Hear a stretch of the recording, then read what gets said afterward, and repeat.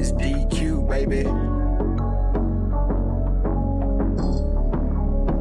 Pseudo killers, what up? What up?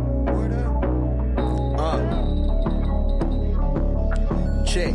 Tapping in, what's the subject? Evolution or revolution, we ain't done yet. Laying flat like Sanchez, it's a bomb threat. I know my flow like Angozi. Source up and show me, homie. You shut up and mute up a moment. The mad scientist, I'm knowing all the components. We own it, and we gon' off it if it's pseudo. You do know we don't entertain that keyboard judo. That big Bobby banger out of Baltimore. Done it all, shopper folks. Sold a little something, but I taught you more than your average teacher. I had to reach you at your level to bring you up. No devil can ever beat you.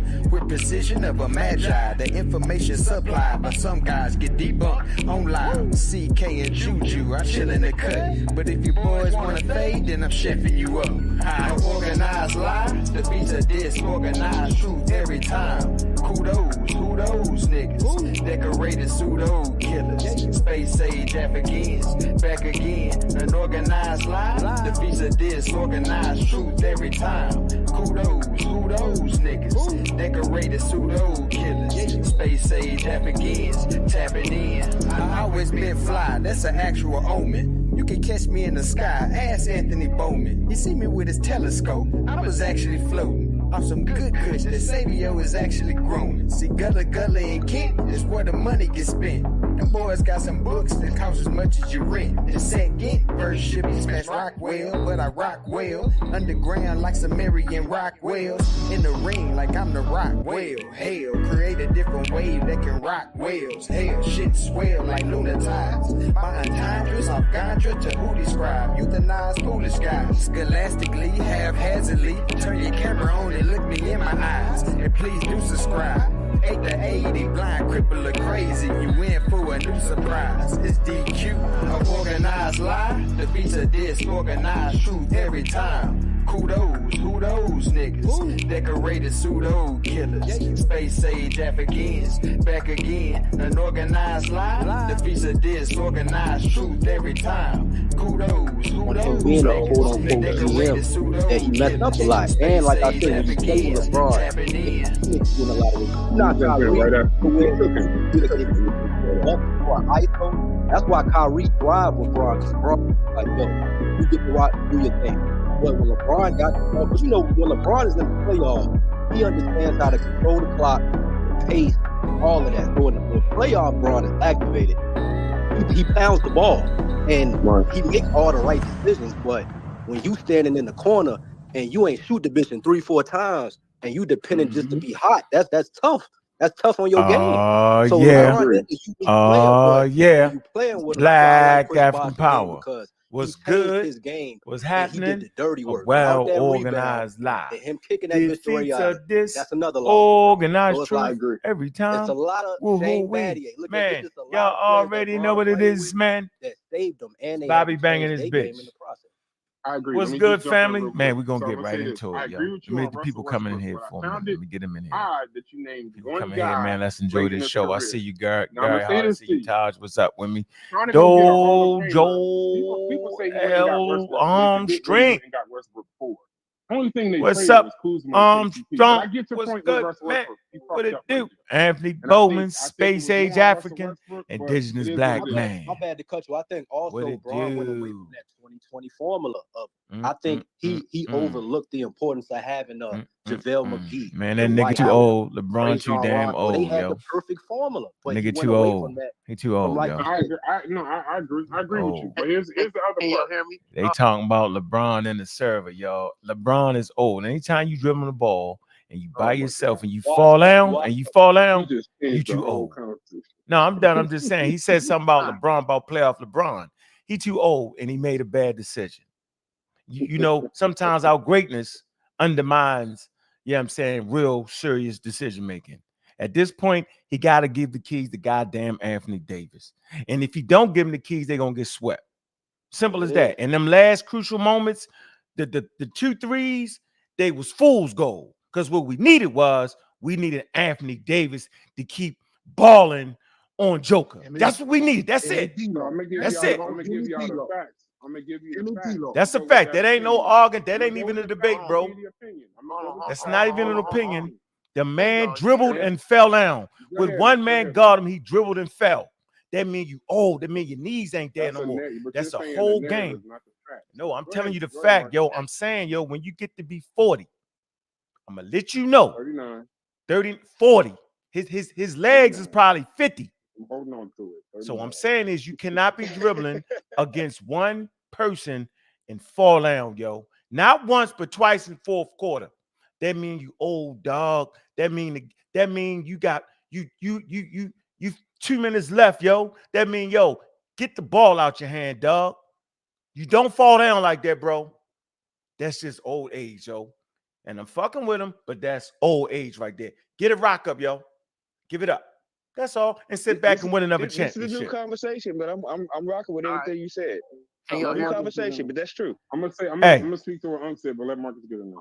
That's a little conversation the server they having. Clarify. I'm gonna unblock you, Fetty, right? And I'm gonna try to start. So let's get it going. A conversation over in a more we're gonna get into it. Manner. So I'm gonna go ahead and Joe, what's up, man? I'm gonna start what it do? No doubt. What's happening, big brother? What's going on with you? Hey, man, in that server talking about LeBron. I can't wait to hear y'all. Yeah, man. Hey, look, I think I'm stuck in the server. I can't get out. Click out. Are you just click out? I did. Was that your background that's playing? No, that was me. I took I'm out of it. I did. I was fighting with my phone. Hey, talking about LeBron. Man, LeBron, listen, man, I like LeBron. What's up, Ron Perkins, man? Where you at? I ain't seen you lately, bro. What's good with you? Good to see you around, man. I see you, Miss Bennett. What's going on, Black Panther? How you doing? What it do? What it do? So, yeah, LeBron, they talking about LeBron, man. Listen, yo, I coach basketball, yo, AAU, whatever. Man, when you dribbling the ball with 2 minutes left, I'm saying you're not supposed to fall down, yo. Simple, yo. Like, that's simple, yo. That don't even make no sense. He playing basketball like he plays soccer. Yeah, yo, come on, bro. He flopping like he plays soccer, I mean, man. Yeah, right. He just fell down. I'm saying it's understandable for a 39-year-old that's been in as many playoff games as him. Yeah, yo, but that mean that you got to get the rock out your hand. That's all. He thinking is, you know what I mean? He back there with Kyrie and them. That's what he thinking. And yo, I got him. It's the fourth quarter, 2 minutes left. I want the rock in my hand. He thinking that. And his body, you know what I'm saying? His mind is saying, yeah. His body saying, no. I gave you all, his body is saying, I gave you all I had. Right? For for 4 quarters and 2 minutes left in it. I gave you all I had. His body is saying, get the ball out your hand, son. Yeah. That's it. That's all he had to do, yo. We don't need you. We don't need you to have 30, yo. We cool with your 25. We cool with your average. We cool with Anthony Davis 35, 36. That's what we saying. Yo, keys. You turn the keys over, dog. You got to. Well, see, that's what I think made Jordan so good. Jordan was able to get players around him and utilize them to help himself shine. LeBron too. By the time Jordan was that age, yo, he was with the daggone Wizards, yo. Wizards. He should have gave the ball. He should have gave the ball to Stackhouse. Right. You get my point? Yeah. Yo, when you 39 and 40, yo, get the ball out your hand, yo. Especially after you had a great game. You had a LeBron-esque game. We're not tripping. Trust me, we're not tripping. But get the ball out your hand, yo. I don't know why they ain't debating that, man. Gotta get the ball out of his hand. Chill, what's going on, Pseudo Kill Official, man? What it do? All right, y'all know what it is. Might as well just get straight to it. We got mischaracterization of the pseudo killers. I'm gonna let some people come in here for a minute. All right, see what's good. Yeah, we always gonna be mischaracterized, man. I don't think folks can keep up with what we saying most times, dude. I know, yeah. They can't. Ron say Jordan got old too, look foolish in the end. Yeah, but I know, but that's what happened. If you try to do too much, you can't do too much. We ain't even need the 2-3. The 2-3s was spectacular. Now get the ball out your hand, yo. Come on, yo. We don't need the rest of that. We don't need that, yo. We don't need We don't need that. We seen playoff LeBron. We seen it. Yo, get the ball out your hand, yo. Give it to the young dude. Yeah, now they're going to get swept out of there. It's crazy, yo. They got to win 2 games in LA. That's not going to happen, yo. Time to tear the team down, yo. Let's get back to this point, though. It's only 26,000 bill, man. Let's wait till some people come up in here, man, so we can get this thing going, man. Make sure y'all subscribe, man. I see you, Lamar Pope, man. What's good with you, man? What it do? Oh, Ron said he getting that money. Yeah, get that money, Ron. Get that money. Get that money. Get that money. So let me load up the clips. We can load up the clips. Got the clips loaded up. Uh-oh, you working with clips tonight? Oh, shit. Tonight. Oh, boy, it's about to Who be is running their mouth now? It must be Chef Fennell. Oh, snap. Chef Fennell. Those who claim to understand evolution but don't, let's call them out. Got to put you at the top of the list, Chef Fennell. Claiming scientific literacy and you don't understand evolution. Mischaracterizing it. Kyle, what's good, man? What's good, man? Hey, Kyle, I got your message, man. Oh, no, I meant to hit you back too, yo. Got your message. Yeah, we're gonna play that. We're gonna play that part of that interview. I might throw a piece of it for the members to get it first. People that's the members of the channel, like you. Yeah, I think y'all might start letting y'all get that first. That's what we're gonna start doing over here. Let y'all get that early. You know what I mean? Yeah, that's what I gotta do. I gotta start giving y'all something like that. That's what I'm gonna start doing. Yeah, that's a good move right there. Yeah, that's a good move. That's what we doing. If you belong to it's only $4.99. I think one is $24. Get it early, yo. Perks. Start getting perks, yo. Right? Start doing some classes that everybody can't see right off the grip. Yeah, you know what I mean, some integral stuff. You feel me? I think that's important, man. And yeah, Chef, gotta get you, bro. You make me talking crazy. Well, you better. You better hope them other ones that talk like him don't end up coming up in here. You got Saya Ghana, boy. He be killing evolution. Got there going Mr. Rich, Solar, all them dudes, man. They be punishing the, punishing the information. Punishing the information. You be like, oh man. And then I want to go ahead and deal and get Smash out the way. I want to really have a good in-depth conversation. Let me see. I sent a few things here. Idioms is important. I got a couple sources right here. Let me get them sources out for y'all. All right. Oh, I got a couple good sources, man. It's gonna be a nice little joint. We're gonna be smooth with this. All right, I got one. It's called Interpretation of Authority and Social Function of Translations in Ancient Egypt. That's something I want from UCLA. I want something for y'all to read. All right. Okay. Then we got a good one. This is a good one. Yeah, man, why would they remove the short from that, man? This is crazy, man. They taking shorts off the damn thing. Crazy, yo. Wow, yo. Okay, here's another one. Great source. Garfield still messing with you. What about what? The shorts. I'm going crazy. Okay, this is another great. How culture is important in language and learning. Let's see. The cultural clash. I might not be on. Okay, I know for sure that's the next one. Let's see. Something that's valuable that I got to have. Y'all got to get it. The bull. Oh. No, that ain't it. Development and social complexities early. I don't want that one. Nope. No.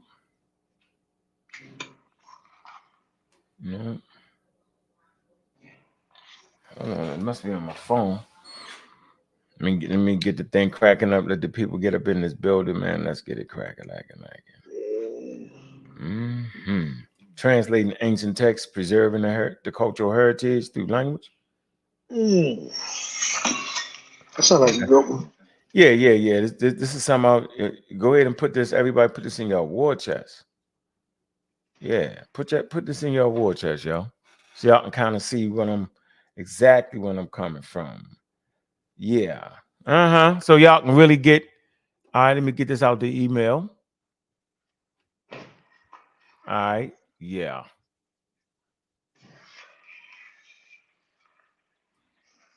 All righty.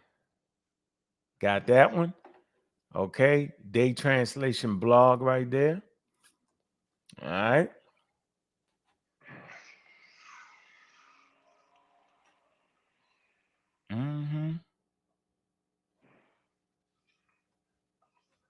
Yeah. Some basic understanding, man. So let's see what's up with the building, man. 43,000, man. It's time to kick it off, man. Yeah, we'll kick it off, yo. Go ahead and start up the tank. Start the tank up, yo. Yeah, let me get you out of here real quick, Chef. No, you made some vital mistakes, yo. Gotta do it, bro. Gotta get you out of there, yo. You know I heard the name. I heard it.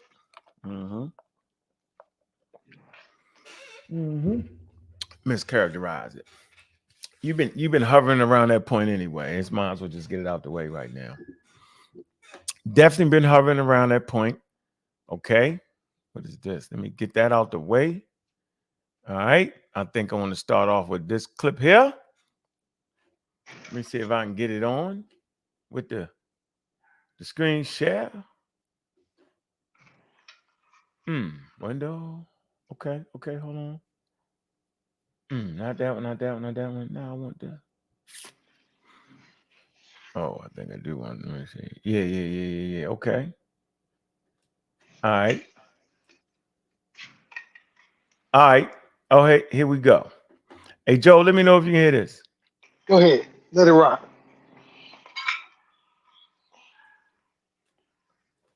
I don't hear nothing yet. I feel like I'm having pushback towards the pseudo. There you go. Not on the validity of the data about race, but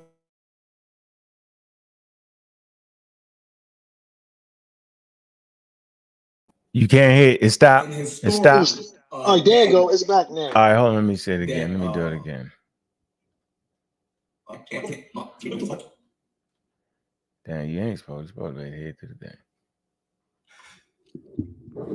I feel like I'm having pushback towards the pseudo killers, not on the validity of the data about race, but about its social and political implications, and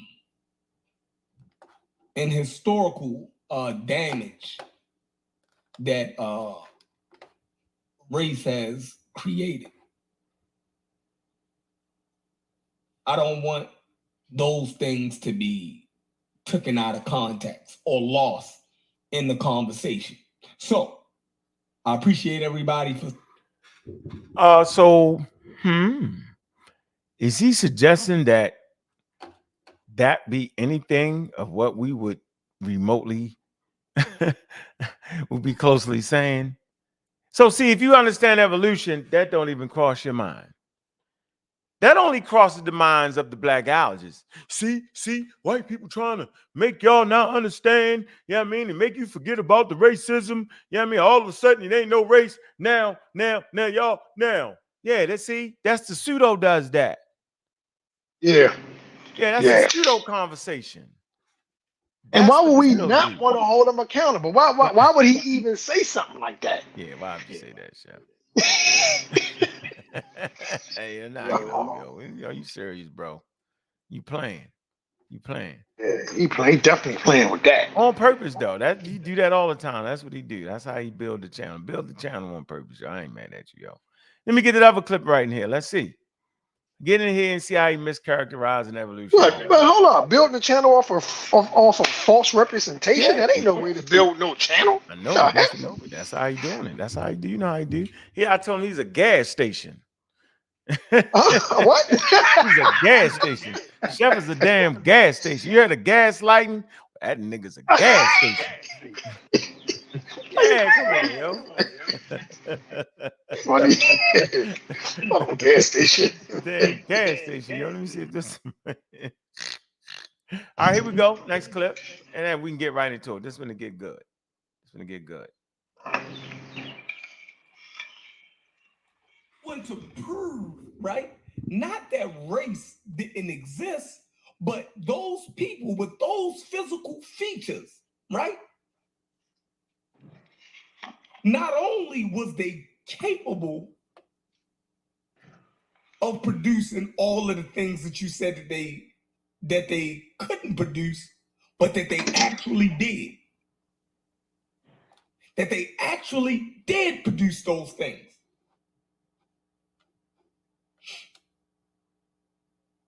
And the evidence of it is in Egypt. The evidence of it is in Morocco. The evidence of it, right, is in Carthage.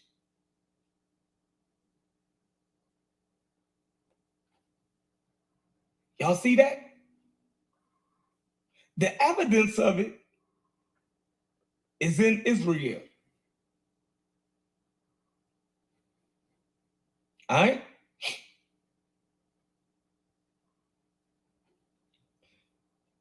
That's what our scholars did. They tried to tell people that the evidence of these black people, these people that you claim couldn't produce civilization and high culture because inherently their physical features denoted their inferiority. We were saying that our physical features does not speak of inferiority. Y'all are not. All right, that's a little incoherent. He was trying. What you think? What was the point you think he was trying to make right there? Dude. If I'm like, I mean, he might have to come clarify, but I mean, if I'm understanding him right, he's like pointing to Dr. Ben and them. That's what it feel like, right? You on their side, right? Yeah, right. I'm on their side too. No, I'm saying, is he on his side with that? Go. Say it again. Make your point. No, I did. Oh. I ain't froze. Make your point. Go on, I'm listening. I think where he going, because he mentioned Egypt, Carthage, Israel, and Morocco. You know what that sound like to me? That sound like to me Egyptomaniacs, somebody practicing like the Egyptian religion. That sound like Moors, Hebrew Israelites.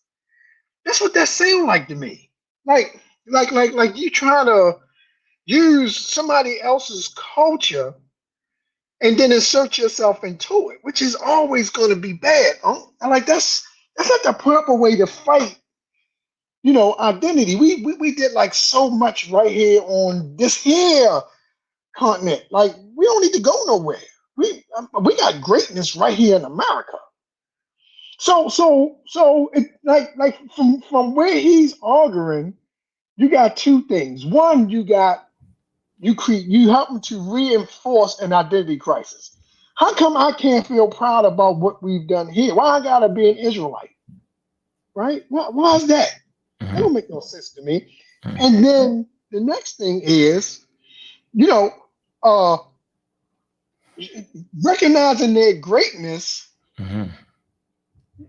us understanding who people are from a biological way. It's not going to stop racism. These individuals does not from being like they are. You follow what I'm saying? Am I making sense? Yes, you may. You're right there. Yeah, so think he was trying to say that it wasn't as clear as it should have been on that, man. Like he's trying to say that to it again, yo. if science, you know, like with the new, I know which one of them clips was the science was in it. That's the one I need to play. That's the one I'm really looking for. So wait a minute. Let me say this. Science is some kind of way getting in the way of that, and I thought I had that clip. It's like letting the bad actors off the hook. That's what he's saying. I don't understand how that happens. If anything, you disarm them with the proper science. Nobody can no longer look at somebody and say, "Oh, well, they didn't do anything because of their skin color." We know that because we're looking at them based on their skin color. Only thing that tells me is that we just need to learn more about, you know, what other societies has done. That's why Gullah Station, check out his channel. That's why it's so important that you learn what happened in West Africa. Like to try to make it seem like people couldn't do anything because of skin color. That's where he going. You know, and then if you teach it properly, you're not disarming that notion. Sounds like it sounds like a reach to me to try to say that. No, it's pseudoscience. Just because you understand evolution, that's why I'm trying to find a daggone clip when he talks about the science, yo. The first word was that. I think that might have been the first clip. That's not the first. Hold on, let me see if this is it. Us to act like racism, right, does not have a toll on us is a lie. To act like we didn't try to compensate for all of those things, we see us over the damage that was us. And there's Moors are in North Africa. They denied us ever having. All right, hold on. I think that might have been the first clip. Let me get the first clip. Let me. I'm gonna reorganize this. Let me reorganize this. Yeah, Joel. I think that might have been the first clip. Let me see. Let me get the first clip. Hold on. All right, 1 sec. I think that's what it is. I mean, the whole argument. The whole argument is based in the pushback against acknowledging science. He's feeling like if you accept it, then one, like I said, what I'm hearing him say is one. I feel like you don't recognize the greatness of people of color, no matter where they are. You don't recognize that, and you let the bad actors off the hook. That's what I hear him saying. Yeah, it's crazy. That's not. Hold on. I could be wrong. He could always jump on and say, no, that's not what he's saying, but that sure is what it sounds like. No, he's saying, he's right there. Hold on, let me see. I think this might be it. Let me see. That's what we did. Hold on. 1 sec. So now, it's a clip where he mentions science. Europeans, or when the world say now, okay. That race. All right, we got it. Here you go. That's what we did. Yeah, we got him. All right, here you go. Yes, absolutely. All right, Joe, I found it. I don't know how I got that out the crypt. Here you go. This the part that don't. This is the pseudoscience right here. Yeah, he's speaking pseudoscientifically when he says this. He's not speaking from an accurate scientific perspective right here. So, all right, here you go.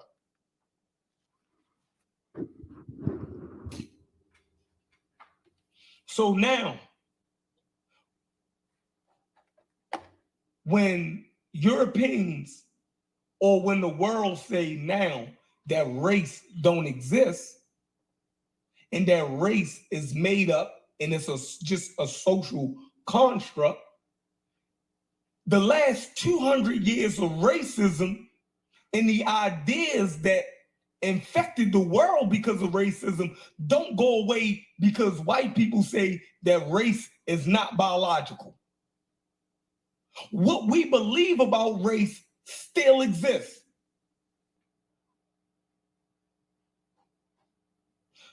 What we believe about race, right?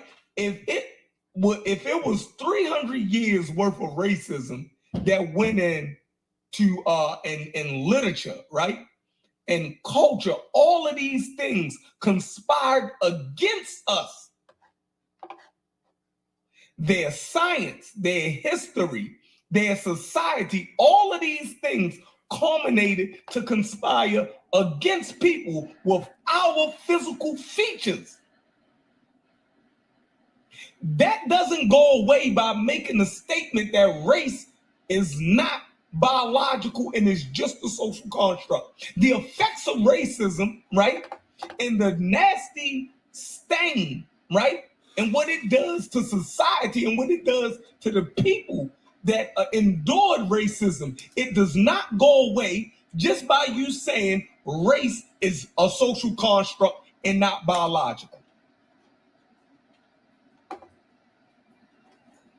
Huh. But who the hell said that? But who the hell ever said that? And the mischaracterized pseudo killers is that it's wild. That's how I know he don't understand evolution. That's how I know he don't really understand the topic, because it wasn't science against that. It was pseudoscience.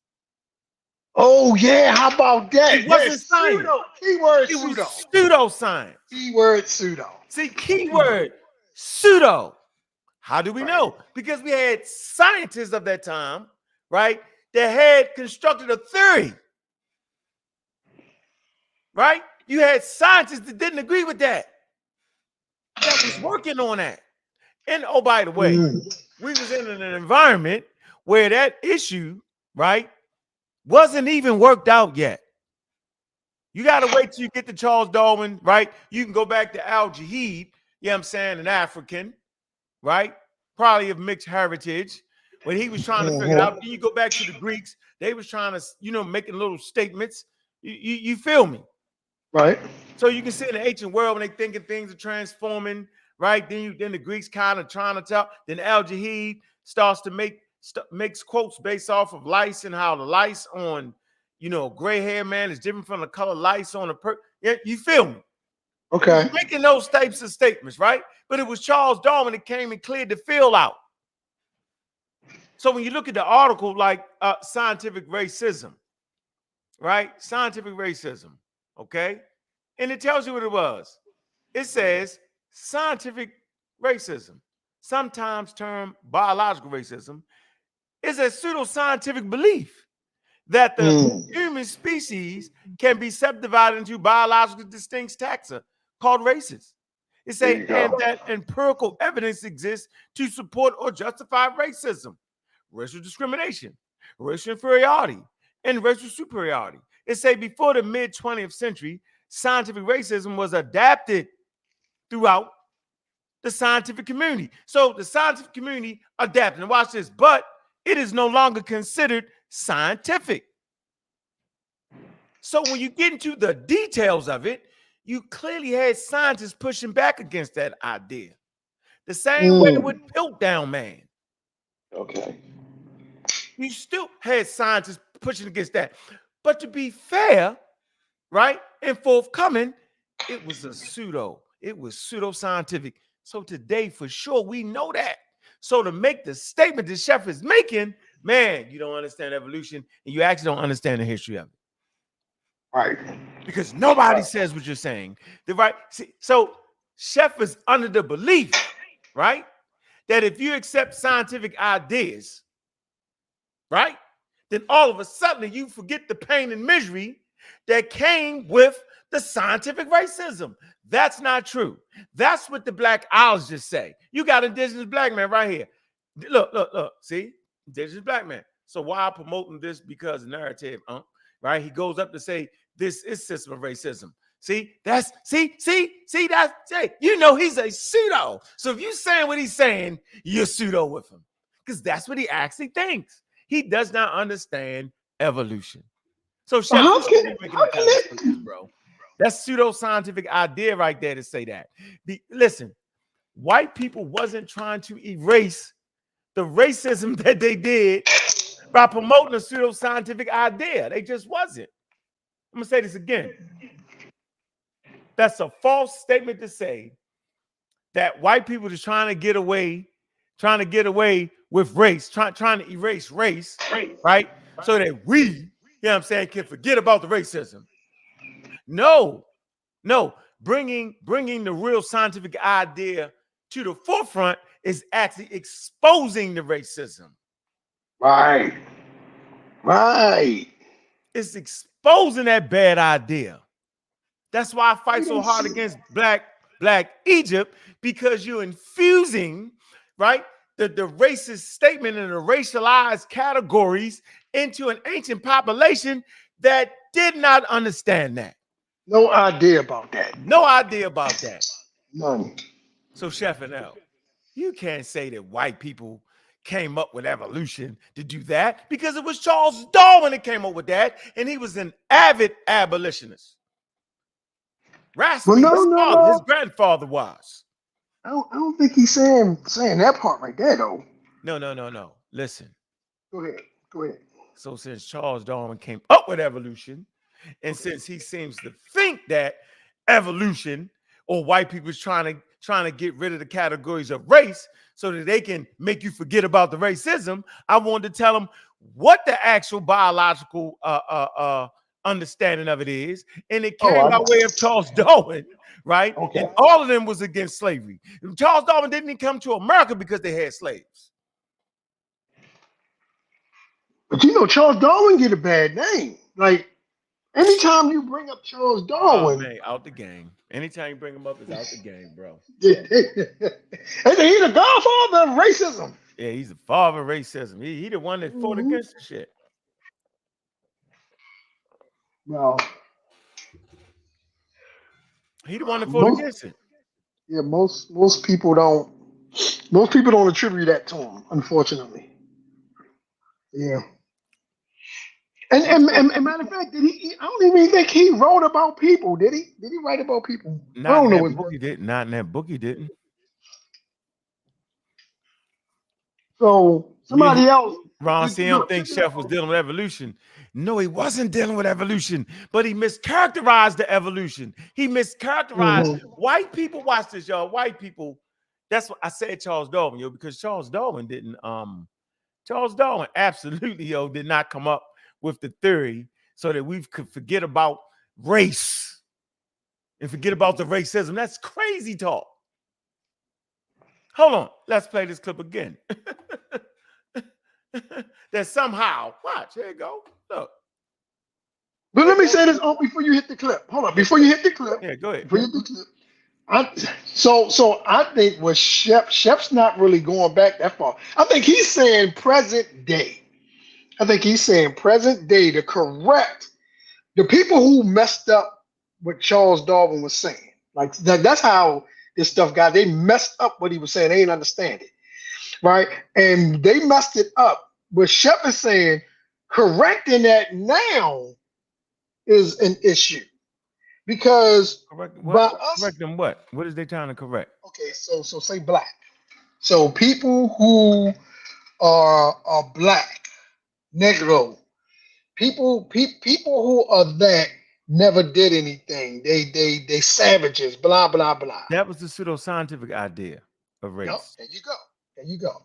So what Chef is saying that if we let that go, if we let black go, those folks that came up with that stuff, we letting them off the hook. But nobody's letting black go. We saying that the ancient fucking population didn't know about that. See? We talking about the pseudo killers now, bro. That's what he said. Yeah, well. That's what he said. Nobody, see? But that's what the blackologist says. Y'all trying to get rid of black. Y'all trying to stop the black. What are you saying? I said routine, I'm black and I'm proud.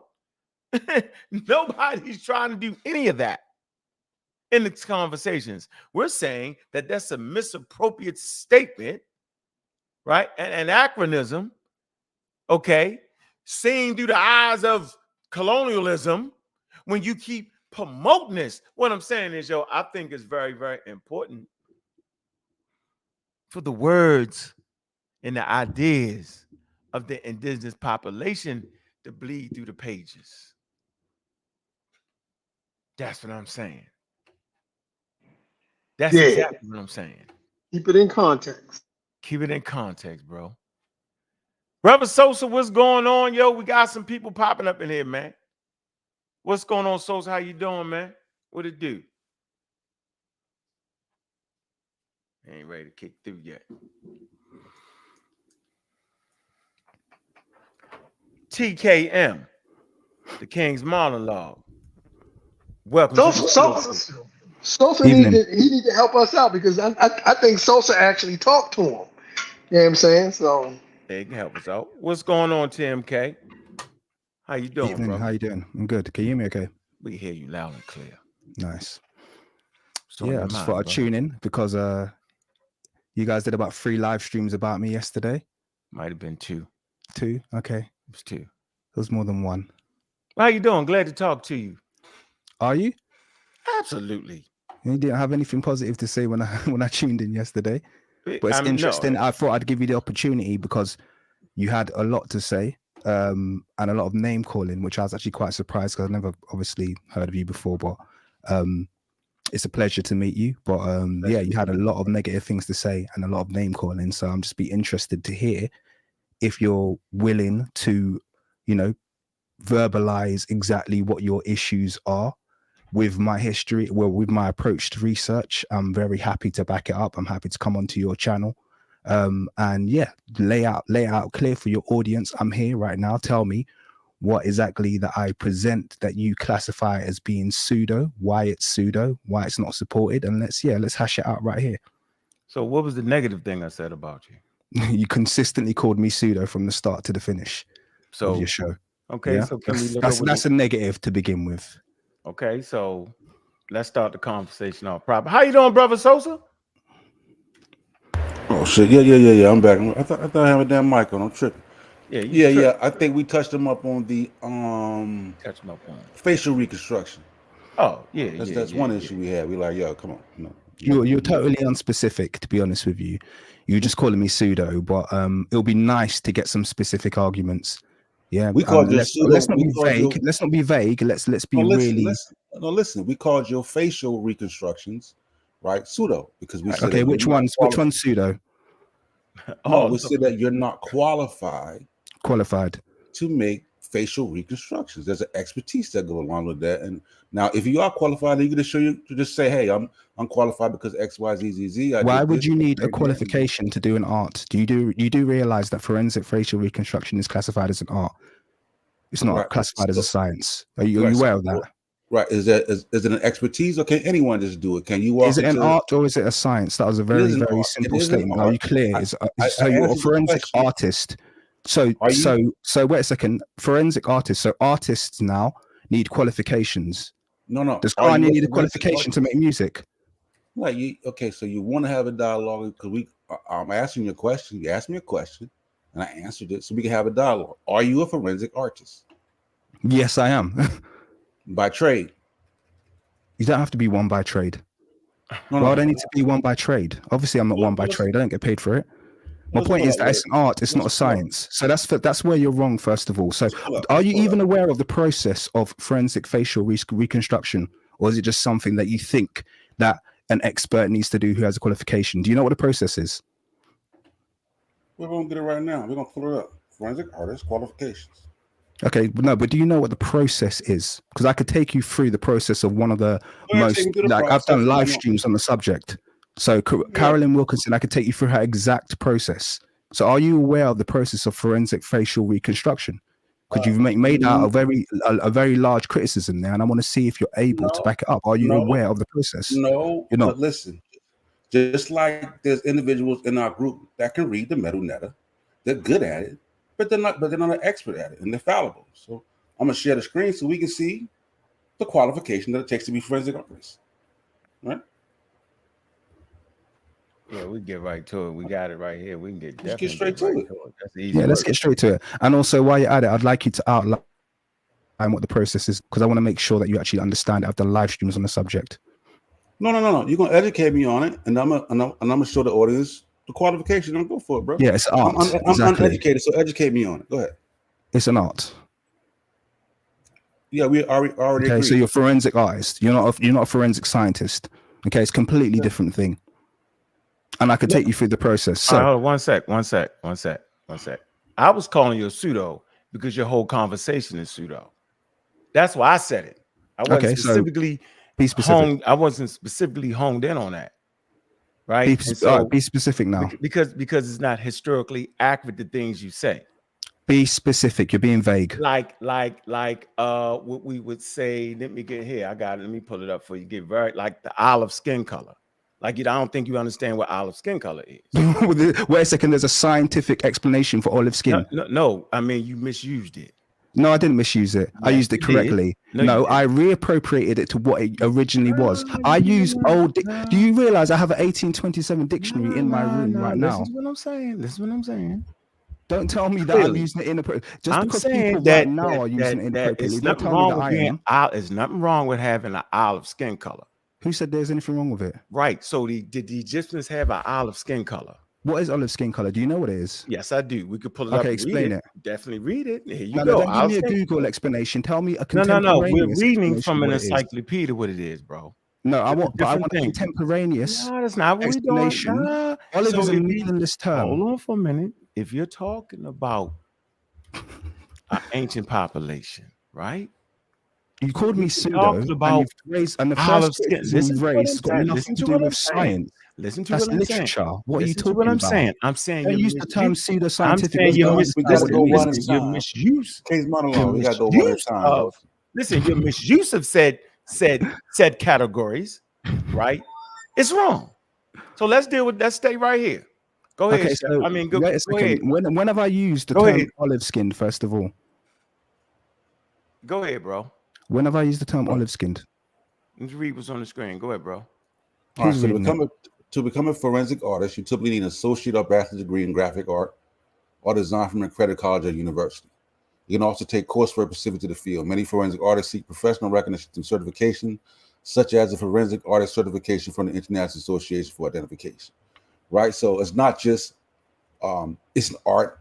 I'm an artist, so I can become a forensic artist. Right? So my question to you is that I could be wrong. About any profession. There's a qualification for most professions. It would say to become a project manager. Are you a qualified forensic artist? So let me explain this to you because clearly you're misunderstanding what you're reading there. Probably answer the question and make it go smooth. You're just speeding over it. My question is, I'm gonna clean it up. Are you a qualified forensic artist? No, of course I'm not a qualified forensic artist. I could have told you from the start. All right. Well, that was my whole point. You're not qualified, and that's what I said from the beginning. So why? Yeah, but my response was, would you need to be qualified? No. My response was because you promoted it as if you was to the community. No, I'm not saying it, but your actions was. No, I didn't. Yes, you did. No, I didn't. No, I didn't. And we have. Okay, so wait a second. Let's not back and forth. That's it. Once again, if you're gonna make a criticism, sorry, going back to Barank, if you're gonna make a criticism like that, then you need to cite an example where I promoted myself to the community. Like which one? No, you be specific. What did I say in the video? Reconstructions you did on, was it Tutankhamun? Which one was it? Are you not able to say his name, Tutankhamun? No. Which one are you talking about? The one you did. When did I say I was qualified? I actually show people my exact process.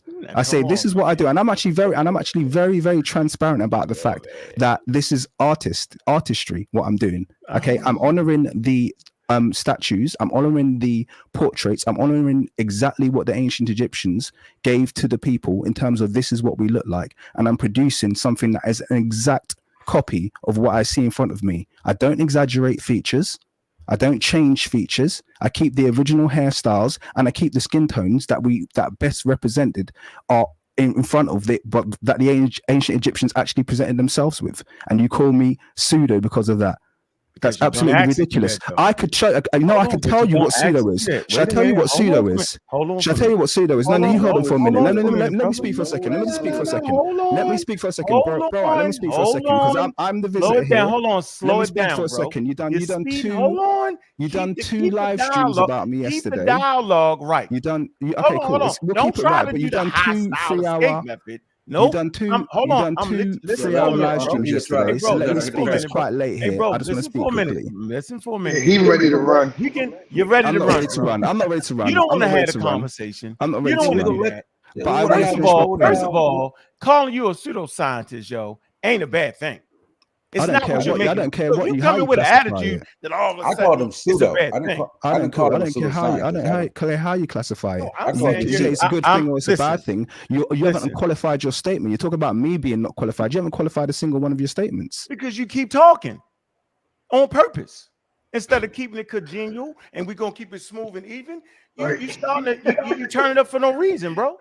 Okay, but it's not no reason. Hold on, I'm saying we study scientific literacy. You didn't invite me onto your channel. Hold on, when people misrepresent things, we step up to it. I'm glad you're here so we can deal with it. You haven't shown me anything that I misrepresented. I didn't have to show you anything. Your videos show and prove it. But that's your opinion. Your opinion is not. Of course, it's an opinion. Your opinion is not worth its weight in salt, my friend. Hey, so you're not get back to what you were talking about because now he's running from the whole. What are you talking about? No one's running. I'm right here. I'm on your channel. Who's running, bro? We got. Okay, so finish your point. Go on. If you're gonna have a dialogue, you can't just take the ball and run. We got to be able to engage and go back and forth. Go ahead, sir. Right? Then, like I said, that's what we do. We challenge things that we consider pseudo, we consider false representation of something. That's fine. Go ahead. Finish your point. You can disprove us. You're right here right now to disprove us if we're wrong right now. I didn't call you pseudo. I didn't call it pseudoscience. I said it's pseudo. I just think it's. I still haven't heard anything, any science that's been pseudoed so far. But anyway, go ahead. Finish your point, sir. Qualified, right? And people in the other communities bring your work to this stage and show it and act like that is on par with the people that's qualified in the field to do it. So I tell people, yo, how are you using King's monologue? He's not even qualified. Okay, that's my argument. Can I respond to that now? Go ahead. Okay, so I'll respond to that argument by explaining to you how a qualified forensic artist creates their facial reconstructions. So let's take someone like Carolyn Wilkinson. Okay, she's one of the most prominent, one of the most famous. She did one of the first reconstructions of Tutankhamun.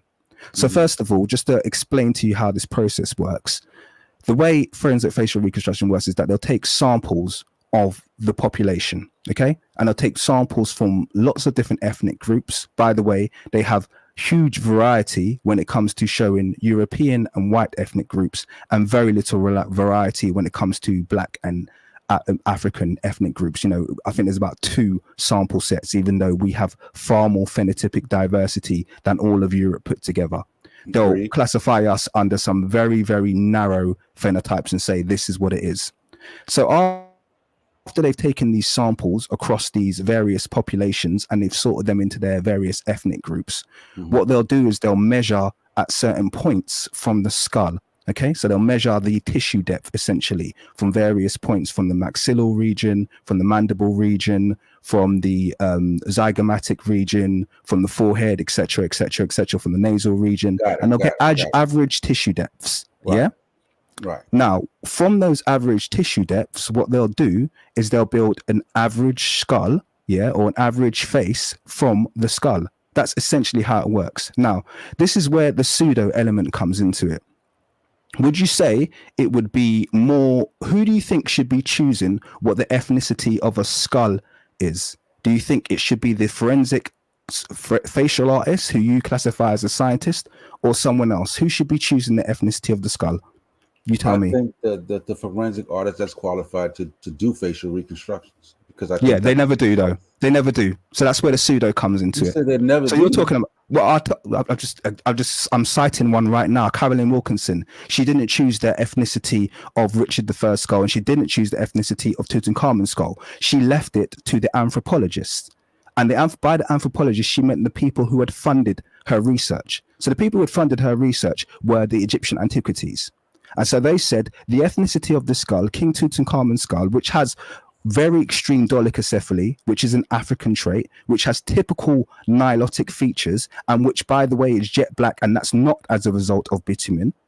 Okay, so we have a skull that on every vertical, even its limb proportions are super tropical. He's got elongated limbs, typical of Black Africans. Everything about his skeleton, his skull, his phenotype screams Black Africa. And yet, when she came to do reconstruction, she was ordered by the people who funded the research to use modern Egyptian tissue data, which she did, which is why they produced that monstrosity that looks like a pile of shit. Okay, That's what happened in the end. Well, wait a second, yeah. That's what you guys will call, yes, that's the experts. How dare the King's monologue create a reconstruction to challenge this agenda-driven crap, which you guys are classifying as science because the quote-unquote experts have done it. Let's break it back. You go ahead. Anthropologists are Anthropologists are well qualified to make that decision. Probably more Egyptian antiquity. What, no agenda there. No agenda there. There could be an agenda. Modern Egyptians. Now you're talking conspiracy and stuff like that. I don't know the inner workings. If she was demanded by those are. It doesn't matter what you don't know. I've just told you how it works. You can research it for yourself. I'm not wrong because I've done the research. I get it. Listen, no. Like I said, I'm not saying that you're wrong in not knowing how it works. People in this community know how the Egyptian grammar works. That's not my issue. You know what I'm saying? But people that are not well trained and well versed make all types of mistakes. This is why we have arguments over certain things that's well established. Can I cut in there? We argue with the laymen all the time because they mess it up. Okay, that's great, so but you're going off point here. Yeah, you've made the whole basis of you calling me pseudo was based on my forensic facial my facial reconstructions, which I don't call forensic, by the way. I just call them reconstructions from artwork. And I try my best to make sure that they honor the artwork and they look like the art. I just stuck within that lane. I'm just saying that. No. I raised forensic facial reconstruction because I knew that's what you guys classify as the science, even though it's an art, which is what I tried to explain to you from the start. It's not a science. It's an art. I didn't even refer to it as science. Well, if you call me a pseudoscientist, then you anyway. I called you pseudo. Maybe I didn't call you pseudoscience. Okay, fine. Well, you called me pseudo. And I've explained to you exactly how the process of forensic facial reconstruction works. I've explained to you that it literally is the definition of pseudoscience. I get it. But it's literally the definition of pseudoscience. But you guys say I must default to the expert. There's a difference between pseudo. No, but I must default to the experts. I must accept what they say. Can I ask a ridiculous? Hold on, Kaya. In order to be scientific, we have to be doing something science.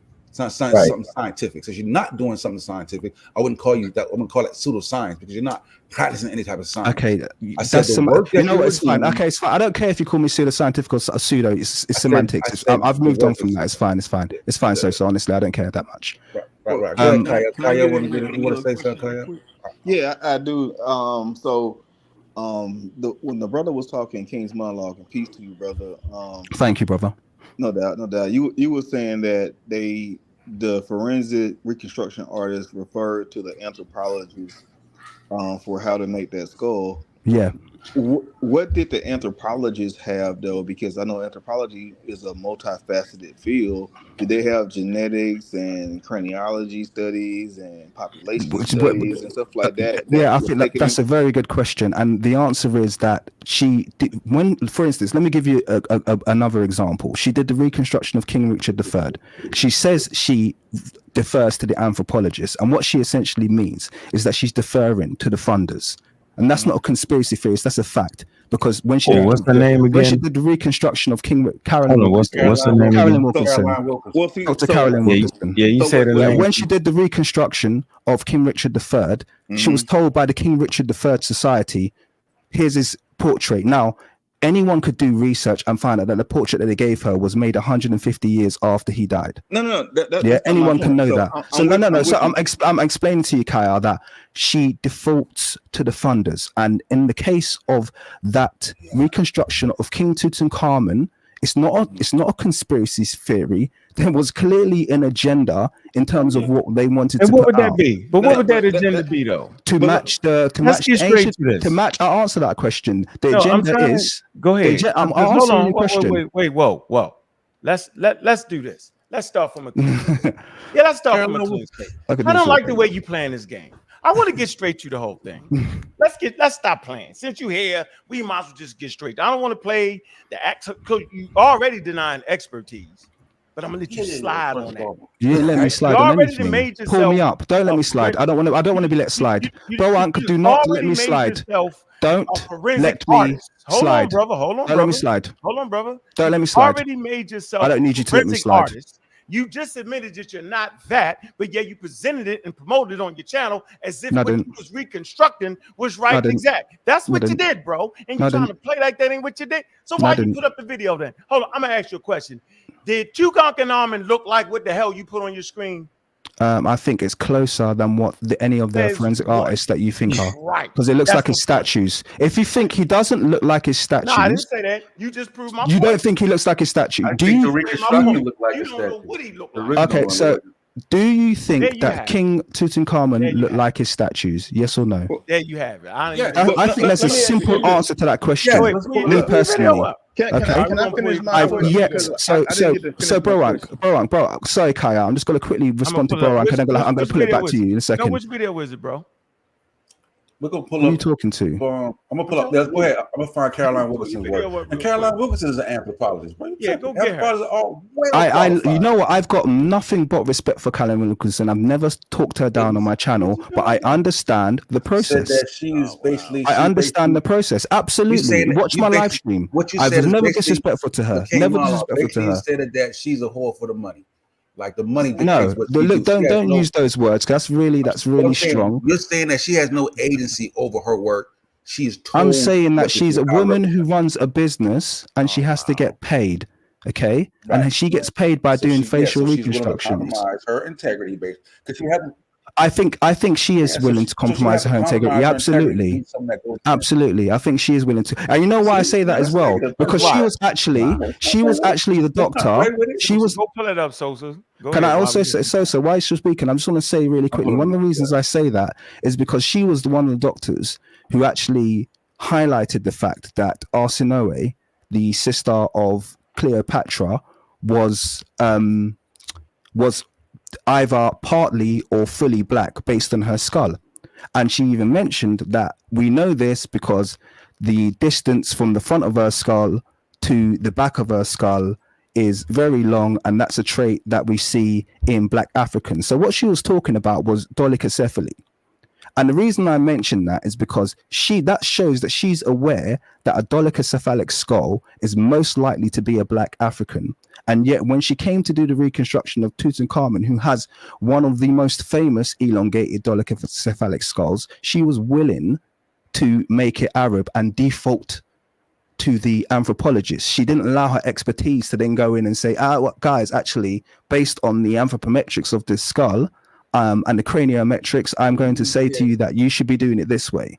So I'm not dissing her. We all need to get paid at the end of the day. I like her. I think she said a lot of things that are very, very, very integral. I do. Hey, pull that up, though. So listen, there's a lot of people that I like, but it doesn't mean I can't criticize them. So it's not. I don't think you qualified. You're not even qualified to criticize. I don't think you're qualified to criticize me, bro. I know you're not. I know you don't think that. Like he's talking about how the skull is elongated in the back, right? But I think it's like you showed remember this is how the skull is elongated in the back, and then he juxtaposed that to another African that because that good guy always used that photo. Because we got people that come to our community and use your work like as expertise. I promise you, bro. Okay, and what's wrong with that? It's a reconstruction based on a statue. It's a reconstruction based on a statue. You don't need to be an expert to make a reconstruction based on the statues. But you can't. These are experts. So 1 second, let me just ask you a question. Yeah, apologies, bro. Hold on. Let's stay where we need to stay. First of all, what we need to stay is that the reason you can't usurp what she was doing because you need to get into that particular field. AE, first of all, become an anthropologist. And I'm saying this is the issue with the community. The issue with the community is the shortcut thing. The shortcut is to make a YouTube channel that is successful. I'm gonna give you that, and then act like you reconstructing something, and then marginalize what a forensic artist is and downplay it. When in actuality, you ain't got no more qualifications than I do. You done learn some terms and that, but that's not what the experts do. For you to be really valuable in the conversation, bro, if you want to use skin color, we need a person like you to know the terms and all that. Go get the real paperwork, yo. Then dive into the discussion. Bro, so this take what you're saying. I know you heard what I said. It wasn't wild. It wasn't off the chain. It was very simplistic, bro. Yeah. Okay. So can I respond? Absolutely. But if okay. So the first thing is, first of all, I started doing reconstructions. I didn't get my channel popular and then start doing reconstructions. Yeah, my channel's popular because of it's important that you get the order correct. No, it is. Let me finish because you just spoke for a bit. So let me finish. No, but my channel. Why are you holding? But why are you characterizing that? That's not the issue. No, it is, because if you say it in a certain order. I just said you built a successful YouTube channel. Yeah, but not off the reconstruction. You're making it seem that I use the credibility of my YouTube channel to push my reconstructions. Well, either way, I'm clarifying it. Either way, I'm clarifying it. No, because I was doing reconstructions first. Okay. I did the reconstructions first, and then my channel blew up as a result of doing the reconstructions. Can I ask you a question, brother? Let me finish my point really quickly, please. I just want to finish my point really quickly. You keep pressing this. I've got several. By the way, I'm not going to boast or toot my own horn, but I've got several. I've got several professional qualifications that sit well outside of this field. If I felt, I'm not going to go into them. I don't reveal personal information, but I do. One of the things I mentioned is that I'm a qualified teacher. Okay. So I've mentioned that on my channel several times. Yeah, fully qualified teacher. But I can teach. I absolutely will. I absolutely do, and I absolutely will. That's what make you a pseudo. What I was going to say to you, Bro Wank, is you shouldn't be teaching anything that you're teaching on this channel. Yeah, I'm not. I'm not. I ain't mad at you. Right. So anyway, the point I was making is that you put, bro. I'll be honest with you, Bro Wank. If I'm going to talk turkey with you right now, yeah, and I'm going to be really clear with you. Yes, keep it clear. You do come across to me, and you're gonna take this any which way you like, but you come across to me as someone who overcompensates for white appreciation. It's like you have no security in yourself. All you want to do is essentially get approval from these people who are never going to respect you. As soon as a white person with a lab coat turns up, you look like you are over the moon, and you're bowing your head, and you're moving and you're shucking and you're doing all this. I don't care. You have to understand something about you have to understand something about me. I do not care. I'm born and raised in London. I do not care about white approval. I do not need to get their qualifications, and I don't need to go through their schooling systems. Okay, I don't need to do any of that. You think that it makes you something. You're adding stacks to your layer by getting some approval from them, some little bit of paper. Do you know how long it took Diop to get his doctorate? Do you know how many papers he wrote? And these white universities were turning him down. Do you think that made him any more stupid? Who you say? Do you think that made him? I'm talking about Diop. Diop did the work, family. But they were turning down his papers. His papers got continually turned down. Yeah, he still got there in the 50s and 60s, bro. So you lot don't understand. You were bowing your heads, and you want approval so bad. You want approval so bad. TKM, you're repeating it again. That means you ran out of bullets. Yo, I just want to ask you. Hold on, Kyle. Let me respond to him. Come on, let me respond to him and find. I'm just being honest with you. You got your coon out the way. We call it a coon. Got it out the way, yo. That's why I know you're a dedicated pseudo. Great.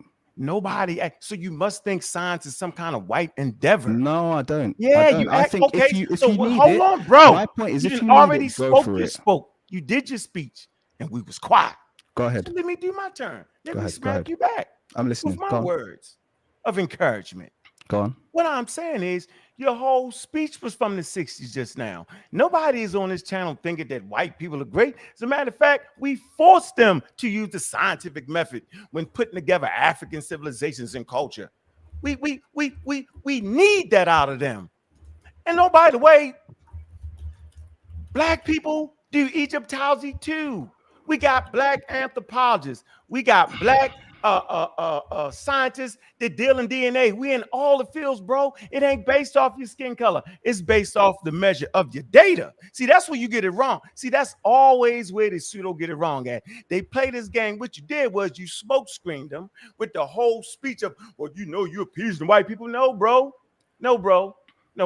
I'm gonna deal with the scientific method. I don't give a damn about your skin color. See, that's the difference between me and you. When it come down to getting raw data, yo, I don't even want to know what you look like, because it doesn't matter. You can't infuse the way you look into the data. Although people have biases, we can check that at the door. We can figure out how much you bias based off this, based off of that.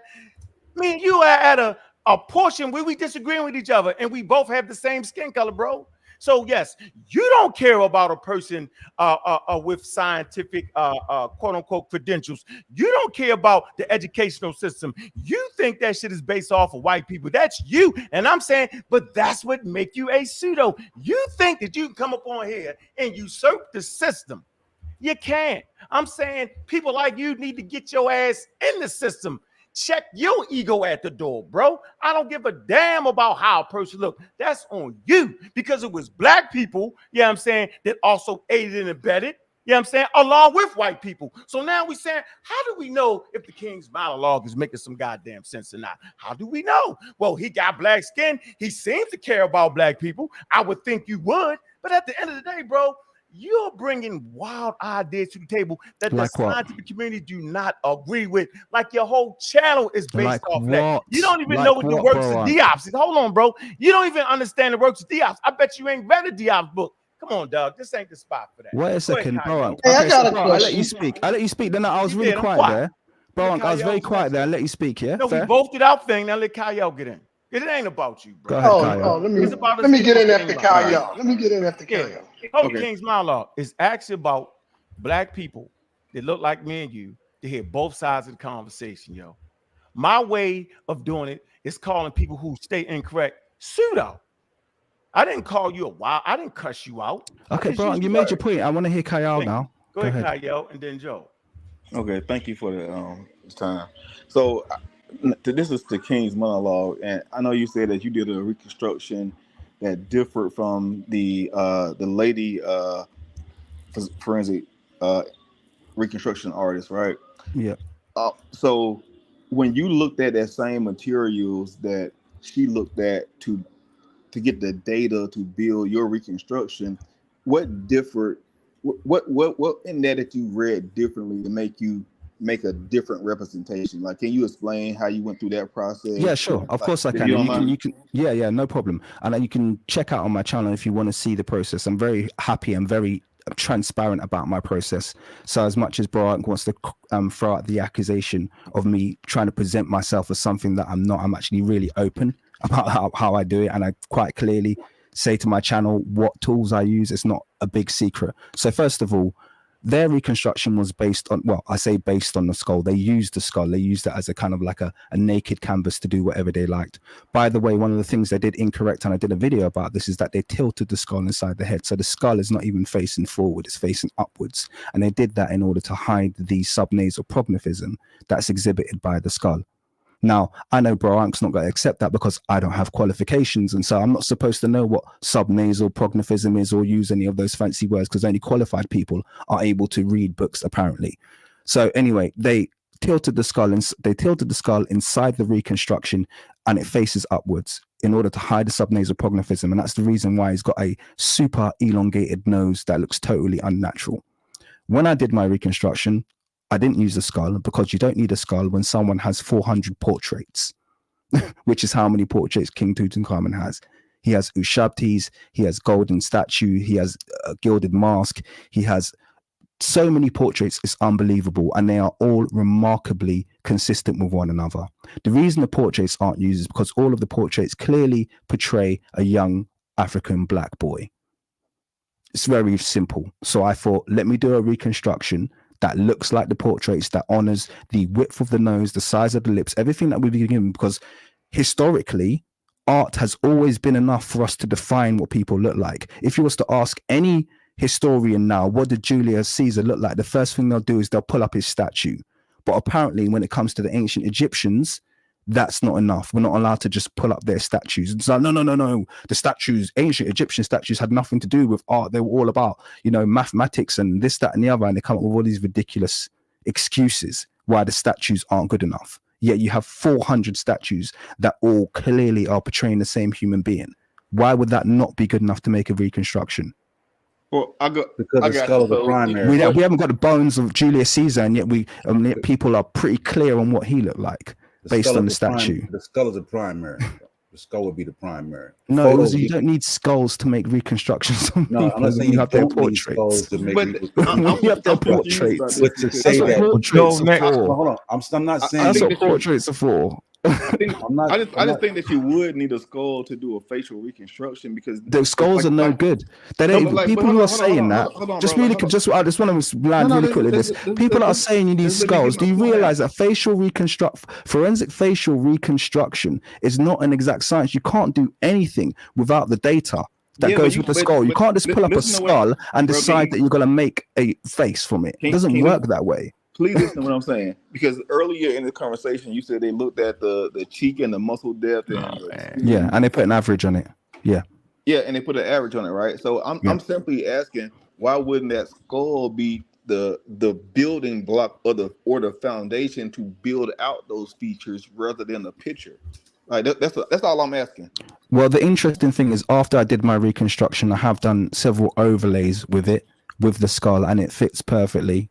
That was just the cherry on the cake. Yeah, and I'm talking about alignment here, and that doesn't always happen. That doesn't always happen. In fact, doesn't happen most of the time. That doesn't happen. So that's almost like a barometer. AKTM. It's TKM. TKM. What I say? TKM, didn't I? KTM. Hey, I'm did a lot. KT the Arts degree. Joe, where you at, Joe? Come on, Joe. Where you at? I'm right here. Did anybody put the King's monologue through the litmus test? Oh no, y'all did it. We already see where he at. We value. You're an avid supporter of biological evolution. Am I correct? Are you talking to me? Yes, I'm talking to you. You're biological evolution. I don't talk about evolution. No, I said I'm saying, are you a supporter of that? I don't talk about evolution. No, I didn't say that. I said, are you a supporter of that? Why would I be a supporter of something that I don't talk about? No, bro. I'm asking you right now. Have you ever heard of? Do you agree with it? Do you agree with evolution? Do I agree with evolution? Yes. Now there's a lesson put forth by Charles Darwin. Aspects of it. Charles Darwin. Aspects of it, provable aspects of it. No such thing as that. See, we already know. So what you're trying to do is I'm just asking you a question, yo. And I've given you an answer. I said aspects. Why would I say it's not? You do realize that's not a belief system. You realize that's a pseudo statement right there, right? No, it's a pseudo statement to ask me if I believe in any science. You're not supposed to. Science is not a belief system. Charles Darwin? Hold on. Do you accept science is not a belief system? Do you accept science is not a belief system that Charles Darwin brought forward? Science is not a belief system. Okay. Do you accept the scientific theory that Charles Darwin brought forward? A belief. I didn't say belief. You did say belief. You said right now. I've changed my language on it. Knock it off, bro. Okay, knock it off. Do you accept the scientific theory that Charles Darwin put forth? That's all I'm asking. Like I said, aspects, not all of it. Right. Definitely not wholly. Right. Absolutely not wholly. Well, that's why you can't understand Egyptian conversation. There you have it. Go because ahead. Because I don't accept Charles Darwin. Correct. So wait a second. You accept? So wait a second. Let me fire a question back. You accept Charles Darwin wholly? Yeah. No, I accept his theory. Okay, so you accept that you're closer to you accept that you're closer to an ape than a white person. What? Man, do you accept?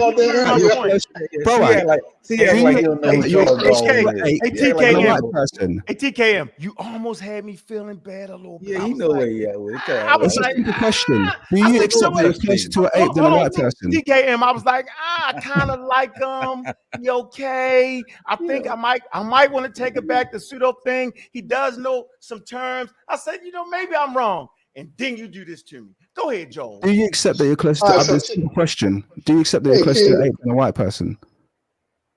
You just said it's a simple question. I'm saying that white people are just as old as black people. That's what I'm saying. No. But you said you accept Charles Darwin's theory wholeheartedly. So my question was, I said I accept aspects of it. You said you accept it wholeheartedly. So you must accept the part where he says that black people are closer to apes than white people. So do you accept that? Yes or no? You made that up, yo. Get out. I made that up. You made that up. Did I make that up? We're talking about the theory of evolution that's put forward by Charles Darwin. You're talking about his book. It's different. Go ahead, Joe. Ask your question. Peace, Kings, my love. I noticed when you peace, Sosa. What's up? I noticed when you first started off, you were giving your explanation. You said that when you redid the reconstruction, that he looked more like us. Black African. What do you mean? What do you mean by I don't think I used the word us. I think he said black African, huh? I don't think I used the word us. So you need to clarify. That ain't a scientific category. Black. I think he said black African. All right. So you backed off of that. I thought. I don't think I said us. I don't think I said us. I don't use the word us. One of the things I've never done on my channel. One of the things I've never done on my channel is try to equate myself to the ancient Egyptians. Neither I even try to equate. That's pretty much where I was going. I'm Nigerian. I've got very interesting lineage, but I never even try to make the attempt to say that Nigerians are from ancient Egypt. That's not the point I'm making. The ancient Egypts are melanated. You don't use DNA. We distant cousins, man. I got a whole lot of Nigerians. Are melanated continental Africans. Oh, what? That's the point. You don't even melanated continental Africans, as in they are black-skinned Africans. That's what they were. But see, that's what they were.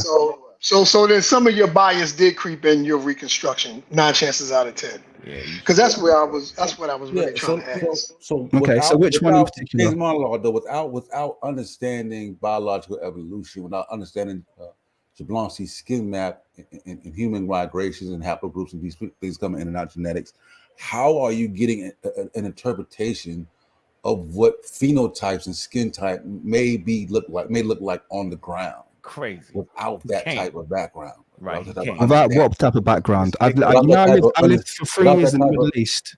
No, I'm saying without that type of evolutionary background. Right. You're gonna make a mistake. Because it doesn't matter living in the Middle East. We're talking about ancient Egypt. We're talking 5,000 years ago. We're talking about those populations that come out of the Green Sahara. So wait a second. What part of evolutionary biology is going to give you information about phenotype? Right. Skin, environment. It's a very simple question. What part of evolutionary biology is going to give you information about phenotype? What you talking about? With you talking about the skull? You're gonna look at the skull. Yeah, skull. You need to look at anthropometrics, don't you? You're gonna look at skull. All that. Anthropometrics. All that is attached to evolution, bro. You don't need evolution. You don't have that without evolution. Do you know why you don't need evolution? Because a time span from where we are right now to ancient Egypt, modern man hasn't changed at all. So why the hell would you need evolutionary biology to understand the phenotype of ancient Egyptians? It's got nothing to do with evolution. We're talking about a completely different science. Modern man hasn't changed, but populations have changed. And populations coming out of the Green Sahara in different. That's got nothing to do with biology. Yeah, I mean, that's got nothing to do with evolution. Now you went. What has migration got to do with evolution? Yo, you can't talk overs though, yo. I said, Mike can help you out with that, yo. Sorry. Mike what has evolution got to do with migrational patterns of evolution? Listen, because when they migrate, they transform in their environment, buddy, and you wouldn't be making the same damn mistake up here. So a person can start out one skin color, end up another skin color. It can range back and forth, but that's not evolution. It is evolution. You don't know the. My goodness, you do not know the difference. Do you know the difference between? Do you know the difference between? Do you know the difference between adaptation and evolution? Because that's got nothing to do with evolution. Adaptation is part of evolution, yo. You've got 2 different sciences. You're completely mixed up there, bro. That's not evolution. I can separate evolution. I can separate adaptation. That's not evolution. But it's still a part of evolution. Bro. It's not evolution. It's still under the. It's not evolution. What is it then? The hilarious thing is that you guys have sat here calling me pseudo, and you don't even know what evolution is. All right, man. Yeah, we do. That's all we talk about. But listen, and I also attached it to. You're talking about incorrectly. I also attached it to Nino Jablonski's skin map. All that was attached to it because all that gives you an understanding of these populations and the historic. You got to understand where they're coming from, who are they mixing with. You know what I'm saying? That's all that plays a role. None of that is evolution, bro. I'm not. Listen, I understand I understand the gradient you're going to make between adaptation and evolution. I'm not going to fight you now because I understand what you're saying. I'm going to fight you. I don't. But it's still under. But it's still under evolution. They separate adaptation from evolution because adaptation is brought forth by natural selection only. You can call it what you want, but I don't think there's a scientist on the planet that's going to call what's happened in ancient between pre-dynastic and where we are now as evolution. I think any of them now you're straw man evolution. Now you're straw man. I'm absolutely not. You guys put up how can you understand science? How can you understand history without understanding evolution? Hold on. Can you stop for a minute? Can you stop for a minute? Can we just knock it off, everybody? Specifically you, sir.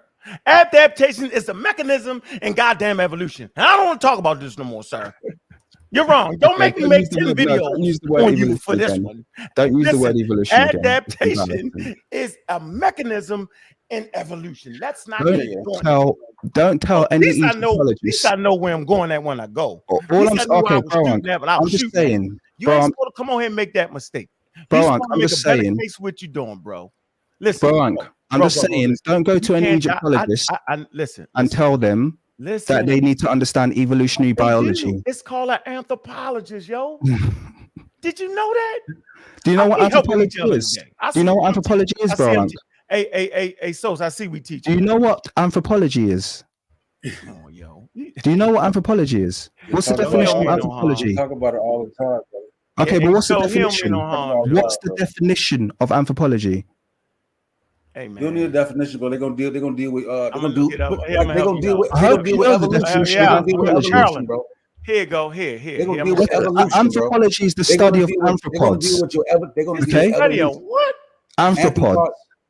That's why it's called anthropology. It's the study of arthropods. Did you not know that? Bro, yo, it's human studies. Okay? Why would you not know that? Man, it's going to deal with evolution, bro. Anthropology is the study of arthropods. Arthropods are human. Right here. Anthropology used alongside zoology, which is the study of animals. What is wrong with you, man? Guys, what are you? I mean, you're talking about anthropology like it's something magical in this world. Human biology. That's all it is. You got it right here, bro. Here you go. Anthropology, biology, it's the study of arthropods, which are human beings. That's all anthropology is. What are you talking about? Okay, can we read the definition, yo? We don't trust you. We don't trust you. Go ahead. Anthropology is the scientific study of humanity concerning humanity, arthropods. That doesn't matter. Human behavior, human biology, culture, society, and linguistics, and both present and past, including past human species. Yeah, so that's what anthropology is. What does it include? Hold on, stop. What does it include that can help us understand Egypt? What else you got there, Sosa? Because there's some things in there. What? Biological and physical anthropology, human biology, culture, society, and linguistics. Yep. How about archaeology? Would that help us out, Kingsman Log, a little bit? Yes, it would. Linguistics, would it help us out? Absolutely. Yes, the four major species. Now, this is what you want to talk about, right? The four major branches of anthropology are definitely vital, and we cover them all. So just say we right on that. And let's move forward. Right on what? What are you right on? What about evolutionary biology? I'm still not going to say you're right about that. It's right there. Biological and physical anthropology. It doesn't say evolutionary biology anywhere. The foundation of modern biology is Charles Darwin's theory on evolution. You're supposed to know that. Oh, goodness me. You don't need to study evolution to understand biology. You're arguing strong arguments. You don't have to state. No, what I'm saying is to understand the Egyptian. You guys are being ridiculous, honestly. Just let me make this point. Hold on, yo. You might thank me later on, yo. Listen, I'm sure there's some parts of your information. Hold on, yo. It ain't bad. I'm not knocking you. I have not watched your whole catalog, so I'm not going to do that to you, black man. But what I will tell you is, you haven't watched any. Let me just say this, yo. Surely, understanding anthropology, right, which includes evolution as a tool to help you understand the skin color range, the phenotypes, all that's based off of evolution, bro. Your phenotype is based off of your environment, yo. It's things that you could actually understand, like a mistake a lot of people make. Let me give you a mistake a lot of people make. This is definitely a mistake that most people make. All right, and no one's disagreeing with you about biology. I'm disagreeing with you about the word evolution, which you try to throw out there as some kind of qualifier. Do you understand evolutionary biology? And my simple question. No, I didn't say evolutionary biology. I need to? Yes, you did. I did not. Yes, you did. I said evolution is the foundation of biology. You said, do you understand evolutionary? Do you believe in evolutionary biology? Do you believe in Charles Darwin? Do you agree with Charles Darwin evolution? Are we bringing up Charles Darwin in discussions about ancient Egypt? We're talking about a civilization. Talking about a time span of 6,000 years, guys. No evolution has taken place in Homo sapiens sapiens within that time span. What are you Stop talking using about? the word Homo sapiens sapien. And I know you don't fuck with the Outer Africa theory. Am I correct? I don't mess with the Outer Africa theory. Why would you suggest that? I don't. Why would you suggest that? Because you don't. Why would you suggest you'll be a walking contradiction. Why would that be a walking contradiction? Because that was Charles Darwin said that. I said I accept aspects. You said you accept them wholeheartedly. Do you accept the out-of-African theory? See, what you're trying to do is force me absolutes. You're trying to force me absolutes. I said I accept aspects of Charles Darwin. So you accept the theory where he said that he came from Africa. You accept that, right? I accept that mankind definitely originated in Africa. I think this you wouldn't have known that without Charles Darwin, though. Okay, but it doesn't mean I have to accept all of his theories. You said all of it. Let me say this, though, and I'm gonna let you. Do you know what you said? Listen, bro. Do you know what you said? I'm asking you a simple question. You said you do not accept all aspects of Charles Darwin. Simple. There we go. Let it go. A pseudo statement. Fine. Okay. All right. Can I read something to you then? No, let me just finish. I'm gonna let you get yours off. Let me read something to you. Let me finish though. Let me just finish. I'm gonna let you finish. So people can hear our dialogue. Listen, bro. You said you don't accept the foundation of modern biology. It was his whole work in totality that gives us the foundation of modern biology, which all hospitals use. Next point. All the blackologists try hard to deny Charles Darwin, but yet will rarely accept the first person that claimed that Africans came from Africa. And what did he do? He studied the anthropology, the bones through evolution, bro. Matter of fact, he didn't even find no human bones. He found apes. Now, he predicted through apes, did you deny, bro? Through apes that humanity came from Africa. So I'm trying to figure out why accept all that, bro? Because he said apes. He ain't even find no humans. He said apes. I'm saying leave all that alone, dog. That's all I'm saying. Don't stand up here and do that to yourself. Can I share my screen? Can I share my screen? Yeah, we're talking about I just want to respond to you. I just want to respond to you really quickly. So when you ask me, wait, let me talk. Can I talk now? Can I talk now, please? No, you can't. What's the source? Okay. This is the origin of species. He's reading for the origin. It's literally giving quotes here. So I'm just You know we've been through this before. Williams.edu, the dark side of Darwinism. Okay, it's a university. It's .edu. Okay, .edu. It's a university. Wait. I just want to read a couple quotes to you. Just bear with me. Okay? Let me read, guys. Don't talk over me. Come on, please. Before you read it, are you going to ignore my damn question? Yo, we don't allow. What's your question? So, what's your question? I said, are you going to still sit up here and agree that humans come from Africa and then deny Charles Darwin? Because one of the aspects. I'm going to ask you a question now. Listen, he said the question is, you're sitting up here denying Charles Darwin. So my question is, you said this point already. I want to respond. Can I respond? Still accept that humans come from Africa, knowing it was based off of apes and not actual humans. Can I respond? Did you hear that question though? I heard the question. I'm going to respond. No, what was the question? So we'll make sure we got it. The question is: are you going to stand by the fact that humans came from Africa, knowing it came from Charles Darwin? No. It was another piece that's essential, based off the fact that it wasn't based off of finding humans in Africa. It was based off of finding apes. Okay, great. So he made a prediction. Fantastic. No, a scientific prediction. Okay, no one's denying that, Broank. Listen, you asked me a question, and I'm going to respond now. But you're really hard of comprehending what you said. You said to me, "Do you wholly accept Charles Darwin's theory of evolution?" I said, I accept aspects of it, which is a very normal response and a sensible response. And the reason I said I only accept aspects of it is because of the following. Over the course of the book, Darwin describes Australians, Mongolians, Africans, Indians, South Americans, Polynesians, and even Eskimos as savages. It becomes clear that he considers every population that is not white and European to be savage. The word savage is disdainful, and Darwin constantly elevates white Europeans above the savages. Darwin explains that the highest races and lowest savages, that's a quote, differ in moral disposition and in intellect. So I will ask you now, Broank, do you wholeheartedly accept all of Charles Darwin's theory? Yes, I do. Okay, cool. So you're a savage then, yeah? And the theory that's you right there. Yeah, you are lowly savage. That's you, lowly savage. I don't accept that part, but that's cool. Well done, lowly savage. You're a lowly savage. You're a bunch of lowly savages. Well done. Well done, savages. Enjoy scratching. Enjoy your troglodyte existence. His monologue. You've never read The Origin of Species. I don't need to read that book. I don't need to. I don't need to. They're out of context. How do you take that out of context? Highest races and lonely savages. We've already done it before because we have the book. We already been through this with the book. That's why I say you never don't mean what you think it means. Okay, so put it in context for me. So he just king monologued you. At one point, Darwin says savages. Wait. At one point, Darwin says that savages have low morality, insufficient powers of reasoning, and weak power of self-command. Is that out of context as well?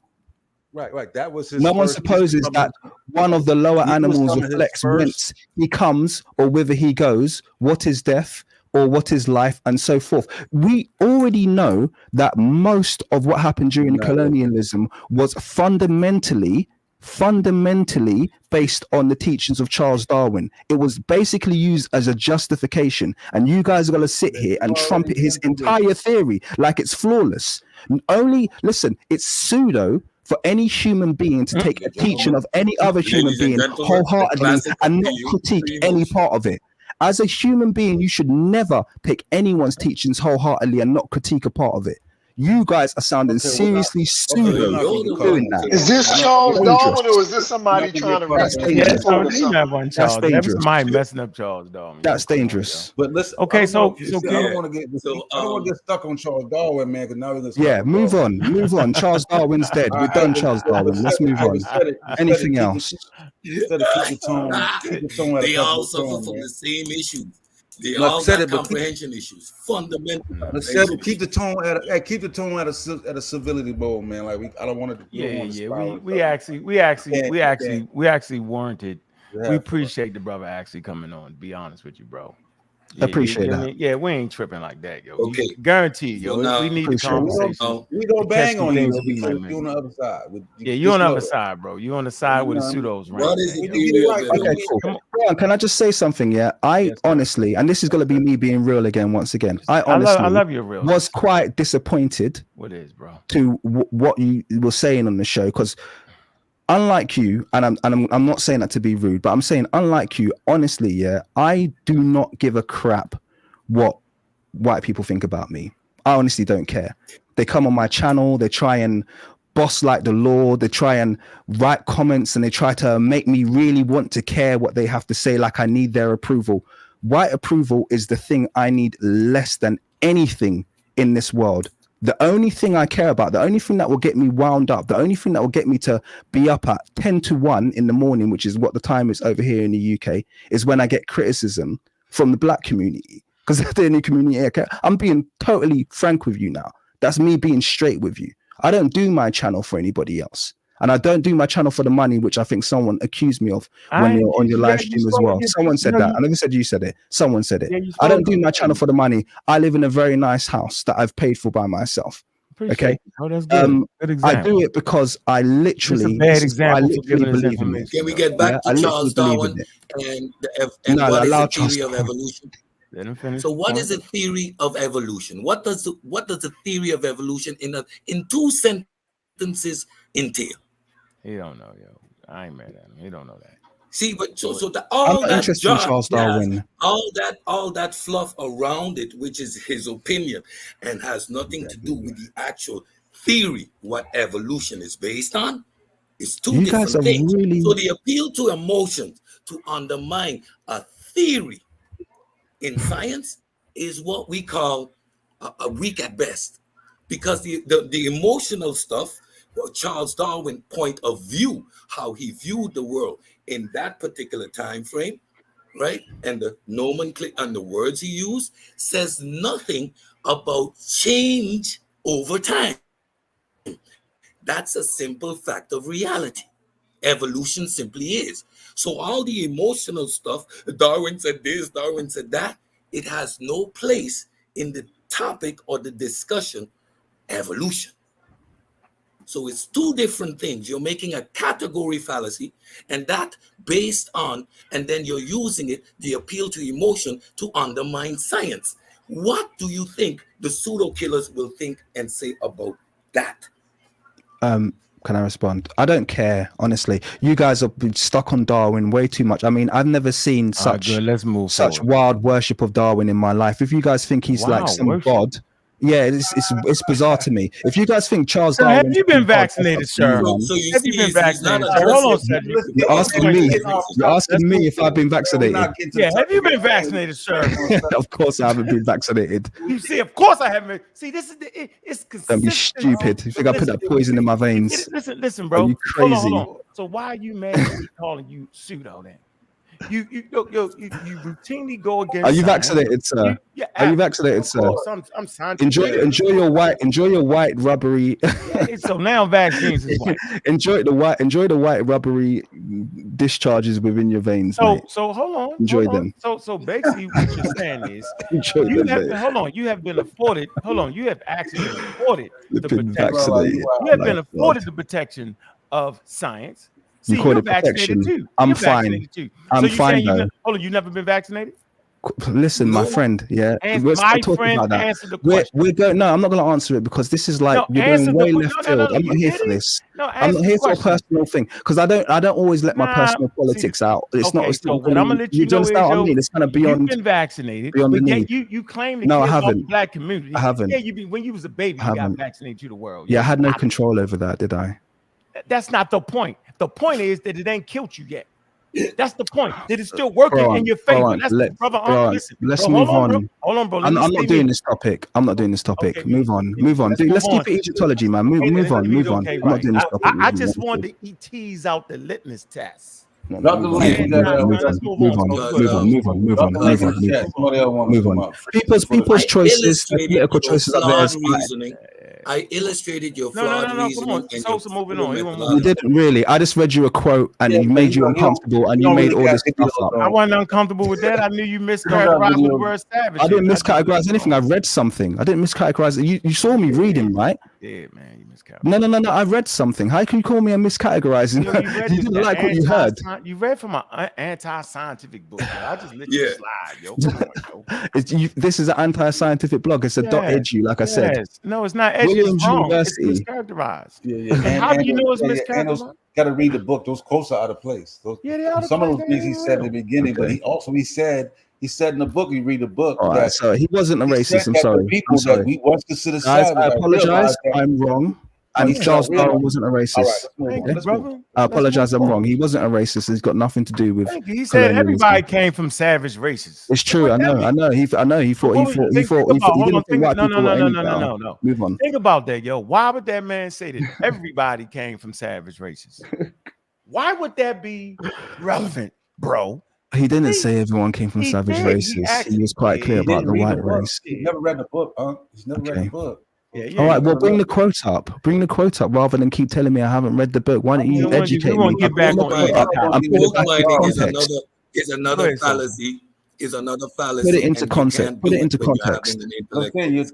Your channel ain't really. I think you guys are. I'm not being honest, but it's okay. I think you're being dishonest deliberately. So we feel the same. What up? What up? So what up? Say. What's up? How you What doing? it is. Go ahead. So can I again, ask you one quick question? No, you cannot. You gotta wait. Go ahead, Sosa.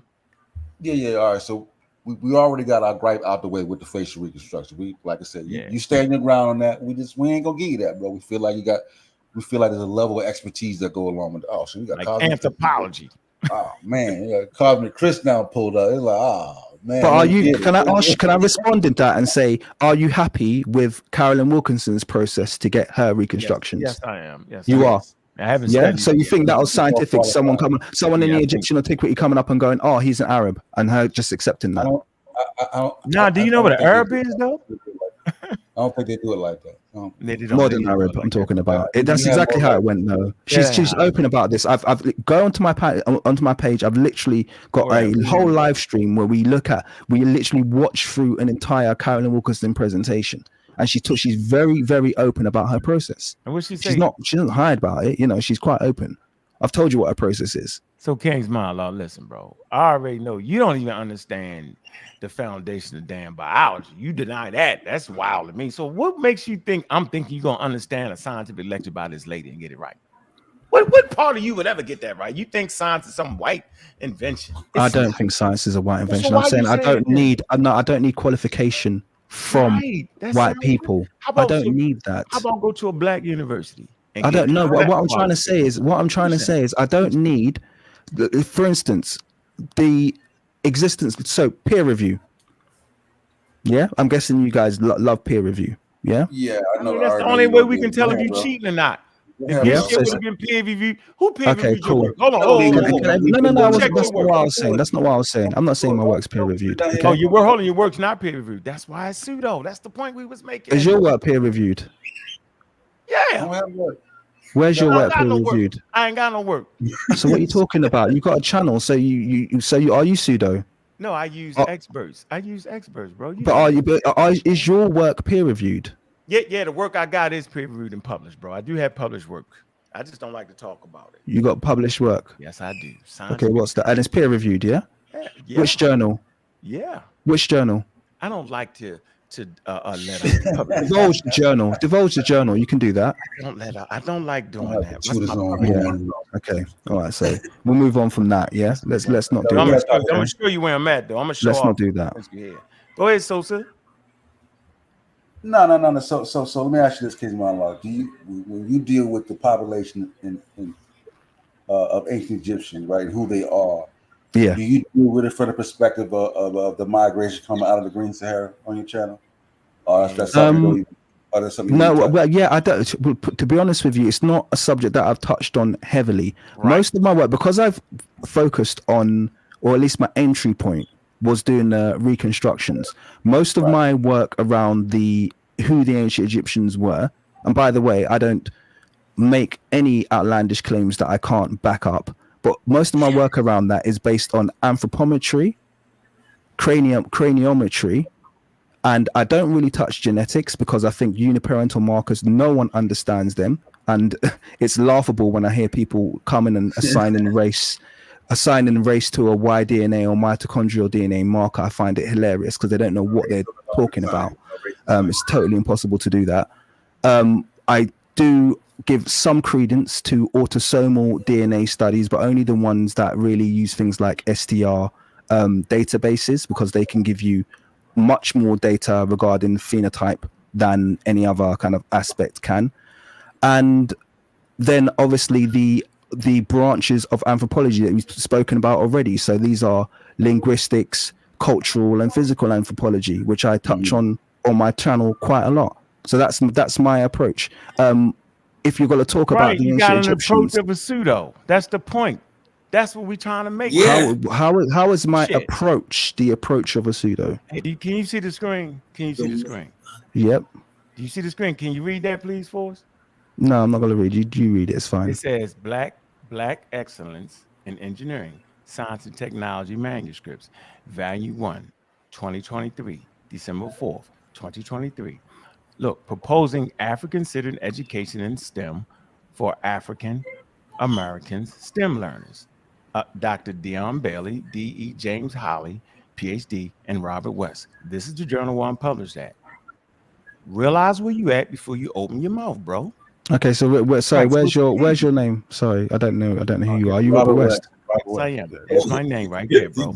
I'm not appealing to any authority. I'm simply saying you in the wrong space at the wrong time. I'm asking, hey, where's the peer review? That was the question, not if you're published. Here you go. It's to get in this journal, you have to get the work peer reviewed. Took damn near a year to get into the shit. It's right here. That's it. Look it up. It's right here. Look. Here you go. You don't get published unless it's peer reviewed. Right. This is a peer reviewed journal right here, bro. Couldn't even get in there. Had to fix the sources. All kind. It was wild. The wildest thing I've ever seen in my life. Big up to Dr. Bailey, though. PhD. Right. So that's what I'm saying. So I ain't sitting here playing. You playing. I ain't playing. Well, I'm just saying you playing. I'm not really playing because I don't make any claims that I can't back up. You can't. Like I said, you guys haven't made a criticism yet of anything that I do on my channel that you've been able to back up. You haven't. Okay. So first of all, make a specific criticism. Right. My thing is that you deny the actual tools that which tools? The tools of science that can help black people really dig up and get their history. Which tools? Anthropology. You claim it's some kind I don't deny anthropology. I don't deny anthropology. You said, hold on, bro. You said I don't need no white man to tell me. I don't need. No, I said I don't need qualifications to. I don't need to pursue qualifications. Okay, if I do get qualifications in this field down the line, which is very likely, okay, if I do get qualifications down the line, then that will happen. But it doesn't mean that I can't. It doesn't mean I've done my job. You've done nothing. Yeah, but, if you go get your qualifications, yo, I've done my job. Yeah, okay. Because you're gonna learn more. You're gonna actually realize why what you did was complete foolery. It looked good, it sounded good, but it was absolute foolery. What's that? So my reconstructions, or what exactly are you talking about here? Be specific. I'm not a forensic scientist, so I wouldn't know. But I'm sure if I bring a forensic scientist on the channel to critique it, yo, we would get what we need to get to. Do you know how many people do reconstructions based on artwork? Do you realize that? No, I don't. That's like I'm the. That's like I've invented a field here. Do you read it? We're trying to get. I'm trying to get a background. Do you read? Do you read the MetaNet? Are you able to transliterate the glyphs? I do now, but I'm very early in that process. Okay. I've got quite a few videos on the subject. Yeah, I see some of it. Like who are you under? Like who's teaching you?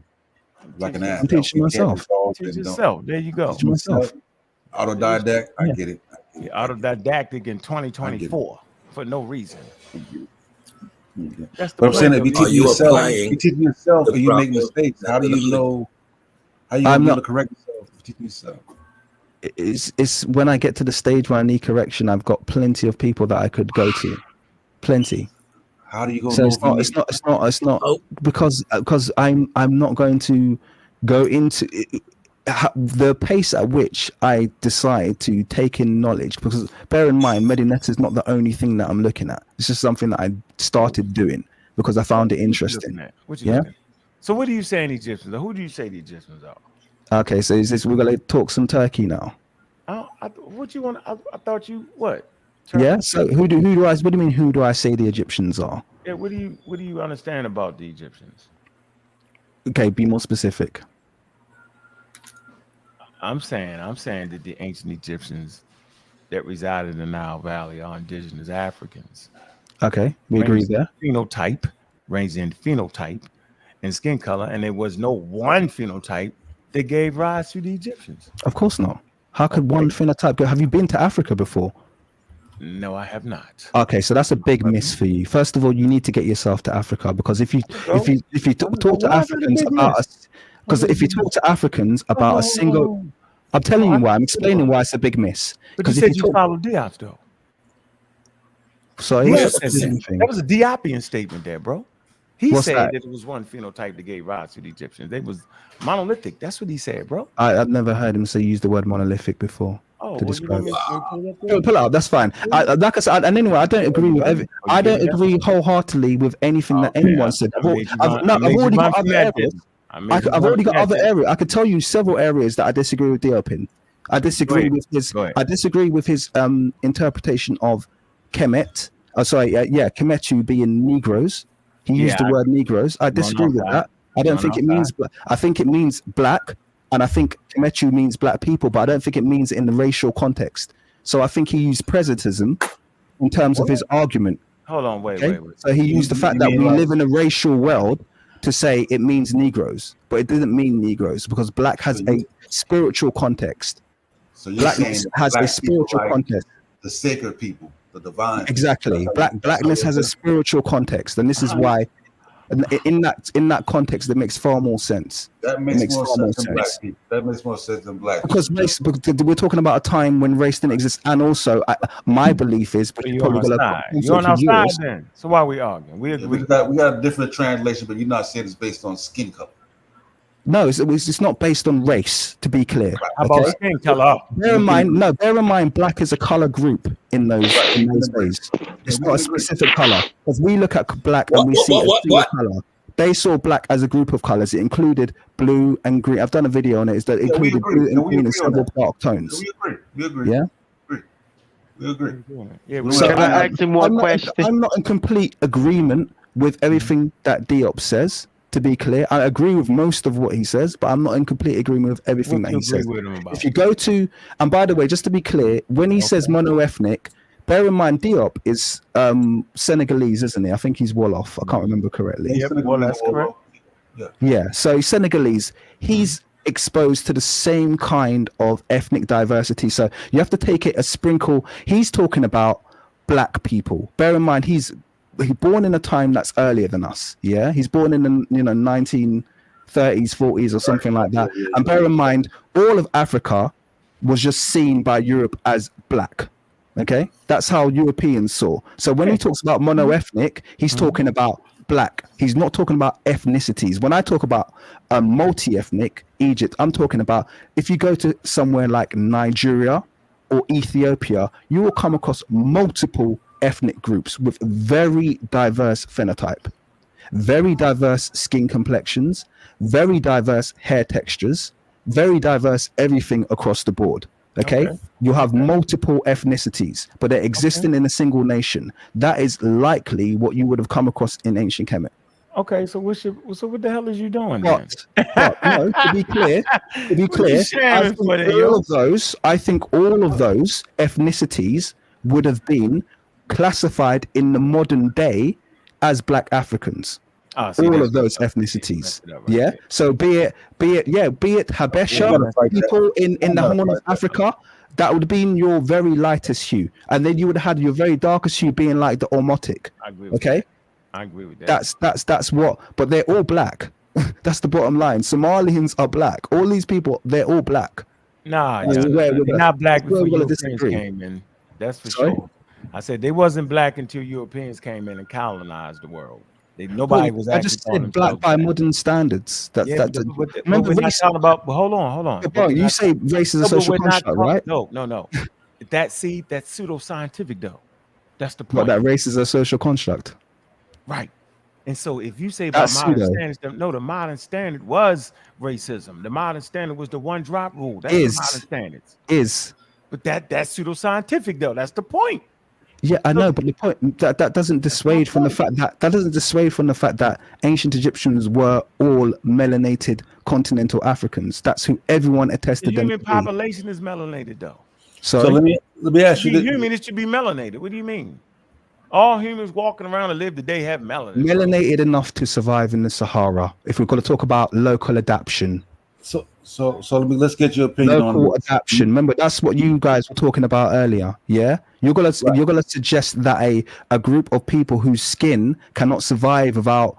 We're not saying pale skin cannot survive without some kind of external aid actually existing in the Sahara. No, we're not saying that. We're not saying. So what are you saying then? No, what are you saying then? I want to know what are you saying? I've been clear on what I'm saying. What are you saying about the racism issue? We pretty much in agreement. The skin color range from a darker hue to a lighter hue, but I think the skin color range to include what those people look like in parts of what were back then below Egypt, right? I believe that it ranged from that population we see there now. Which population? The northern Egyptians. The northern Egyptians now. Pale Egyptians.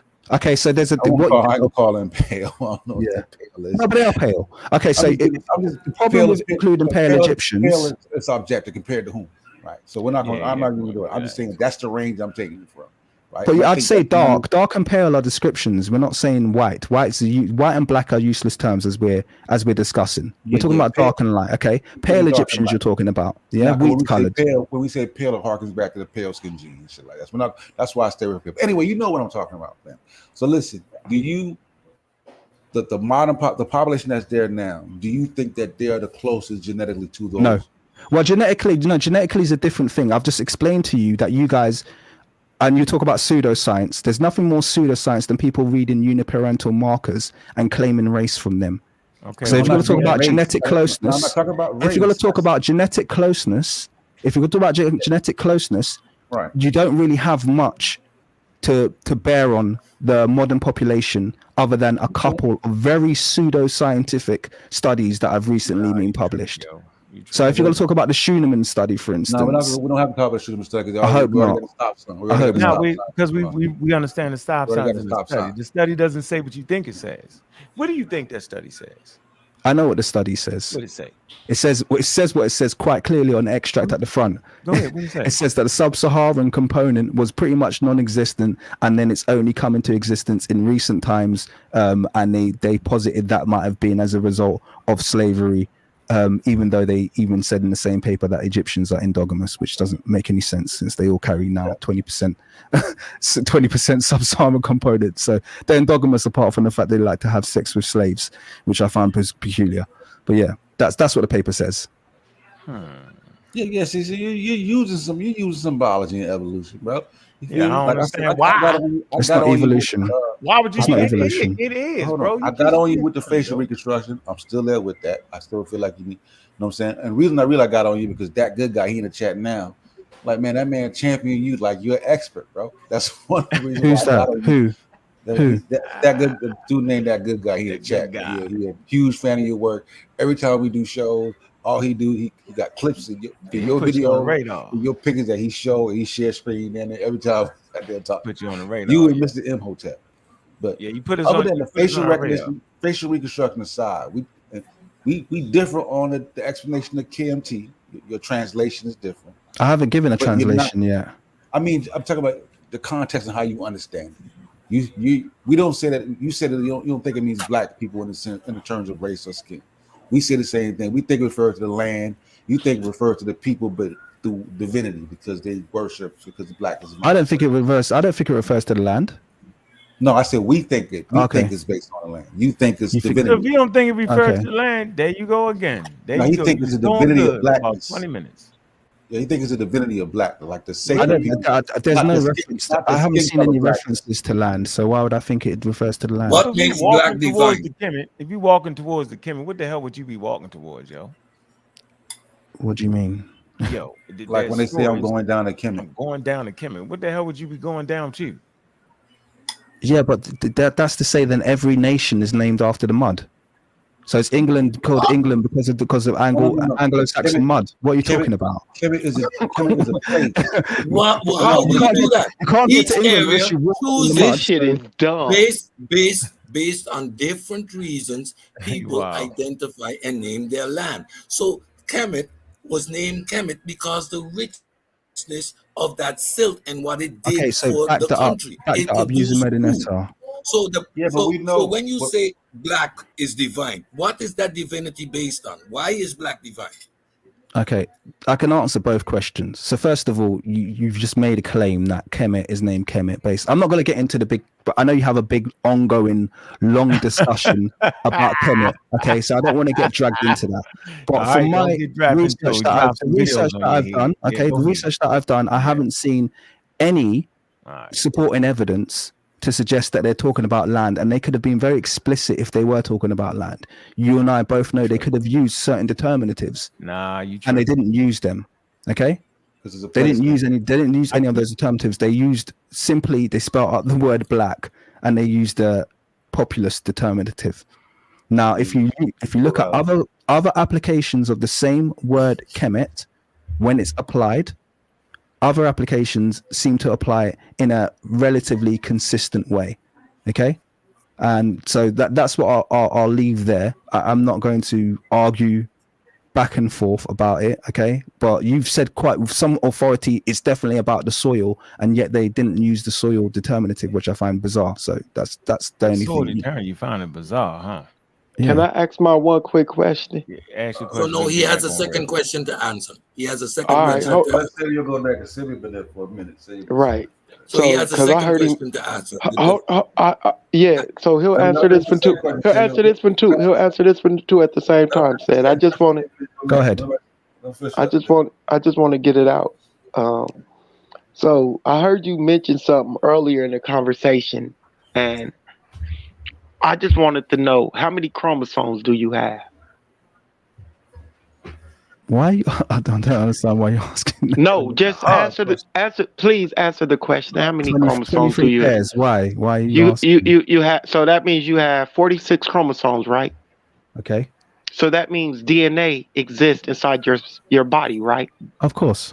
Okay, so how can you deny evolution or say anything that Charles Darwin talked about is false? Like, okay. you need hold on. I'm going to get up out of here. I'm going to get up out of here because this whole conversation, Ankh and them has been telling you, in order for you to talk about anything you've been talking about, you have to understand biology. Mm-hmm. If you don't understand biology, my God, Charles Darwin is not the father of biology. I don't care about I don't care about none of your straw man. Just chill out. I've been listening to you for a moment.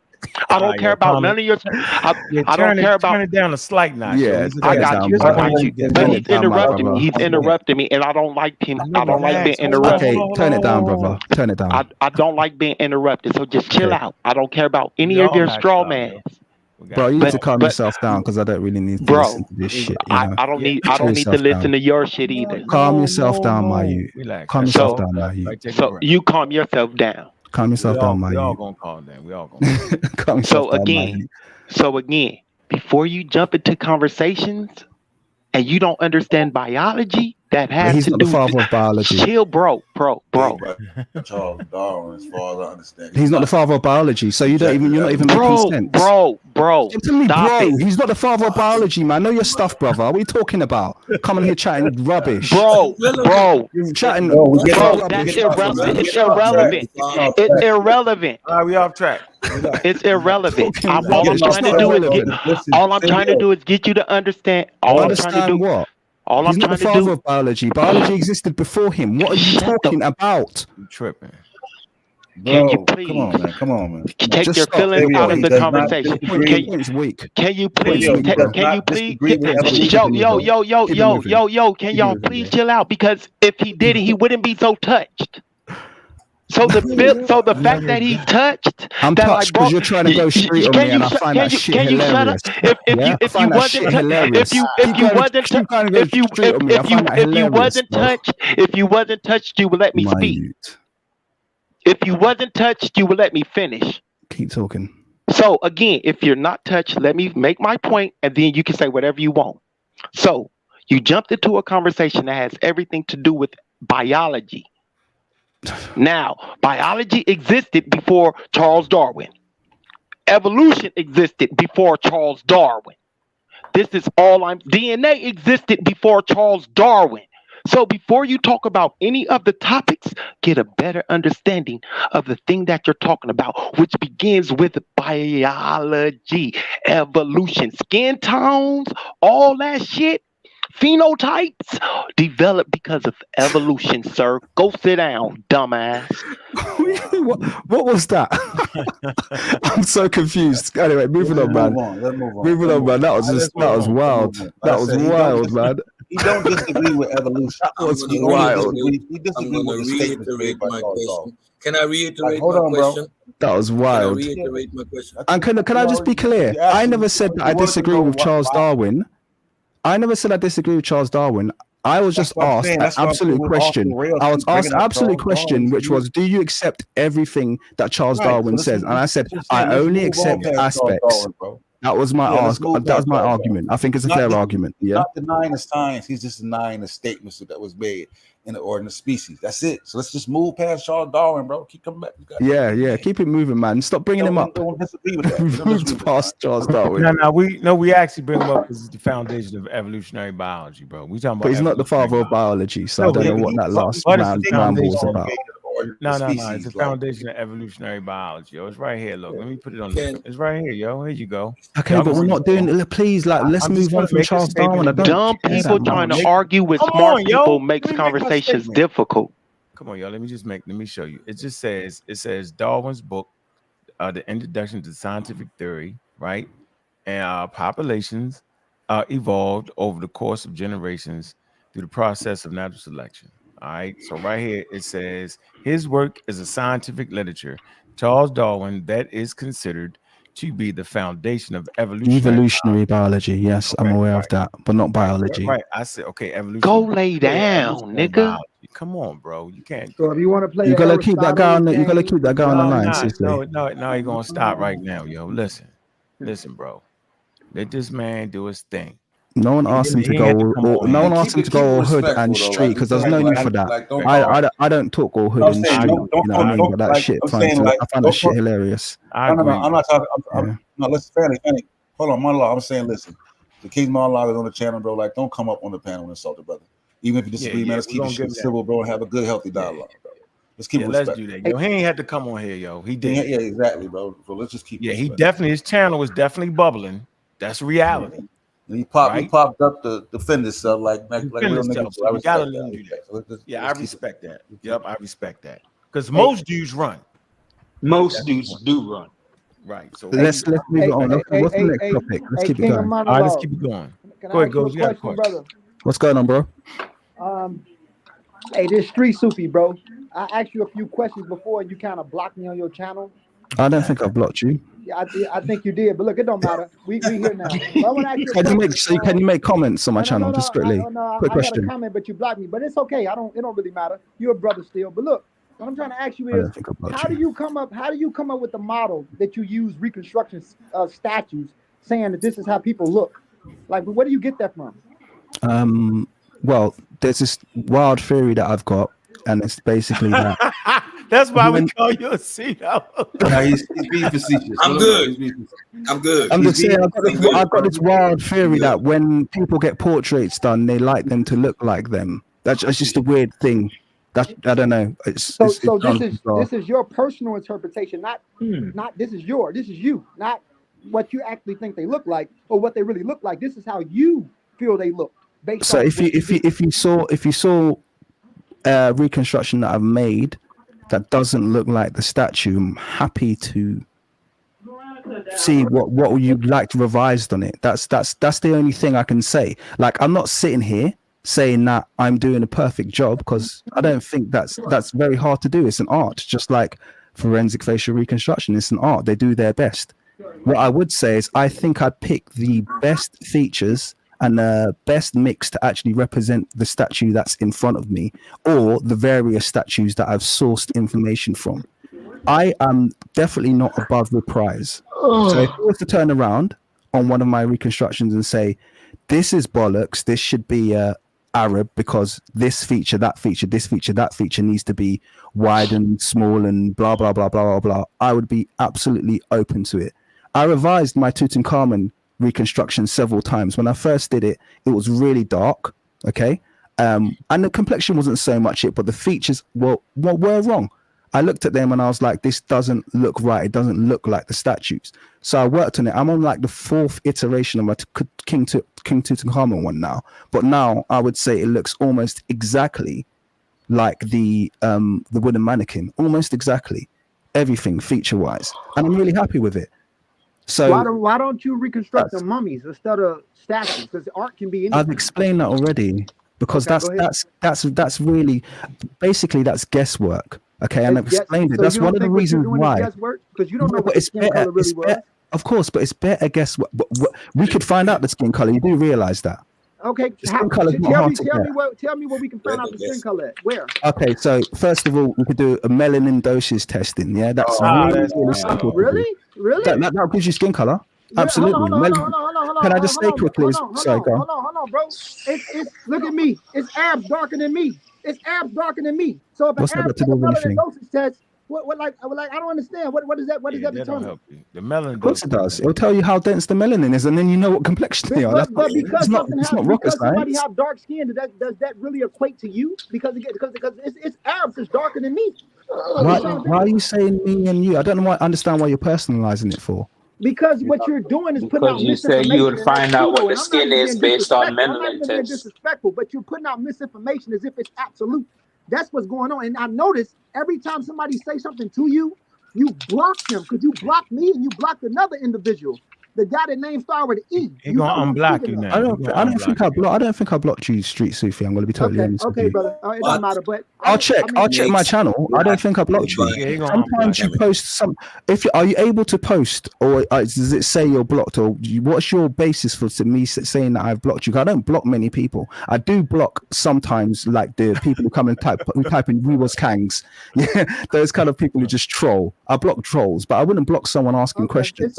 It's okay, not my but my approach. My whole thing, it don't even matter, bro. I'm just saying, like, I don't think that no one or anyone should speak in absolutes when it comes to ancient I don't speak in absolutes. I mean, because we know there has been advocacy in those regions from the little DNA data that they have, and the DNA. Okay, so is that what you're getting at? Is that the Arabs thing? Is that what you're getting at? Yeah. What I'm trying to say is it's Arabs is darker than me, but they wouldn't. Give me an example.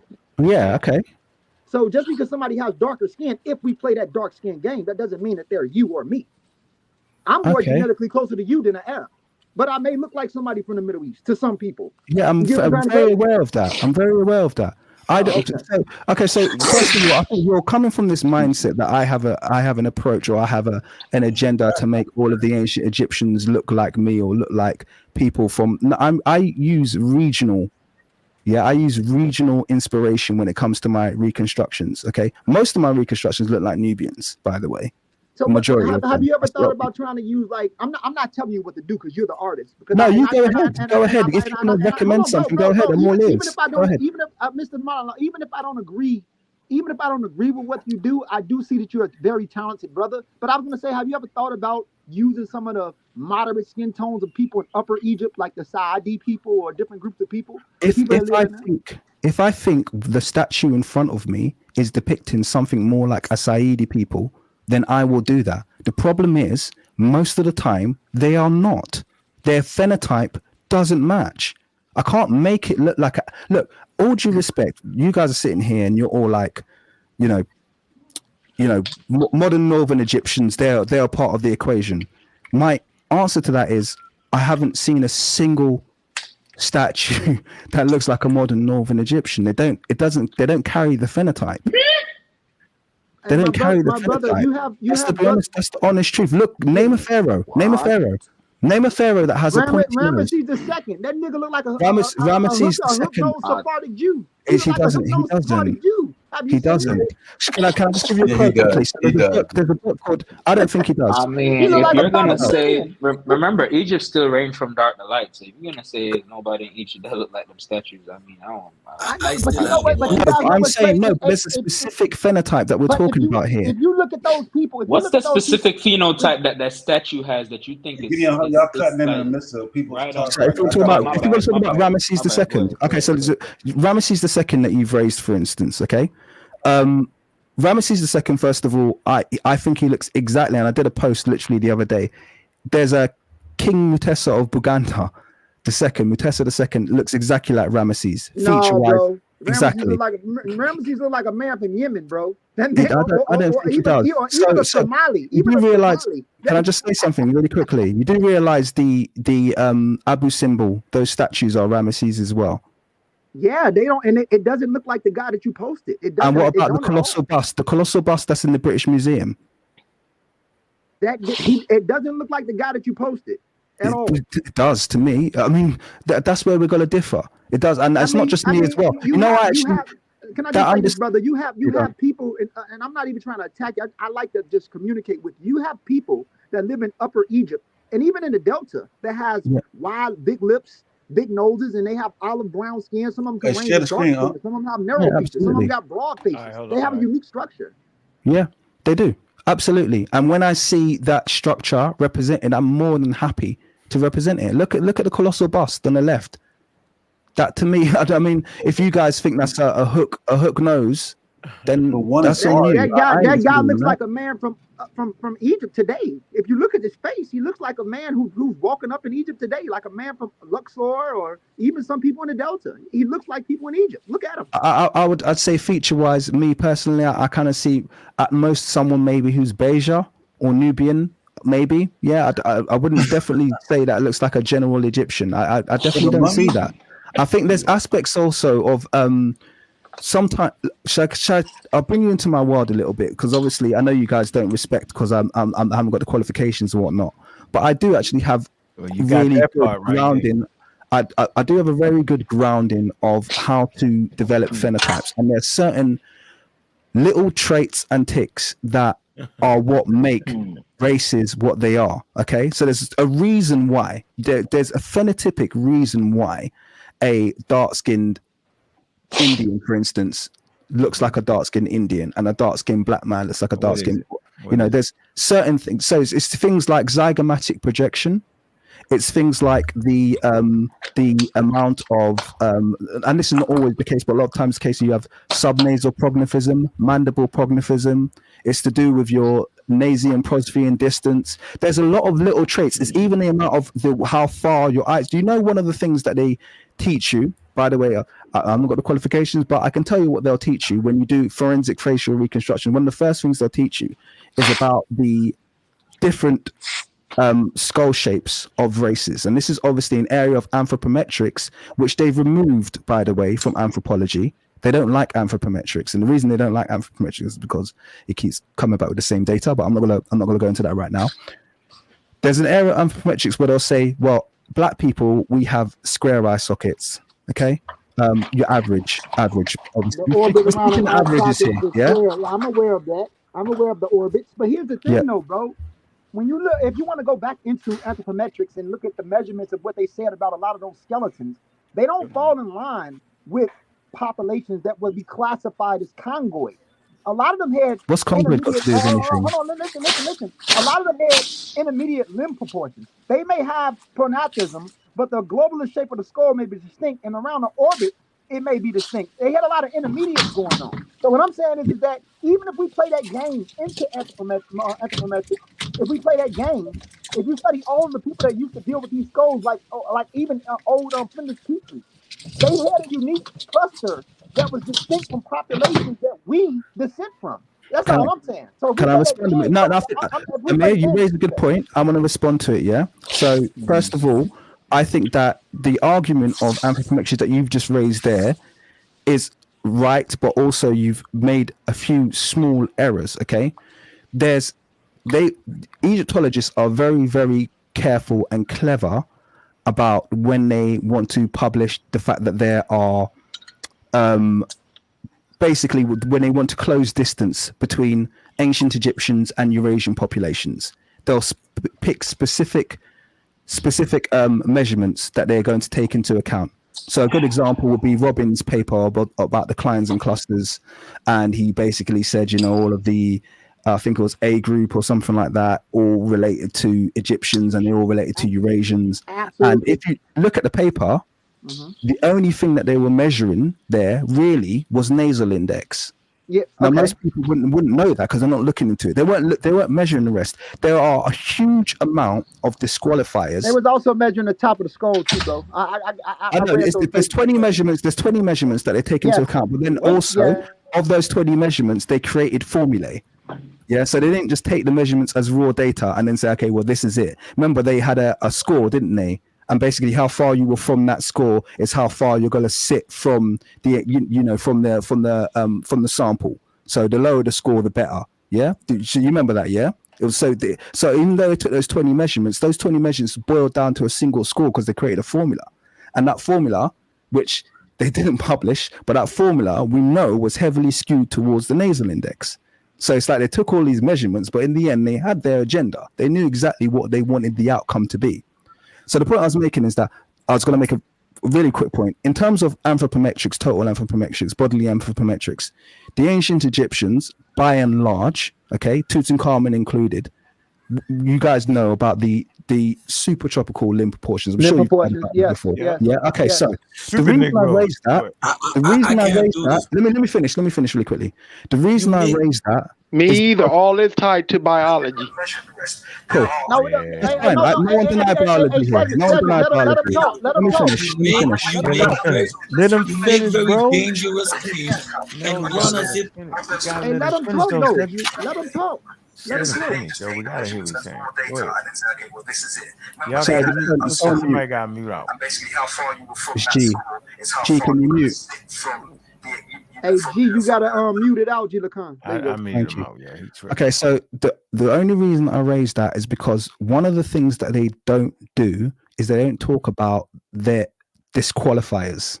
Okay, there are several disqualifiers that disqualify Eurasian populations. Okay, limb proportions is one of them. Limb proportions is an absolute disqualifier. It's an absolute disqualifier. Okay, if you can't turn me, we've all watched boxing, man. This is just bring it to a lay level so everyone who's listening can understand. We've all watched boxing matches, yeah.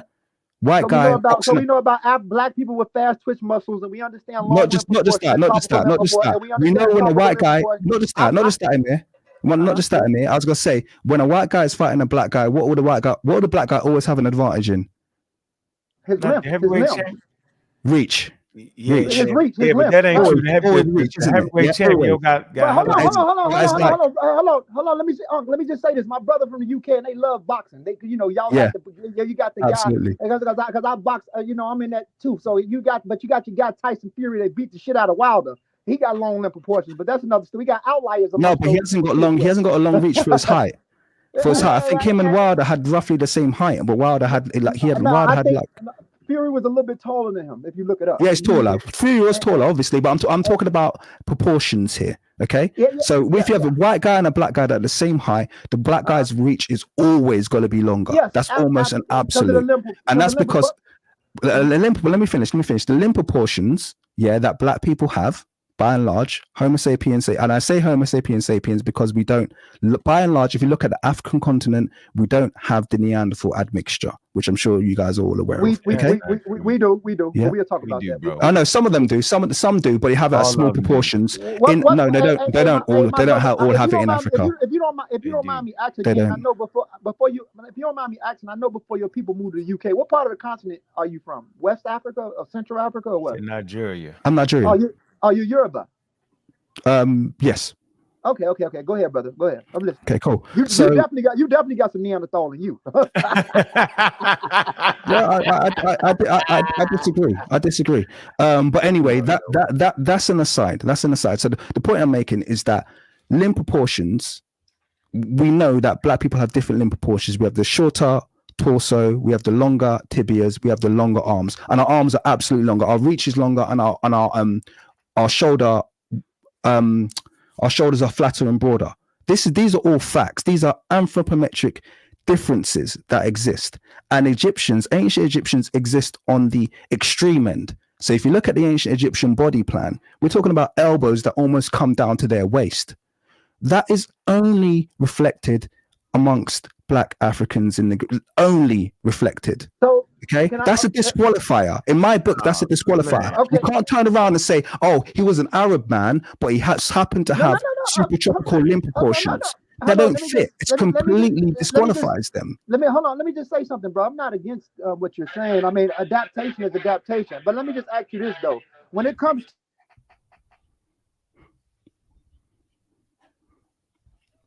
I want to ask you this question. I'm sorry. Let me ask you this question. So when it comes to the Somali, Somali on average, we understand the history of the Somali people. The Somali people on average they have a strong signal that's aboriginal to the continent at 60 to 50%, and they have a layer of their DNA that came from Natufian type people that back migrated from Cambrians, went through North Africa and went south. They developed amongst the Badari groups where they got that clade of EB12 and the EB32 before going down. But guess what? When we look at our Somali brothers and sisters, they have tropical limb proportions. They have long limbs. Look at them. So what I'm saying is that doesn't tropical limb proportions doesn't denounce subtle admixture or admixture within itself, because you can have, hold on, let me just say this, you can have tropical limb proportions, but you may not have, you have to deal with body breaths as well. You get what I'm trying to say? You know what body breaths is because you're a very educated brother. So what I'm saying is that if they do, and I do agree with you that they had tropical limb proportions, but that doesn't deny admixture, because especially if you deal with agriculture, when the Egyptians started dealing with farming, they started getting shorter. Not just that, but when they start practicing incest, it affects their growth. You can type that up. We can't disregard everything about it when we just look at a few mummies and say, look, they got tropical limb proportions. It's not a few, it's all of them. That doesn't deny admixture. Somalis have an ancient admixture that goes back a long time.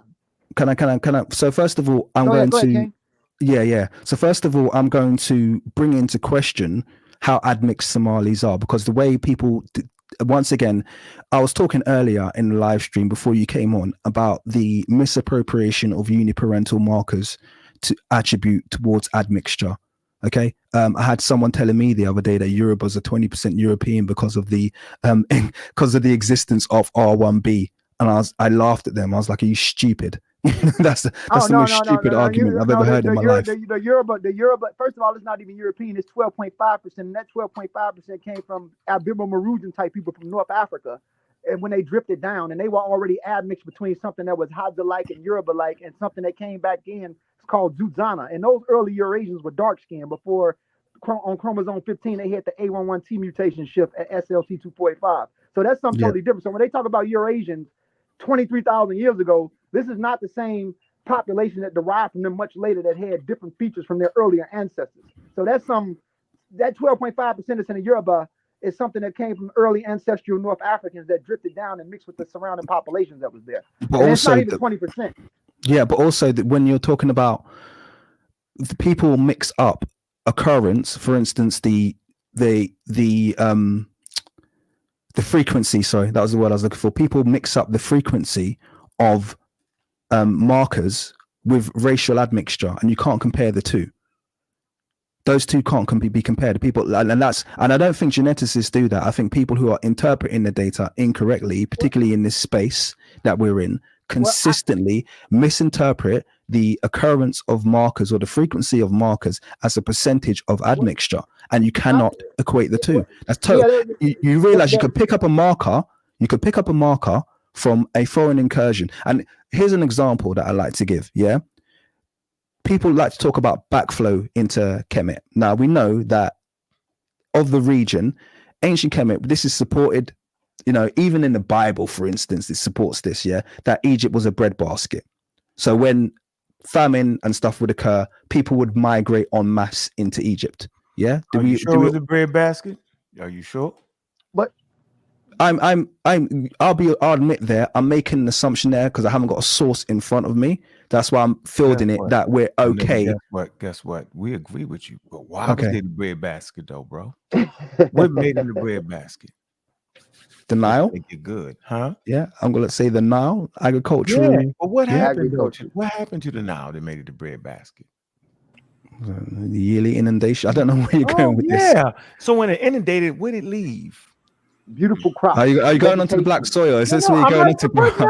You going to? I didn't say anything. That's I'm fine. letting you work it out. Look, there's soil. Okay, there's wet soil. But look, you sure? What? No. Was it brown or black? What was black and beautiful? Even if it was brown, even if it was brown. Listen, even if it was dark brown, it would have still been described as black anyway. I know, but so that's irrelevant. Wait. What did it actually contrast up against? That really would have made it stand out. I don't think it contrasted against anything. Listen, you can literally put.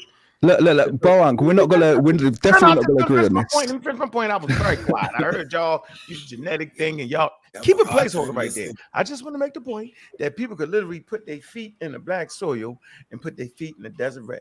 We've had experts come on and talk about how the populations of Egyptians talk about that, how some of their friends when they was young growing up, because the Nile don't do that no more because they damned it, right? But in ancient time, it actually did that, right? And you can tell the stark contrast. And guess what? It's not like they understood exactly what was making things grow so easy like that. They didn't know that. So to them, it was like a magical principle that was dark. That was black, bro. So I'm saying that's actually what give them their African identity is the daggone soil that grew and made them a farming community that made them the breadbasket of the world. Not the color of their skin didn't make nothing of the world. Yeah, that's our thing. Look, can I just I first of all, I never made the color. I never made the color of the skin argument. I know you did, but what you did was you denied. But you make a black though. No, but I absolutely deny the black soil at the moment because there's nothing to support it. I think you gave a good story. Wow. I think you didn't. It's not support. Wait, Boran. Let me finish. Let me land. It's not supported in the Medunetta. You said the bread. It's not supported in the Medunetta. They know how to say black soil. They could have written black soil. No, you say that. Determinative. They could have written that. They could have used soil determinative. Wait. You said they that. Didn't. No, but you say that. I say what? You say what they could have did. But that's how language works, isn't it? No. I'm saying that's how their language works. If they wanted to say black soil, they would have written black soil. No, because you saying it. Well, it's not because I'm saying it. I'm saying it's because that's how they write consistently. They did that with Deshret. Can I contrast that? They did that with Deshret. When it came to describing Deshret, they used the foreign land determinative. They made it very, very clear that they were talking. The hills, that's the foreign land determinative. Yeah, they used the foreign land determinative when they used Deshret. They did not use a land determinative when they spoke about Kemet. They put Kemet, and then they put the populist determinative. So King Amalo, I can't agree with you. I can't agree with you. I'm sorry. When you see the T, the T can mean land, but it's also a symbol for which is bread. It's not a glyph for. It's not a glyph for. It's not a glyph for skin. You get what I'm trying to say? But I want to say this. I never said it says skin. You're giving me an argument I've never made. But look, King Amalo, let me just say this, King Aki. Listen, brother. I wanted to go back to something, and I'm gonna let you land. But never allow anyone to ever disrespect the Yoruba and say that you guys have R. R1B is very low amongst. I got a Yoruba paternal mark. I'm EP252, which is E1B1A7A, and that's more common amongst the Yoruba. In the Bassa group, my clade or my downstream comes from the Bassa, but it's all in common amongst those same people. So what I'm trying to say is that don't never let no one disrespect you and say that y'all got a high rate of R1B. That's the stupidest thing that somebody can tell you. That's very disrespectful because R1B is only like at 3%. 3% of y'all. That's it. And y'all picked it up from a few Hausa. I don't think it's that deep. Hey, Brother Ngozi, could I ask you a question? Brother Ngozi, is it okay if I could ask a question, Brother Ngozi? What's up, my bro? Hey, what's happening, my brother? And I'm a novice in this. You guys are way more, have way more expertise than me. But I want to ask a question, a couple of questions, and I'm leaving. We're all novice on the channel, bro. Don't do it. We all. All right. What's happening? What's happening, brother? Yeah. Respect. Hey, respect the show and everything. But I just wanted to ask this. And it's going to lead me down a road. Was Alexander the Great? Was he a pharaoh of Egypt at one time? And I'm gonna ask a series of questions. You guys can tell me yes or no. Yes, he was. Yes, he was. Okay. And hold on, and they also made him look a certain way too. You see how they drew him? Okay. Hold on, brother. Hold on, brother Ngozi. Now you stealing my thunder. You're stealing my thunder, brother Ngozi. Because I was going to ask about the statue of him. How did he look on that statue? And how would this brother, if he had a statue, not even gonna go there, but you guys saying maybe he did, maybe. So how did King Pharaoh Alexander look on that statue? And can you take that same statue and make it look like, because it looks like all the other statues to me? It doesn't. Oh, it does. Oh, it's different. No, it doesn't. Listen, let me just say this. If a pseudo, he's even showing his hair. Oh no, King Amalo, let me just say this. Oh my goodness. If a pseudo who wants to make everybody black, right? Blackenizing everything, blackocentrics. That's what they call blackocentrics. Pull that statue up. Somebody pull that statue up and put it on the screen. They would say that Alexander the Great was black. They would say he was a black man if they looked at that statue. That's why you can't. Exactly. Yeah, but and brother Ngozi, that's why I brought that up. You should have used Ptolemy. That's why you should have used Ptolemy, because they also did Ptolemy. No. They also did Ptolemy Is it the same okay? way. Damn, they just So y'all just gonna take my whole. What we can't do. No. What we can't do is y'all just. Yeah. Can I respond to that question? Because I was asked a question about Alexander the Great. But I was trying to get to a point, and everybody jumped in on my point. Is it okay if I could? Yes, as long as you don't take too long, like King's monologue. No, I'm not going. He's an honored guest. I'm not going to take long at all because I don't have all that. I don't have all you guys' knowledge to take long. I'm not trying to. Trying to trick us now. You're trying to figure out a way to talk longer, but go ahead. No, I'm not finna. What I'm saying is that from what I read and seen, that statue looks like every other pharaoh's statue. If that's the case, and I'm saying if that's the case, you cannot then make these the things that this guy does and saying, hey, they look like this, they look like this, because it wouldn't be real.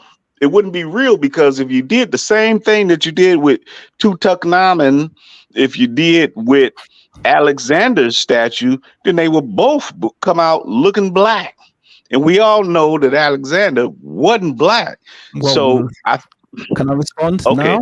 Well, I'm done on that, Unc. That's all I wanted to say, Unc. I'm not trying to talk long. And so That's no, it. You made a great too. Hold on, King's response? monologue. Hold on, King's monologue. We should not go on forever until we make a serious point here. I want to let y'all know that the statues that you're looking at could be representations of a person the way they looked, or it could just be a symbolic Egyptian representation on it. Okay, so can I respond to both of those then? Let me finish, because you can look at a statue from the same person, and they look totally different, just like on the walls, right? Daggone well, people's shoulders ain't facing the same way, feet going the same way. It's symbolic representation, yo. And I don't know why people mix this up. They're caricatures on the walls. Bro, you can't look at the wall and say, yeah, that's it. That's not even representing the culture. Bro, can you ask me the question? Let me respond, please. No, but I just wanted to. Brother, I kind of asked everyone the question. Hold on. I'm just simply saying that Stern and statue saying is this, that, and that. The brother just made a great point about a damn Greek statue. Why? Because it's just how Egyptians represented themselves, yo. Although they seen the world, they could do art and all that. They knew about anatomy, yo, but they had thing that was old and they traditional the way they represented themselves, yo. At times having nothing to do with a direct copy from the original. Like I'm looking at this face and I'm drawing it. That's not how that was, yo. We make a lot of mistakes in that. But go ahead, King's Ransom. Absolutely, thank you for putting that out there, and that's why I asked the question, because if you look at that statue for what it is, you wouldn't be able to say that was a black or white it looked like every other statue in the bunch. And quite frankly, a lot of the blackologists, Egyptologists are, well, I'd say that in quotations, they wouldn't even show that to you and say who that was. Now you got to ask yourself why they don't do that, and that's my whole point. Thank you. I can't speak for blackologists and for groups of people. I think that's a little bit of an asinine thing to do as well, when people just, respect people for individuals and what they're bringing to the table, and rather than trying to group them clumsily. Because even when I tuned into you guys, listen, the study of black, where you make everything. I know, but can I just say something? When I tuned into you guys yesterday, there was a load of accusations being made about stuff that I've never said. And a lot of people attribute, they say this, they say that. And I was like, well, I've never. No, you did. You did a lot of stuff. Someone was saying something about, he was saying this about DNA, blah, blah. I was like, I don't use uniparental markers. That definitely was not me. I've never mentioned uniparental markers. That wasn't me saying it. I don't well, someone. Well, speak on the question. Speak on the question that I asked, brother. Speak on that. Yeah, absolutely. Speak on Alexander. The reason why I'm looking at the statue. First of all, when it comes to, I'll be honest with you right now. When it comes to the ancient Greeks, I definitely think there's a lot of racial ambiguity when it comes to that civilization. Okay, I think they were quite open about the fact that they were a mixed civilization. I think their geography suggests that they were a mixed civilization, and also their constant integration with Kemet would have had an effect on them. So I don't think that this lily white civilization that a lot of people. So when you say, Alexander the Great definitely wasn't black, we might not have been bliggity black, but there might have been something there, and I think there's ambiguity. He might have been what? I'm not gonna say I don't know what, because I haven't got anything to back up other than the fact that what the ancient Greeks said about themselves, and they clearly placed themselves racially phenotypically between Africa and Europe. They placed themselves there quite often, actually. So that's kind of my perspective on this. This shit just got ridiculous. Okay. In terms of the statue, I want to go back. In terms of the statue, statement you made, King's Monologue, you said that the color black was divine. So when they look why y'all don't let him speak on that statue? Why won't y'all let him speak on that statue? And if he could take that statue and make that into a fucking black man, and we all know that Alexander wasn't black, and he's doing the same thing with his shit is fire. Let him speak on it. We wanted to answer the question. He just said they probably was. He just said them in between the blackish. He just said it. So I want him to answer that question for me, because I got you. I'm gonna go on mute. No, not you. I'm talking about the Kings. We trying to help you out. You said that black was divine. What was? How did black become? How many questions am I supposed to answer? No, you're not supposed to answer every question. How did they add the divinity to the black? Did you finish that question? Yo, brother, did he finish answering your question? No, I haven't had a chance to respond yet, and I do want to respond. No, he didn't. He didn't answer. Yeah, so let's finish that before we get into another question. Come on, Cedric, let him finish that. Go ahead. Okay, so the reason I'm looking at the statue of Alexander the Great, and the reason why I would not do this in the same way is, first of all, he clearly wears the Nimmers crown very differently to the ancient Egyptian rulers. There's no ancient Egyptian ruler that has their hair poking through the Nimmers, okay? And that's because their hair was likely locked underneath, where he's kind of showing what is largely curled hair. There was what though? There was what? Locked. The Egyptian. Yeah, locked beneath. Locked. Yeah, the locks was pretty much the hairstyle of ancient Egyptian men. You mean a wig? The hair was twisted. Wigs. No. Do you think they were wearing wigs? Do you think the ancient Egyptian infantry are wearing wigs? Yeah, they wear. You think the ancient Egyptian army? What you talking about? The Nubians? Whoa! A lot of ancient Egyptians wore wigs because of lice, brother. Wait. Do you think the ancient Egyptian infantry were wearing wigs marching into war? That's a damn good question. I don't know that. I think there's a simple answer to that question. Let's keep it on. Wait, what's the simple answer? If you guys are gonna suggest that those hairstyles are wigs, talking about. Listen, we wasn't talking about the infantry, bro. We was talking about the king wearing the crown. Don't switch you to infantry. And ain't nothing wrong with wearing a wig. They don't take from your Africanness. They was Nubian wigs. Can I just? So don't make that. No. You said wigs, okay? So is Alexander the Great? Is Alexander the Great wearing a wig here? He need to answer why Alexander the Great looked like every other pharaoh before him, and he was a total entire white man. Answer that. That's a very extreme description of him, and I don't think he would define himself as a total entire white man. In fact, would you define him as a total entire white man? No. Would you define him as a white man? Hold on, Alexander was mixed with African now. Do you know where Macedonian? Do you know where Greece is? Hey, I'm done. Do you know where conversation is? Of course, we know where Greece is. Do you know what's where Greece the point? is? So, yeah, what's the point? Okay, so you're going to suggest that he was someone's used the word total entire white man. Yeah? Yeah, I use that word. Do you know what the climate of Greece is? Do you know what the climate of Greece is? Say again. Do you know what happens? Mediterranean weather. Yes, Mediterranean. You know what happens to modern white people who haven't got SPF in the climate of Greece?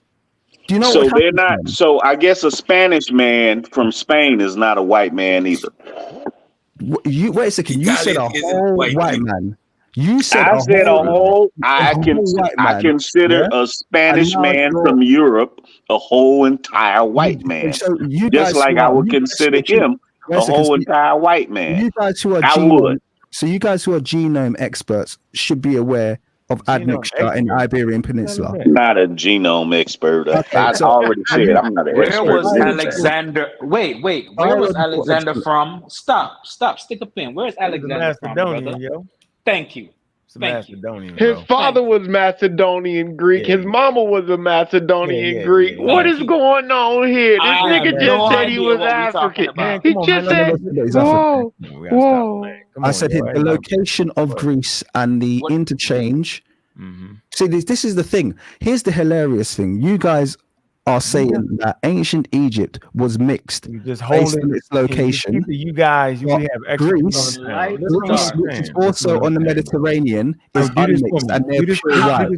No one migrated from Africa other side into of the Greece. Mediterranean. No, let's do this for 1 minute. Other side of the Mediterranean. This your argument holds no not in the water. tropics. You're suggesting that only not Egypt. In the tropics. You're suggesting that only Egypt, out of all of the nations in the Mediterranean, had a mixed population, and all of the other. That's not answering my question. My question was, why does the guy? That's what they do. Alexander look like every? Why does his statue looks like every other pharaoh in Egypt? It doesn't. No, I just explained it doesn't. Hold on, show time out. Show that picture. I just explained it doesn't. Can you show that to me real quick, real fast? Let me see if he look like. If you think that he's got the same features Let me see that real quick. as King Tutankhamun, then you're blind. If you can, or anybody has the access to do that, could you please put his show me that thing up? Alexander the Great. Alexander's Egyptian. Quite obviously looks like someone of a mixed phenotype to me. That's what this statue looks like. So you can get that from a statue. You can get that from a statue. Huh? Typically, But yeah. brother, you also got it. Wait. What do you mix with? Hold on, time out. You don't got to be mixed with nothing. It's where he's among the Mediterranean area, man. You're gonna have those type of complexion, my dude. He ain't gonna look like apparently you don't. Apparently he's not gonna look like he's not gonna look like no upper Europeans and shit like that, man. Real fairly white looking, man. You know what I'm saying? He's not gonna look like that. I don't know what you guys talking about. He's not gonna look like a damn Egyptian.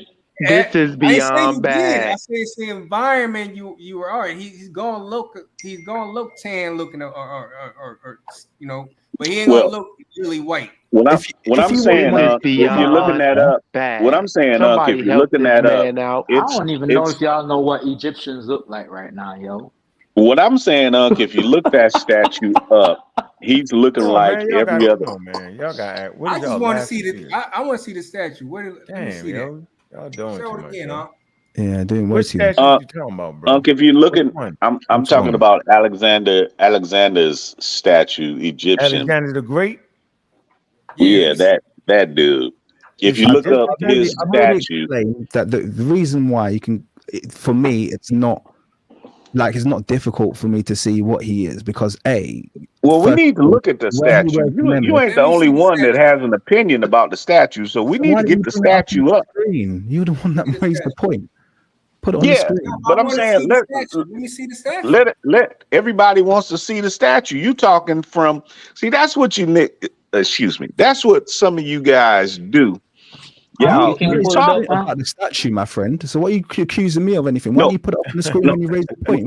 I can't. I don't have the. Why I don't have the. To do it instead of throwing accusations. I'm asking Unc or Sosa or someone to pull it up, and we can look at it. What we people do. You raise the point. Well, you guys, a lot of you guys put up stuff, or you don't, and people don't know, or you talk about stuff that people don't know. You never talked about that Alexander was a pharaoh. I don't hear none of you niggas ever talk about he was a goddamn pharaoh and got statues. Why would I not talk about that? I fully acknowledge the dynasty. Why would I not? Sorry. I acknowledge them. Sorry, my bad. I acknowledge them as a non-indigenous dynasty. Why would I ignore them? What have I got to? Why would I hide that Alexander the Great was a pharaoh? I actually have a short on the founding of Alexandria. Yeah, I created a short on the fact that so then you can put the statue up and let us all see it. Then if you got that information, then you put it up. Not my point. Just ask me to do it to do you a favor, but it's your point, not my point. Oh, now it's about favors. It's about information. It ain't about favors, bro. It's about information. Chill out. Let's calm down for a second here. Are y'all talking about this point, and then you start accusing me that I'm not substantiating your point for me, man. Y'all talking about this statue right here? That's the one. That what you talking about? That's the one that's he's talking about. Which I don't think looks the same as the other Egyptian statues. I seen another. Oh yeah, that's the one I'm talking about. More up close like a pictures. European, nigga. They don't look like no damn Exactly. Look at that nigga. Exactly. Man, why you gotta do that, man? You just stayed on that whole point for way too long. Moving on. You're tripping, man. Get out of here, man. I'm not tripping. That statue. Well, I don't know. Look, I've been to the Met. I've been there. That statue looks like every other Egypt. If you saw that, if you was in the museum and you saw that, you would just move on by. Be like, yeah. I would instantly think Ptolemaic dynasty because that's what it looks like. That's not dynasty. true. Yeah, the style would be the more. It looks like Ptolemaic dynasty. That's exactly what I'd think. Definitely don't look like ancient Egyptian. Yeah, like no, man, you tripping, man. Get out of here, man. I was with you. You lost me on that one. It kind of like yeah, you lost me, man. Get out of here. Hey, look for a couple more photos. No, you talking about that one? No, nigga, you say that one. Come on, man, with that rudeness. Let me play this. Let's move on. Here we go. I want to finish right here. Say that rudeness. Can he answer my question though? Can he answer my one question? I'm stuck. All right, let's do this. Hold on. Wait, let's take our time here. No, let's take our time That's here. what I want to do, It yo. sound crazy. Listen. Y'all don't see me acting up, do y'all? No. You don't see Why me you laughing. didn't correct this lady? Let me finish, yo. Why ain't I acting up? Because we got guests in the house. You act a different way when guests in the daggone house, bro. Thank you. We gotta just chill out for a minute, man. We ain't that silly. We doing too much. I promise you, yo. Said you got a question. We got a question. Yo, let's keep it right here where we at. We done heard enough. We heard them. Right? We don't gotta laugh and joke. Come on, man. We gotta keep the platform right, yo. You want more people like him to come through. He want to be able to say, I'm gonna come back and I want to get this off. And let him coming back and get it off. Yeah, yo, he a guest, yo. Right? Y'all been here all the time. We play, we joke, but our conduct changed when guests come, because that's what we do as African Americans. Simple. You don't let a guest come in the house and get some water out the refrigerator. You say, can I get you some water? Mm-hmm. Right. So we ask him, well, can I get you some water? And then after he come around enough, then we can do him like that. But right now, man, make this man comfortable as possible so he can get his pseudo ideas off. We can refute them. Easy work. We don't run from that conversation. Yeah, so, everybody can't talk at one time. And by the way, yo, everybody on the panel ain't an official pseudo killer. Just let you know, we got some other show watchers that's on the panel. I ain't no pseudo. Right, he definitely hate what I talk about. Right. No, I don't hate. I like when you talking science. So I know your question gonna be. I know you're gonna get into a discourse back and forth. Let me play this because he made a point.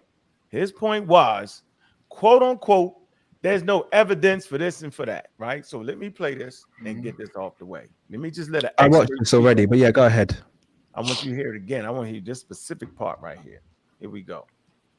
All right. Let me know if y'all can. Go ahead. Okay. All right. Let me do a follow-up to that real carefully. So when they call themselves the beloved land, what time period, if you could remember, did they start using that term, Tom Mary? I could not tell you when the term Tom Mary comes into common use. Okay. I don't know off the top of my head. All right, no problem. So wait, one more thing. So a lot of times us as novice are actually looking for direct evidence, like a dictionary in ancient times that says this means the black land based off the soil. So how do Egyptologists come to associate the word Kemet with the black soil without direct evidence? How was that worked out? We have to use a combination of what we know about how the Egyptian language forms words with the context in which we see those words used. So in ancient Egypt, what we would call an adjective, right? Like a word that is used as a descriptor of something else. Right, so words in ancient Egyptian, the ancient Egyptian language have roots, and then they have endings that go on those roots to change the type of word that it is. It's kind of like how you add ing to a verb in English to make it describe that thing as a concept, right? So I run, right? But I'm into running, right? The ing goes on the end of the word run to make it the concept of running, among other things, right? Ings can do other things. And in ancient Egypt, the root for the concept of darkness, blackness as a color is kem, just the K and the M. And whatever vowels, and again, because the ancient Egyptian language doesn't write its vowels, we can't, without being very good linguists and doing a lot of careful reconstruction, and there are scholars who do that, I'm not one of them. We can't say exactly what the vowel morphology would have been like, but the K and the M are the basic root word, the idea. And then you have to look at how you're using it, right? So if you add, in ancient Egyptian, if you take an adjective and you add a feminine ending, the .t to it, you get a substantive. You get like a thing that has that quality, right? Or you get the quality itself, right? So like, if you wanted to say the darkness, you could say Kemet, right, with a T on the end. Depending again on how you're conceptualizing it, it becomes a thing, right? It's a feminine ending, right? So a dark anything is a substantive use of an adjective. So taking an adjective and using it as a noun to either be darkness or the dark thing. And right, land is a thing.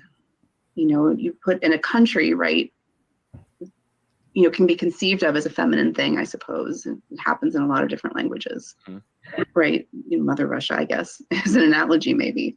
Okay. Right, so you add that T on the end and then use the word kemet to describe, right, if you're, so like you'll hear the ancient Egyptians in a sentence talk about, right, I am from Kemet, right, I am from this darkness, this thing that is dark, and it is where I am from. We look at that and go, dark, a thing that you can be from, right, a place, a homeland, right, or I travel to Kemet, I travel to the dark feminine thing. And the inference becomes that that is the name of the place and that it's somehow linked with darkness. Right, and it's clear that the Egyptians thought of, right, they saw with their eyes that black alluvial soil, right? And the same holds for Desher, right? The word Desher means red, right? So you put the T on the end, you use it as a noun, the redness, the red thing, and you hear it described as a place that people go to or go from, or that's next to, that lies next to the black, right? And so you build this concept of, okay, well, we have a red and a black, and then we use our eyes and see that, right, the desert is red. And I mean, you can literally, in Egypt today, you can stand with 1 foot, you know, ankle deep in black farming soil and, you know, and the other foot in dusty red desert soil, right? So that I mean, that okay, was so I just wanted to put that out there to me. It was good. Thank you for sharing that. But for me, that was bro. She didn't qualify it. I think you qualified it just as well in terms of what she said. She didn't say anything that you didn't say before, and all I heard was she didn't give any explanation. She just said it means a thing, and soil happens to be black, so therefore we're gonna infer that it's soil. Once again, I will defer back to the Medinetta, where they could have been specific about this. They could have used the term. It wouldn't have been difficult. They've done it with lots of other terms. They even have a term that literally says black soil, black mud, amat kemet. So they have a term, black soil, amat kemet. That means mud black, yeah, which referred to the soil. So there's so many ways they could have done it, and they didn't. Yeah, so they did do it. The thing is, I don't think it means black skin. I was gonna say, I don't think it meant black skin as in we are Negroes, because race didn't exist back then. So I think that it definitely had a spiritual element. I think they were referring to themselves as black, but it wasn't in a racial context. Double talk. That's double talk, bro. No, it's not. I don't think it was in a racial. I don't think it was, because the reason why I say that is because the term kemet doesn't make sense. Can I tell you why? Because the word kemet. No, what is wrong with you, yo? What the hell is wrong with you? Can I explain? Can I explain why, Barak? Because the term kemetu literally translates to blacks. Okay, so the term kemetu, when they have the cam symbol. What? No, they have the what? Blacks. They have the cam symbol. No. Yeah, let me explain. They have the cam symbol. Then they have the phonetic complement, the M symbol, and then they have the man and the woman with the 3 dashes underneath. Yeah, you made that up. That's the people of the black land, bro. There's no land in that. You don't have to have that. I'm telling you, it doesn't even have the feminine. That phrase there doesn't even have the feminine. It doesn't even have the feminine, so you couldn't even refer it to the black land, because they're not referring to a thing. Hold on, before you put it that literally says chem. Hold on. I'm just telling you, that's chem. Put that on tape. Now you putting it on tape. I'm gonna let you know. Where you at, Sosa? You still here? You gone? Where you at? They're gone. He must be gone. It's late here. It's like 2:20. I need to go. I didn't want to go earlier. I'll give you a 5-minute warning, and I'll be out of here. All right, go. All right, go ahead, Cedric. But what I will say to you is, we got you on tape messing that particular thing up. So I actually had a great conversation.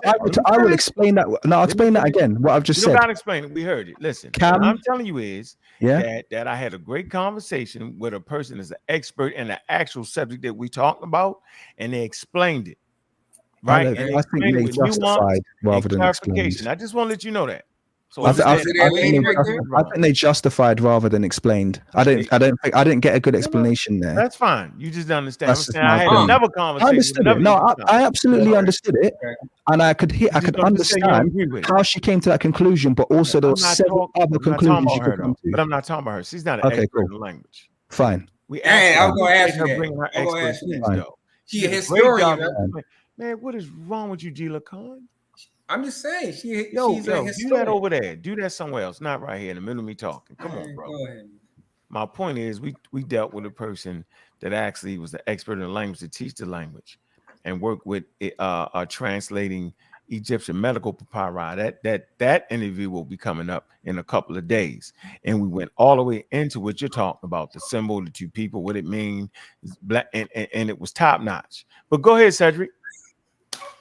Yeah, my question is simple.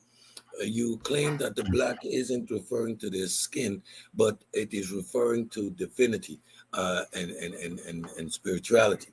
What makes Kem, the color black, what gives it its divinity for the ancient Egyptians? Because of all of the, I can only, by the way, I'm not a linguist, so I'm not going to act like I am one. But if you even look on a very basic level about the application of Kem when it was used, such as in the case of Osar, the great black one, yeah, they would have had no, unless they were raging racist, they would have had no reason for calling their god the great black unless it had some kind of divine implementation, some kind of divine element to it. They have the black bull. They had several references to black that made it clear that it was aligned with divinity. They had their black gods. Okay. Its divinity. The question is simple. Where does the black? I just said that through the naming of several of their gods. For the naming of several of their gods, they name their gods. The black one, black because black is already divine. Stop. I don't understand what the you God mean. is rendered black because black is divine. What makes the black divine? Exactly. It is applied You're to the asking gods me what because makes the black the divine. It is. What is the divinity of the color black? What makes it divine? That it's applied to their gods. I mean, that's a very esoteric conversation. I don't know. I don't know enough specifically about ancient Kemet to say, you know, I could make some vague guesses. I can make some guesses. I've substantiated by giving you relation to the gods. Stop. So if they name their gods divine, I know they have a god, and it's given divine attributes. In this case, Kem, black. So what makes Kem itself divine? The question is simple. Either you can answer it or you can't, because we just got the answer before your whole bill. So I want to know what makes black divine. I don't know. I don't know. You tell me. What makes black divine? You tell me. I thought. I'm good. So you haven't got a question. You're not going to answer it. The question what makes black divine? And you said you just threw that out we there. needed you the most. You just I didn't just throw it out there. I literally just gave you. I literally substantiate why. So I'm good. Also, I knew you couldn't so I'll substantiate it. Also, no, we're not going to do that. Also, hold on. Let him. Also, Min, Kunum. Wait a second. I'm naming the gods here. Also, Min, Kunum. Yeah, all given the epithet, the black one. Okay, the great black. Is that not a substantial answer? Is that you said what makes black divine? What do you mean why? You're asking why? No, I'm moving on, man. I'm moving on. Why? Why do they? Why? I must give you a reason now why they call their gods black. You've asked the first question you asked me is why is black divine? I told you because they named their gods black. So obviously they had. That's not a coherent answer. They named they give their gods the color black because black itself is divine. So they gave the gods this attribute because black itself is divine. There's a million reasons why the color black is divine. But what I'm saying to you is that in terms of me pulling out actual references from the Medunetta, you want one. Okay, it's the color of the night sky. It's the color of eternity. It's the first color. It's the complete color. There's several reasons why black is divine. No. That's why I didn't want to go into it, because I haven't got the references of the mid-letter. What I've given you is more than enough. You can't make that claim without even having a deductive or an inductive reason why. So what we got is a deductive reason why Chem became divine, why the color black became divine. And you have no substantiation. I'm listening. Why you assume Okay, so well done. I'm listening. Go ahead, tell me. Play the tape again. I'm not playing that no Play more. the video again, because he obviously wasn't listening. It's the soil, again, man. It's magical, yo. You think black became divine because of the soil, and they colored their gods after the soil. And Osiris. See that? You're not substantiating that. That's not a substantiation at all. I am. That's not a substantiation at all. That's an opinion. No, that's an opinion. We're not using an opinion. Hold on. What you'd have to do is you'd have to prove that prior, that the naming of the soil came prior to the coloring of the gods. You'd have to prove that. You'd have to prove that came first. The soil did come first. No, you have to prove prove before that. humans get there. No, you have to prove that. They haven't been on the Nile the whole time. You have to prove that. You have to prove that. No, you can't do that. It's divine because of they're divine because of the soil. That's bollocks, man. They're looking at the night sky. They're looking at the soil first. Hold on, King's Mallow. Looking at the soil first. Relax. Look, let me show you this. Do you know what this is? You ever seen this? Were they looking at the night sky? Hold on, you ever seen it before at the Met? Yeah, you know what this is? Yeah, that's Osiris. What's your point? Yeah, but do you know what it is? Look, see these different. See that? It's a brick. Okay, it's a brick mold. Right. Guess what they put in there? You tell me. They put the black dirt in there, and it grows, and vegetation comes out of that. And guess where they put that at? Guess where they put that at? Where they put it? They put it in the tombs. Why? Because it's representing regeneration. Okay. It's a simple age-old principle, bro. This is not even hard or even difficult to understand. But that doesn't prove blackness about anything. Yeah. Listen. Look, if you come to the British Museum, the article is entitled Black Goo. They spread the black all over this stuff, right? All over the mummy case and all that. We had an individual saying that, hey, it meant the black skin. It ain't got nothing to do with the skin, right? Look, if you look at this black goo stuff, right, they give you the explanation right here. What is the goo?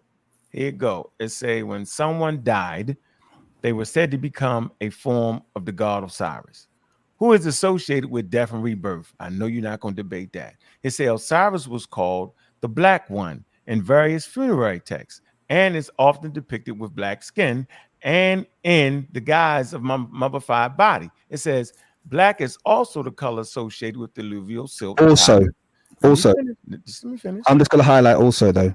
Okay. Also, it doesn't say. Okay. Because. Also, right. It's also the colors associated with the alluvial silk. It doesn't say because. I didn't say because. Well, that's your whole argument. Your whole argument is that the Nile came first. There's a rule. Do not cut me off in the middle of reading a sentence. Okay. Thank you. Go ahead. It's also the color associated with the alluvial silk deposits on the banks of the River Nile. We're aware after of that. the annual flood. Look, receded. It says since this fresh and fertile soil provided the ideal environment in which seeds for crops could germinate and grow, it is viewed as being inherently magical and regenerative. It says the clay wooden seed beds in the shape of Osiris filled the black soil from the Nile and shown the germinating seeds were sometimes included in the funerary equipment in the New Kingdom burials. So we have interlinking concepts. Right. Black, Osiris, and generation. It could therefore be reasoned that the practice of coating coffins in black goo links the coffin to regeneration associated with Osiris, bro. Okay, so that article contradicted you. The article contradicted Cedric's point completely. Just let me finish my point. We're gonna let Cedric handle that. The point I'm making here, right, is that the contradicted his point completely. Is based off of the magical principles that occurred, and they didn't know in 1500 BCE why stuff grew like that magically. As a matter of fact, foreigners was like, they not real farmers. They just throw the seeds and they grow. So when you talked about earlier about it being the breadbasket of the world, that's why it's the black soil, and it's tied to the African farming techniques, bro. And matter of fact, that's how you know the Egyptians was African, because they practiced African farming techniques. So tying them to their land, bro, which is in the Nile Valley, ties them to their indigenousness, which is in the Nile Valley, which safely puts them in Africa, which makes them indigenous African. Now, they black skin, you got black skin around the world, bro. That's not nothing. Yeah, but bro, okay, but no. What you're doing right now is you're attaching arguments to me that you know that I'm not making. So stop doing that, please. I'm just trying to make my point. No, but you shouldn't do that. You shouldn't do that because that's not the point I'm making. That's not a good thing. Yeah, so you need to not do that. Okay. I know you're not. Listen, I know you're not talking about skin. Yeah, no, but by putting that in your argument as a topic, you know what you're doing. But why are you saying black then?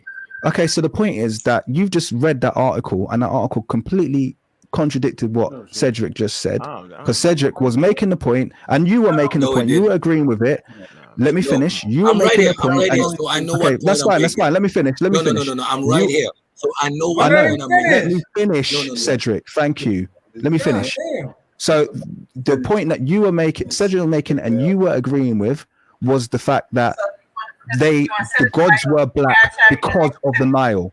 That article never suggested that, not once. It never suggested. No, it didn't. It didn't say because. It said also. It didn't say that. No, pull it back up, please, because I'll read it. Let me read it. Pull it back up, please, because I'm going to read to you. Pull it back up to you. I'm going to read it. Pull it up to you, because I want you to pull it up. Please pull it up, bro. I'm going to read it. So you're trying to say it didn't tie itself. I never said it didn't tie itself. I said you said one came after the other. You were talking about causality, and that is false. It never said that. It says quite clearly. Let me read. Osiris was called the Black One in various funerary texts. Let me finish. Osiris was called the Black One in various funerary texts. You got to let me finish. Osiris was called the Black One in various funerary texts and is often depicted with black skin and in the guise of a mummified body. Black is also not causality, so please do not suggest that. Also, the color associated with the alluvial silt. So it's talking about two instances of blackness being assigned with divinity. It's not saying the Black Nile came first. In fact, it's actually in order stating Osiris came first. Please, let's go to the last sentence. Clayton wouldn't. Now you're also. I'm not straw manning. I'm not straw manning. What we said.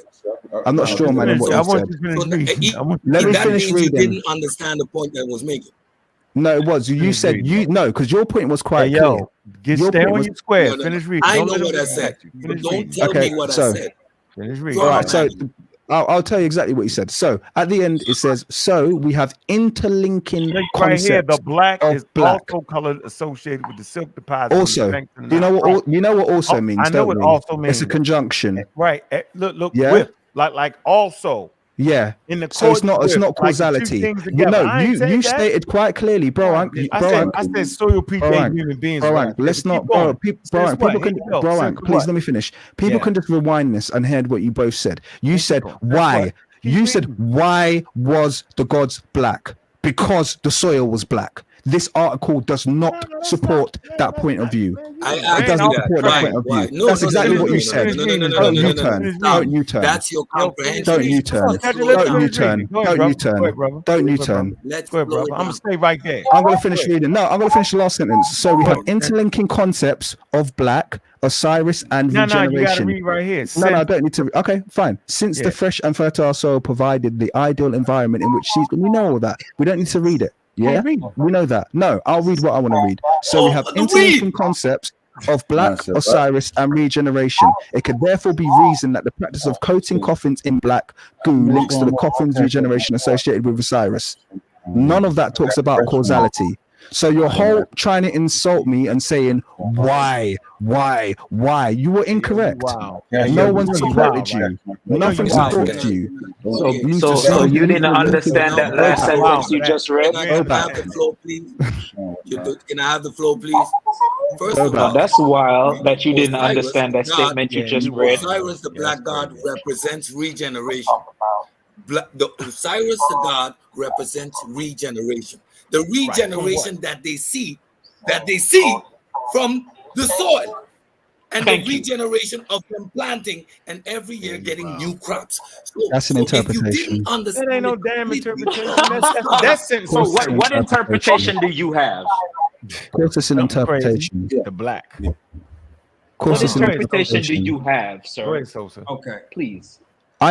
By the way, I'm just read from the source, and the source never suggested causality. Agriculture. Yes, it just actually did. It actually did. No, Osiris no, it didn't. is the god and he of told you to read it, brother. Did it say? At no point did it say the reason they color Osiris black is to represent the god of. It didn't say that anyway. It didn't say that anywhere. Basically said didn't say that anywhere.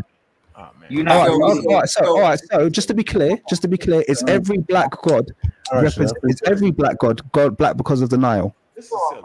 Is every black god black because of the Nile? So hold on, Ball. So simple question: is every black god black because of the soil of the Nile? Is every black god black because of the soil of the Nile? I'm not going to acquiesce to your faulty premise. I'm not even answering that. Faulty premise. I refuse to allow you. It's really clear. Right? Everybody who know anything about Egyptian culture understands that Osiris is the god of vegetation. And then when the vegetation dies, then what? Turns black. Like that's, come on, dog. The soil represents the regeneration. That's why they put the black shit in there. Magical. It literally said that in the source. I've never heard that Osiris is the god of vegetation before. But okay, that's your fault. Is it green? You ain't never seen regeneration, not vegetation. You never saw the green Osiris? Wow. That is crazy. Wow. Yeah, you You don't wow. know what the green Osiris represents? Go ahead, Toast. You've been gone for a while. I know for a fact you studied Egypt way, way more than me. So you should know that. Go ahead, Sosa. No. Go ahead. I'm distracted like a mug, man. Go ahead. And by the way, for that premise to be right, you'd have to then justify why all of the gods who are classified as the black one are related to the Nile. Man, no, why? Nothing. We talking about Osiris, right? No, but you have to justify all of them by the same premise. Why? No. Why? It's about death and regeneration. We know why. Wait. Why? Justify all of them. No, why? Explain why. Here you go. Osiris, the Lord of the dead and rebirth. In his green, in his green skin, skin symbolizing rebirth. There you go. Right here. I never denied that he was the god of rebirth. Green. I never denied he was the god of rebirth. Well, but he's green though. Okay. All right, agriculture is green. Agriculture. Growth. I mean, come on, man. I literally did a whole study on color, and the green in Osiris's case is another classification of black. It's just another iteration of black. It is. Wow. It's an iteration of black. New life after death. It's an iteration of black. Of new life and after why death. Would that be? What? How? What? No, but we can't do that because that would mean green would be Kim. We can't do that. Right. Yeah, it's great. You just said that you got to justify why all the other black gods are black. No, I said that your basis that Osiris is black because of the Nile. If you're saying that, you have to justify that all of them. Absolutely, yeah. Why? What do you mean why? Yeah, I mean why? Because every god represents. Wait. Every god doesn't represent the same thing. Okay, but your argument was never. It was just Osiris. You must have missed the start of. Because you missed the start of the debate. No. No, but you missed the start of the debate. So you don't see this right here, yo. Look. No, but I'm saying of fertility and agriculture and the afterlife, yo, and you missed the start of the debate. Life and so I was asked. Hold on, bro. You don't see this though. But you don't see this though. That's fine. Okay. Okay, but I was asked. You didn't see that. I'm not. I'm trying to talk to the brother. I'm just trying to talk to the brother really quickly. But I'm saying I was right here on you. Jump on purpose because you read it. I didn't read it. That's fine. Okay, then. So I just wanted to get that point off. Where does it say vegetation? Sorry. Okay, fine. Brilliant. Okay, cool. My exact words were, I never heard that he's the god of vegetation. So that's news to me. Brilliant. Okay, so moving on. Back to the guy. The reason I said it needs to be justified. Wow. Running stop signs. That's a no-no over here. What's running stop signs? Because the stop sign is right there. You just showed it to you, brother. What do you mean stop signs? Osiris is the god of vegetation. And I accepted that. How's it running the stop sign? So no, wait. So he's depicted black and green. So why now would we have to go justify why every other god is black? Because, like I was just about to explain to you, when this discussion started, the whole reason we're talking about this, because I never raised this topic. Cedric did. I never raised this topic at all. Yeah. Yes, you did. No, I didn't. Cedric did. You attributed divinity to the black. And my question, you brought that up. What made the black that was like ages ago, and you brought that up. And then you said, who started. I said, okay, so look, regardless of who started it, you said to me, what does divinity mean? And I said, well, no. I asked you specifically, why is black? What makes the black divine? Cool. And I said, what makes black divine is the fact that the gods are colored in black. And then Cedric's response were, why are the gods colored in black? In which, Barak, you did back him up as well. And you said, it's colored in black because of the Nile. Yeah, so now wait. I never used the word Nile. I never used the word Nile. Claim, okay, because of the mud or the soil. Because of the mud or the soil. They said they're colored. You said they're colored black. Okay, you said they're colored black because of the soil. You still cannot answer. They're colored black because makes black divine. And you say the gods are black, but the gods are rendered black for a specific reason, right? Because there is divinity attributed to the black. So what is the divinity in the black? No, you stop. Because I'm very clear on what I'm saying. So you have no reason. You have no reason why black is divine. You have none. I do. Because the gods are black. Divine. Gods are divine. Why are the gods? Why do you say they divine though? Yeah, how about that? Why are gods divine? Why is Yahweh divine? What do you talk? How am I supposed to answer the question? Like, why are gods divine? What he's saying is that gods are divine, right? But they could have made them red. They could have made them another color other than black. Yeah, but they made them black. But black was divine. So why? Right. Why did they choose Kim for the gods? Exactly. That's yeah. So no, and your response to that was the Nile, or the soil. Sorry, let me say the soil. Yeah. So now I've thrown it back to you and said, okay, fine. You've given me a reason why Osiris is black. Now you have to tell me why all the other gods that are called the black one are black and how it relates to the Nile. You have to do that because you've made that claim. You've made that claim that that's the reason. You've made the claim that that's the reason. So now you have to justify. Don't put it on me.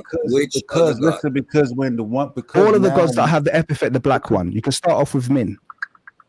No. Because they all gods coming from the Nile. Because they're gods. So the gods came from the Nile. A divinity which they associate with blackness.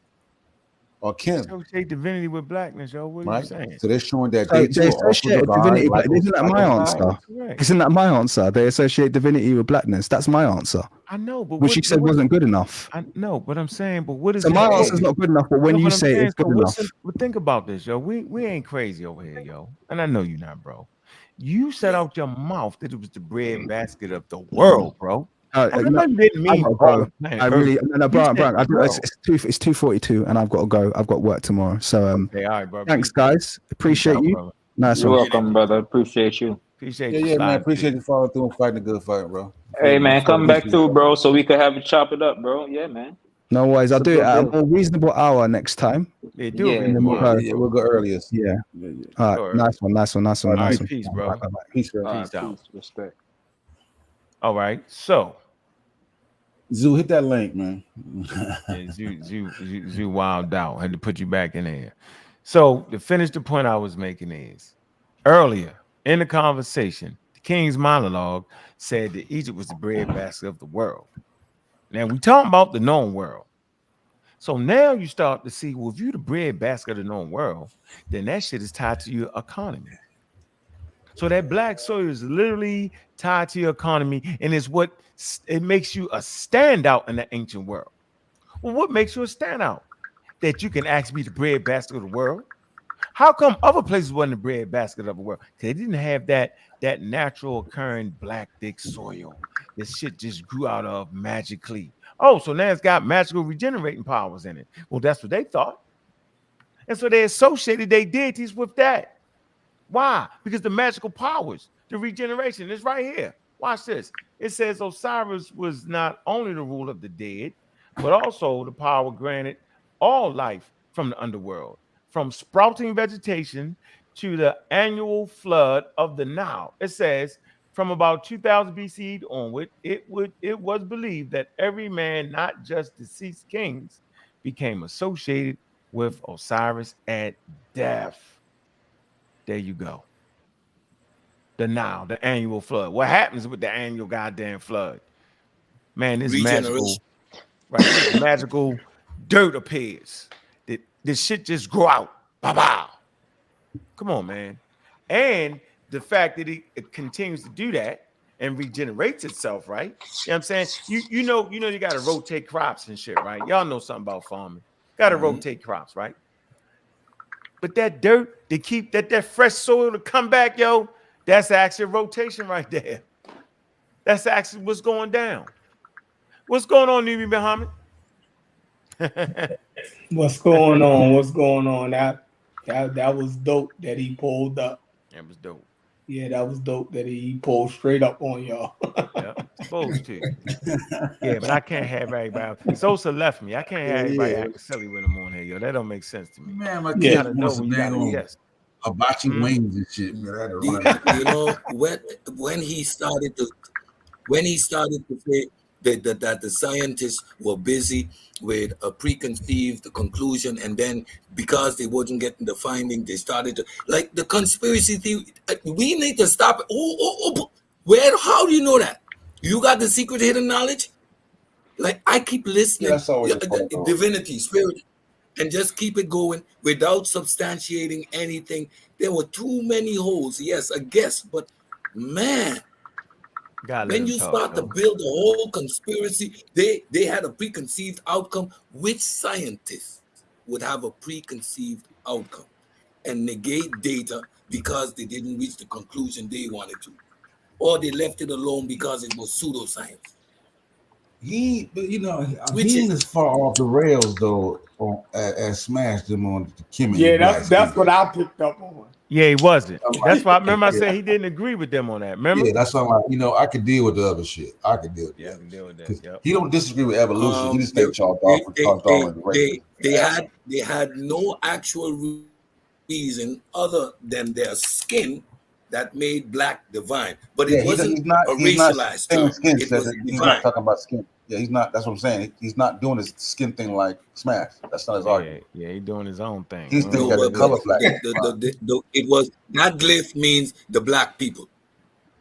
Nah. No, he look at he's that. doing the skin color thing. He's doing the skin color thing. Bro, he look at it as that glyph says black people instead of people of the black land. He was saying that you're doing the skin thing.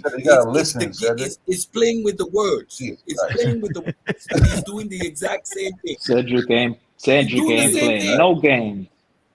You got it, Cedric. You got it, man. I can't argue with you because you won't even allow it. I'm trying to explain. Like he was saying that. Hey, listen. Listening. He said no. He ain't saying that, but he's saying that. No, they're black. They represent themselves as black because black is it doesn't associate with the land. He made that clear. He's not with Smash. He said I did. Sosa, I heard what he said. Cedric, I heard what he said. Listen what I'm saying. Then I listened to what he was Let's just move on. Let's move on. Then I listened to what he was doing. Let's move on. So I think he was talking about some damn people though. He wasn't talking about their skin, but he was talking about some people. He's saying he called sacred people, sacred people, divine. He's basically saying that they're divine people, but he's not saying that they're divine because of their skin.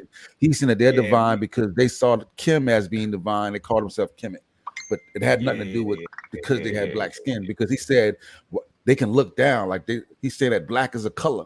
They wouldn't look at their skin and think that that's black based on their construct. So he's saying that would make sense. Yeah, he said that they wasn't Negroid. Okay. He didn't agree with Okay. That makes He sense. might have ruined his And whole then when career I with say that. that, closer, I say that, and then I turn around and I look at the glyph and I say, that says black people. But he qualified with black men. He said black people, though. But not there, but black people. Yeah, but not in a racial context. Yeah, he said he disagrees with Negroid. He said that to the Egyptians, black was spiritual and divine. Yeah, I agree with that. And if their gods were considered black and divine and not in the racial context, and they came from their gods, then by way of them coming from their gods, they were saying that they were black and divine also. So that's what Smash is saying. He was I saying, don't know. No. They might all be saying that. That's what they're gonna say now. Everybody gonna run right there. I bet you $5. Yeah. He might help them out. Yeah, everybody gonna say they talking about not the race though. They remember they kept saying that. That's what they swear, yo. Yeah, maybe we Smash couldn't hear him. Maybe we couldn't hear him. Yeah, Smash is still talking about skin color. We gonna act like he not. No, I got clips on the skin color. Hold on. No, we got Smash book. Read Smash book. We got his book. So your the lady you brought on, she was a historian, right? Pretty much. Yeah. The white lady. Yeah, she was. Okay, she was not a linguist. She ain't studying linguistic, right? She's not a linguistic, right? She's an Egyptologist, so that's part of the study. But go ahead. Yeah, but she's not an expert in that. No, that's not her expertise, right? but she understands more than you do. Yeah, she can read the language. That's part of being. Yeah, she understands more. Yeah, she can understand more than everybody on this panel about Metanetta, right? Yeah, because they learn how to read it. That's how you become an Egyptologist. You read the Metanetta, yo. But she's not fluently reading that. Yeah, she can like read that. Crazy. Right. Yeah, you're Bob. Always listen. What I'm saying to you is right. So who in this community is more Nubian? Hold on, I'm talking Nubian. Hold on, Nubian Muhammad. God damn. Go ahead, Jay. So what I'm saying to you is right. Is what? You taking too long. I just started talking. What do you mean I was taking too long? Go ahead, Jay. Because you want to shut up, man. So any which way. I noticed in that in her the interview you had with her, bro, she was using words like black, right? And she was telling she was saying that the Egyptian knew about who was black. She was like, I don't know how your community feel. Say that again. I don't know. You said what? And also what? And you can't go to also. If I'm confused in all the parts before also. Yeah, we're trying to understand. But did she? No, what I'm asking you, she used black, right, as describing people from the South, and you try to correct her. You did try to correct her. Try to correct who? Try to correct who, yo? Maggie. I ain't trying to correct. Yeah, Miss Maggie. Man, she said, I don't know how the community will feel about, huh?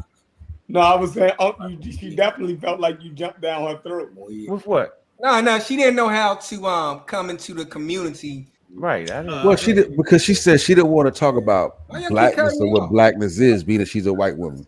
She felt like that's not her place to talk about blackness. She said, "I want to make sure you're comfortable." But why is she assuming? Well, hold on, Sosa. But why is she assuming that we black? If she, man, come on, if she's American, man. No, but you don't want to use it out your own mouth. You use it out your mouth. You say scientists do not use the word black. All right, man. Now you're lying. Am I lying? No, yeah. Yes. Scholars, you say scholars. Yes, you're a liar. Yes, you're lying. Thank you for your comment, brother. We thank you for your comment, brother. Hope you're doing well. Man, shut your ass up. Pick up the golf field. What's up, brother? Hey, yo, you got. Yeah, Garfield's white too. Yeah, that nigga white. Why would you lie on the show, man? That lady didn't do none of that, man. Listen, she was simply saying she didn't want to infuse herself into a conversation because she know we beefing over, yo. She said it's not her place to determine what we thought blackness was. That's what she said. That's what she said, bro. Come on, man. I understood exactly where she was at, bro. Huh? Hey, it's funny when niggas come over here, right? And they have Egyptologists on. They be like, okay, she's not a linguist, right? Like, nigga. Right. He said it. Like any of these I didn't niggas say that that. That's the worst thing ever. Yo, it's wild. He said that. I didn't say that.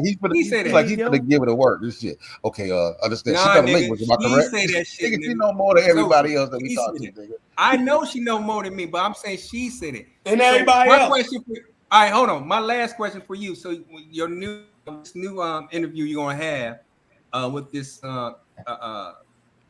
this individual, Netta, right? What's her name or his name? None of your business. I'm not telling you. She's an expert in the language. Expert in the language. So this would be the analogy.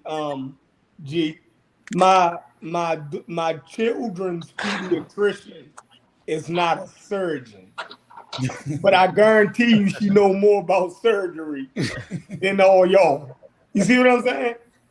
She don't specialize in surgery, but by fact that she's a doctor and went through 8 years of medical school, she knows more about surgery than any of us.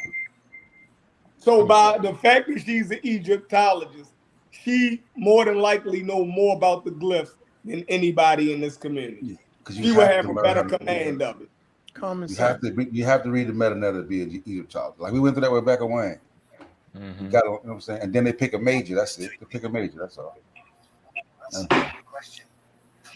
Worried about a situation, then write everything down you're worried about. Then cross out the things you can't control. What you got on,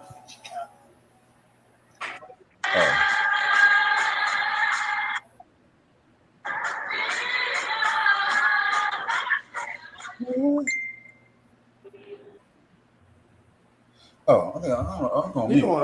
Anyway, I thought he was playing something on his phone. I was like, "What the hell is playing that music?"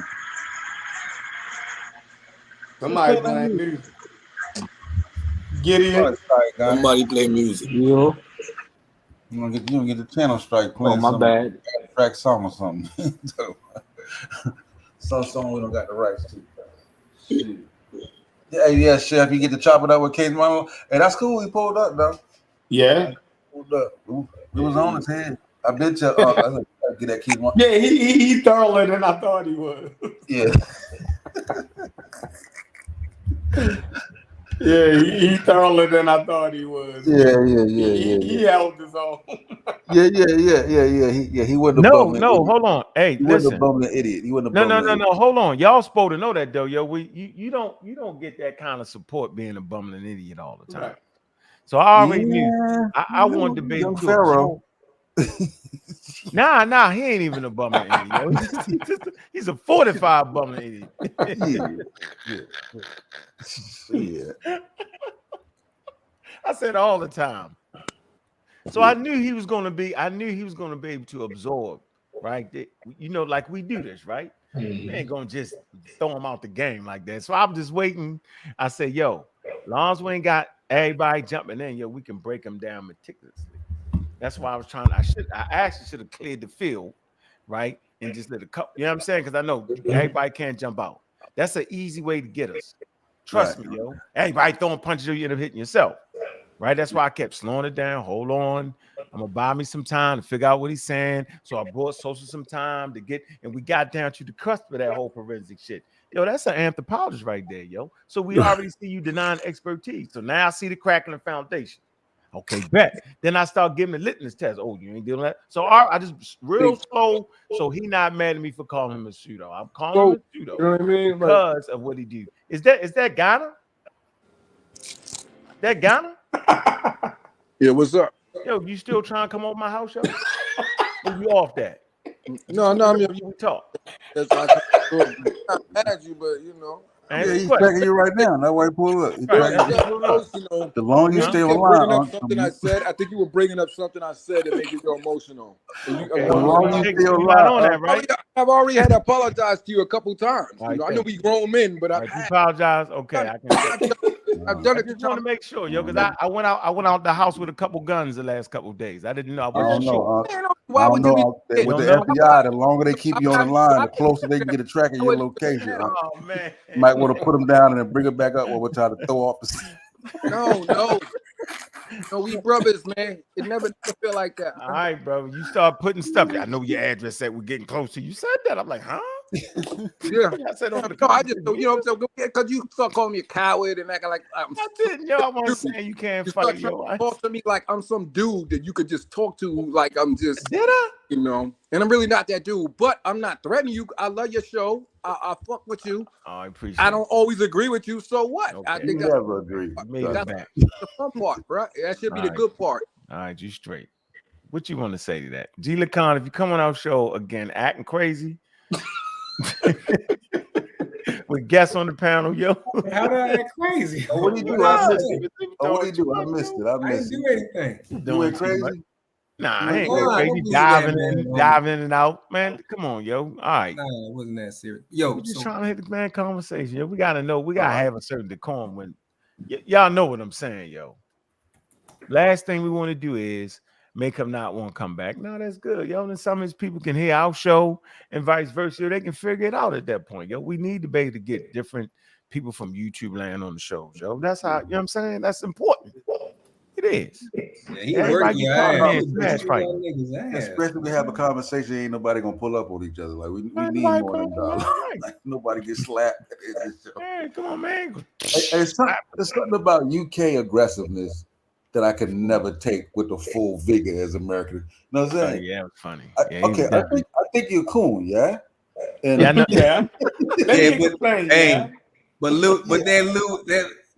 UK nigga beat up. Hey, but that UK nigga beat up Tyson though. What man? What are you talking about? You talking about Lennox Lewis when he punished Tyson?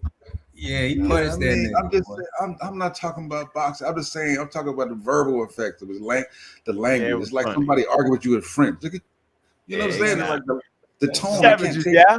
He said, "So you savages, yeah." Is it normal to talk behind people back where you come from? No. Oh, come on. We live on YouTube. It's not behind. Men don't usually do that. I don't know him. I never spoke to him before, but it's crazy for y'all to sit here and talk about you rock with people from the UK. No, it's like a girl thing. No, I'm not trying to be disrespectful. Men do talk behind people back. I promise you, I'm not trying to be disrespectful, but only girls used to do that where I come from. So only girls like once the person jumping behind the girl behind her back. You can't help but be disrespectful. He can't help it. You hear me? Just called us a bunch of girls. No, I'm not calling y'all girls. No, I said where I come from. Basically, you saying we acting like bitches. Just say it, bro. No, I'm talking about when I was younger.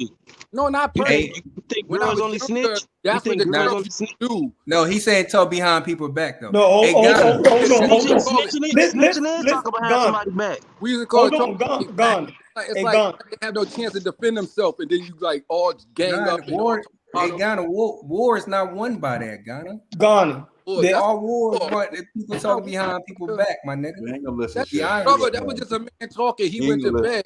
Just saying, like, y'all not thinking about fun, bro. Maybe it's not where you from. I'm just saying my culture. I'm not saying your culture. I'm saying my culture. We wouldn't do that. I don't know how y'all was culture. We having a cultural context. Y'all do that in New York all the time. Get out of here with that, man. Where you from? New York or somewhere? Listen, man. I'm just saying. Georgia, in Georgia. My household. I'm saying the way y'all do that. Y'all do that. You do that. You usually talk about people back. I'm from St. Louis, bro. We don't do that. Y'all do that, bro. For real. Y'all do it. Everybody do that shit. I'm just saying, like culture. Let's move forward. Everybody do that. Everybody got that. Everybody. And we've let the conversation digress. Girls do. That's what the girls used to do. All right, that's fine, yo. But we have girls in every place. No, human beings talk behind each other back. All right, keep going then. Keep going. I mean, people in the comment section probably know what I'm talking about. People. Yeah. Okay, they do. Okay. Next point. You don't. All right, bro. All right, bro.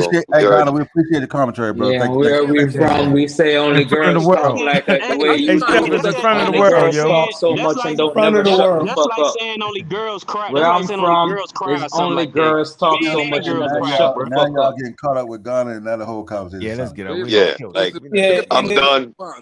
I'm over it. Man, make my ears hurt, man. I'm tired of it, man. God just trying to be honest with you, bro. That's all. I'm not looking out for him. I'm looking out for Alright, so Ghana, it would be the equivalent to having an interview or discussion online. And when a person leaves the discussion, that don't mean that everybody stopped what we were talking about because you that talking person personally is about gone. this brother, about the way he talk. You know what I mean? No, You're we not was even having fun. We were talking about him before he came on the show. As a man, it's What bad. are you Y'all know talking it is. about, Just, bro? you know It's what I'm saying? okay. We can end Talking that part. about the man before he came on the show.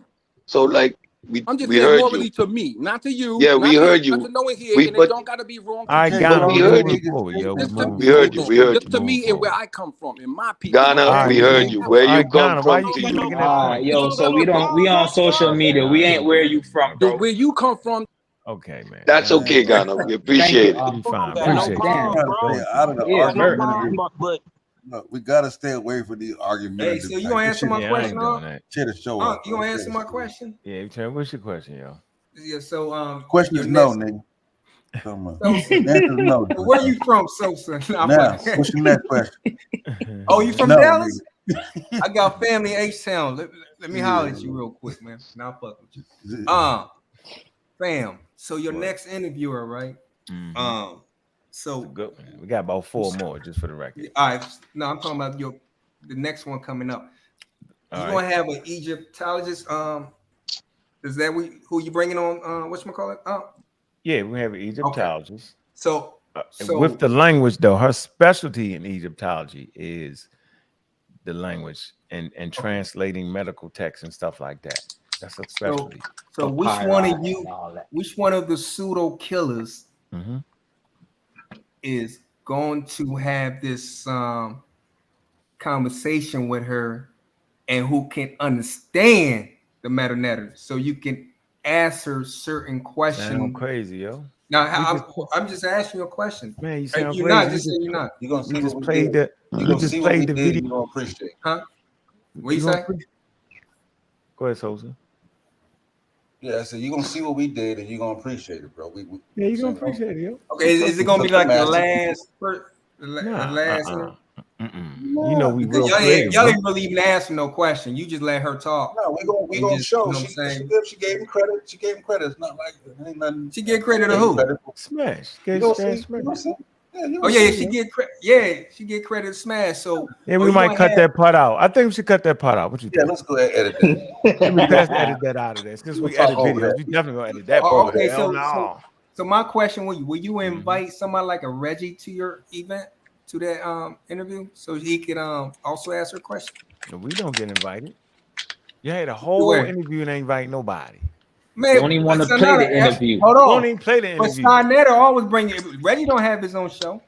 But I guarantee if Reggie had his own. We ain't talking about Reggie. Did you ask Smash if he would bring us on? I asked you about Reggie because I know you guys ain't getting along with Smash. I asked you about Reggie. You and Smash ain't getting along right now. Smash wouldn't even let us in the server. He hit it. He hit it. We don't know what that man said. You gonna said. answer my question or what? No, nigga, we don't let pseudos talk to experts. So it's gonna be the same old. We don't allow pseudos to talk to the experts. Okay, and you got okay. But the pseudo got credit by your expert though. What? So see, you don't even understand. See, you I know don't you get understand. it, G-Lacon. You just say. Hey, G-Lacon. I told y'all. I told y'all. You don't get it, G-Lacon. Don't worry it about flew it. over your head, man. Sorry. Way over. So hear me. I would like to do this though. I would like to show you why, right? Why Smash has problems. Let me show you why here. Let me throw this in. Right. Let me end it with this. It's a good blog right here. Right? We're talking about, watch this, the significance of translating ancient texts, right? It's simply a blog. They translating blog, right? Not an empirical source, not none of that, but it's the basic. And watch this. Let's come to there. It says specialized skills required to translating ancient texts. We can all agree to that. Specialized skills required, right? See? It says the first and most fundamental skill required for translating ancient texts is a deep understanding of the source language. Okay. So that's what Smash and work on, right? It's a ancient languages like Latin, Classical Greek, Sanskrit, cuneiform script. require years of study and practice to master. Translators must be able to decipher grammar, syntax, vocabulary, often using reference material like dictionaries, lexicons, grammatical guides specific to ancient languages. Well, yeah. Y'all say Smash could do that, huh? Okay, so okay. Contextual knowledge. Now watch this. This where y'all all got tricked at. Contextual knowledge. Language alone is not sufficient. See that? See, that's where you die. Because that's the emphasis of what you're talking about. You told us that language is the thing. That's the thing. I swear, G-Con, you know it. Do you admit that, G-Con? That's what y'all can't read the meta nature. Yeah, right. G-Con, are you quiet? Can you answer this question, G-Con? You're not hiding, are you, G-Con? No, I'm not. I'm right here. So in your mind, you're thinking at this point. Genetics. Come on, yo, let me say this. So in your mind, language is the key. Am I correct? Yes, you are right in my mind. Yeah. Thank you. But guess what? It's not sufficient. It say translators must also possess, look, extensive contextual knowledge of the culture. See, look. Okay. History, social norms, of the period in which the text was written, This background information is critical for accurately interpreting demonic. I said accurately. What you mean? Oh, is that? Come on, yo. Interpreting. Look, idiomatic expressions. Y'all know what idiomatic expressions are. Yeah. Metaphors. See, and references that may not have direct equivalents in modern languages. Man, paleography and codiology. Paleograph is the study of ancient scripts, handwriting, while codiology focuses on the physical aspect of manuscripts, such as their material structure and layout. Now watch this. So what is codiology, man? Codiology. What is that? Man, don't do that. I know what it is. What is that? Well, look it up. You're just reading just to be reading, nigga. And then interrelationships. What? What? The study of manuscripts and their interrelationships. God damn, this nigga. Like the Kodaks and all that. Here you go. Man, come on, yo. Okay, hold on. Historical linguistics. Translating ancient texts often involves dealing with linguistic changes and evolution. It's an expertise in historical linguistics is essential for recognizing how languages have transformed over time and identifying archaic or obscure terms that may not appear in standard dictionaries. You know, like Kemet. So historical linguistics, y'all don't got that. Now, approaches in translating ancient texts. Comprehensive analysis. Translators frequently rely on comprehensive analysis, comparing ancient texts with related texts in the same language or with translations into other languages, like they do with the Coptic and all that. It's a comparative approach helps clarify ambiguous and verify interpretations, making the translations more accurate. Contextual reconstruction. Okay, these are all the things. It says understanding historical cultural context of ancient texts is paramount. Look, you won't be sitting in bed talking about it mean black people and black skin and all that. Like we done heard for days from everybody. It say translators, watch this. Translators often work closely with historians and archaeologists to reconstruct the context in which the text was written, shedding light on its intended meanings. Y'all die right here. You already dead. Y'all not working with no archaeologists. Y'all not working with no damn historians. We bring people on that actually do that, and y'all talk. Now watch this. It's a collaborative effort. Y'all listen to just one person. It's a translations of ancient texts is rarely, a solitary endeavor. Look, yo, it is in the Magi, though. The Magi Archer is a solitary endeavor. Watch this. Translators often collaborate with experts from various fields, including linguistics, archaeology, anthropology, and the history to ensure accuracy of their work. Man, look, preserving cultural heritage. You see, this was important. This is what the African Americans don't do. Translating ancient texts is not just an academic pursuit. It is an act. It is an act of preserving cultural heritage. Y'all don't care about the damn cultural heritage of the damn Egyptians. You care about the cultural heritage of African Americans. It allows us to bridge the gap between past and present, ensuring that the wisdom, stories, and knowledge of our ancestors continue to enrich or our understanding of the world. By unlocking secrets held within these texts, we can appreciate the diversity of human thought and the continuity of human experience across time and space. So I end with this.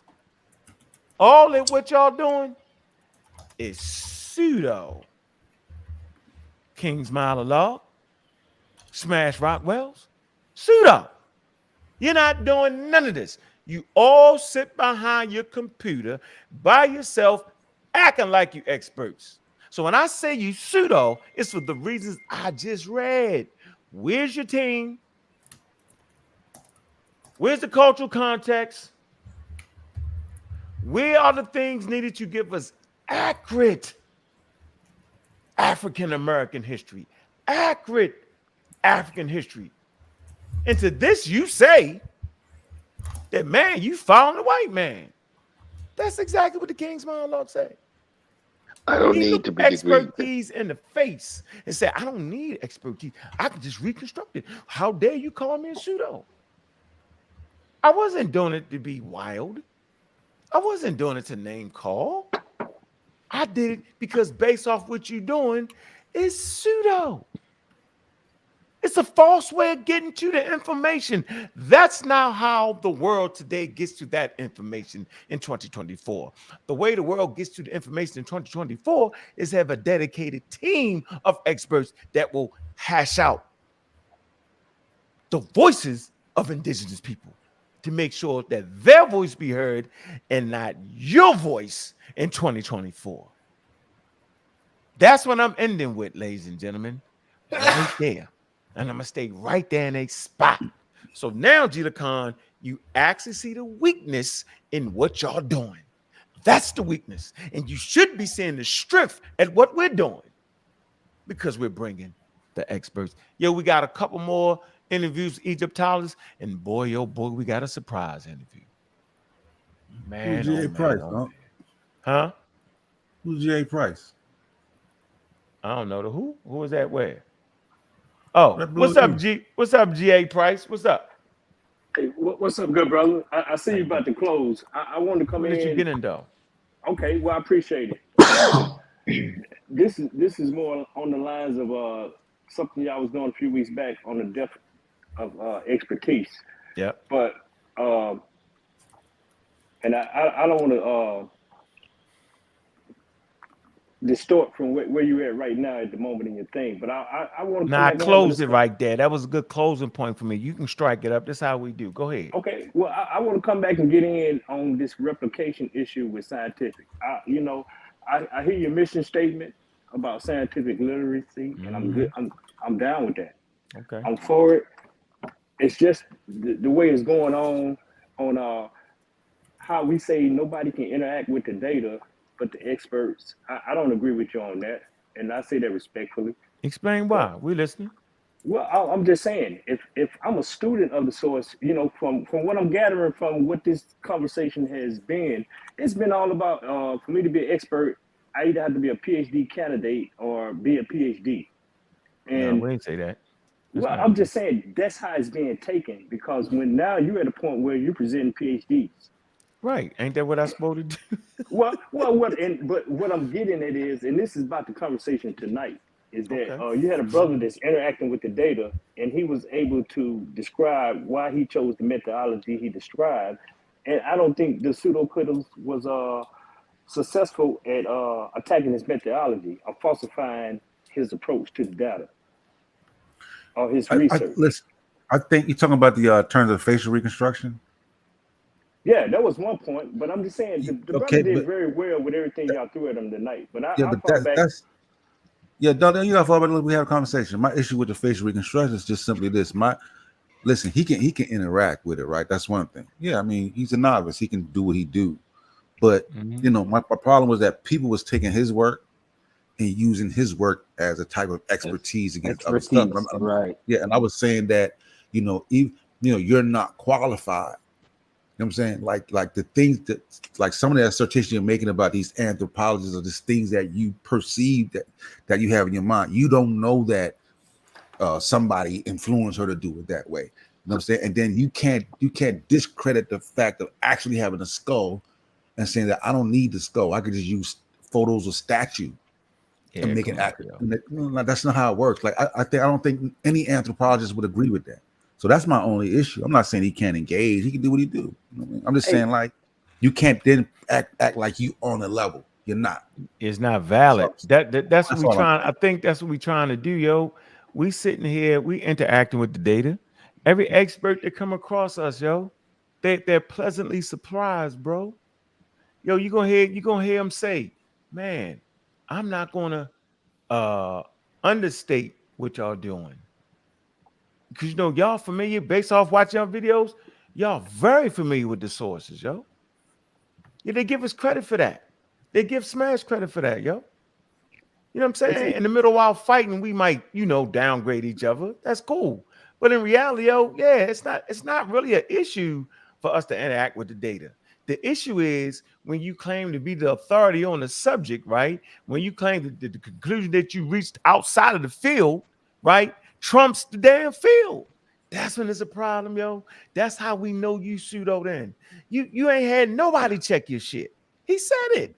That's pseudo, bro. Nobody, right, on planet Earth that's claiming to represent science, right, would ever present the information that they only came up with, yo.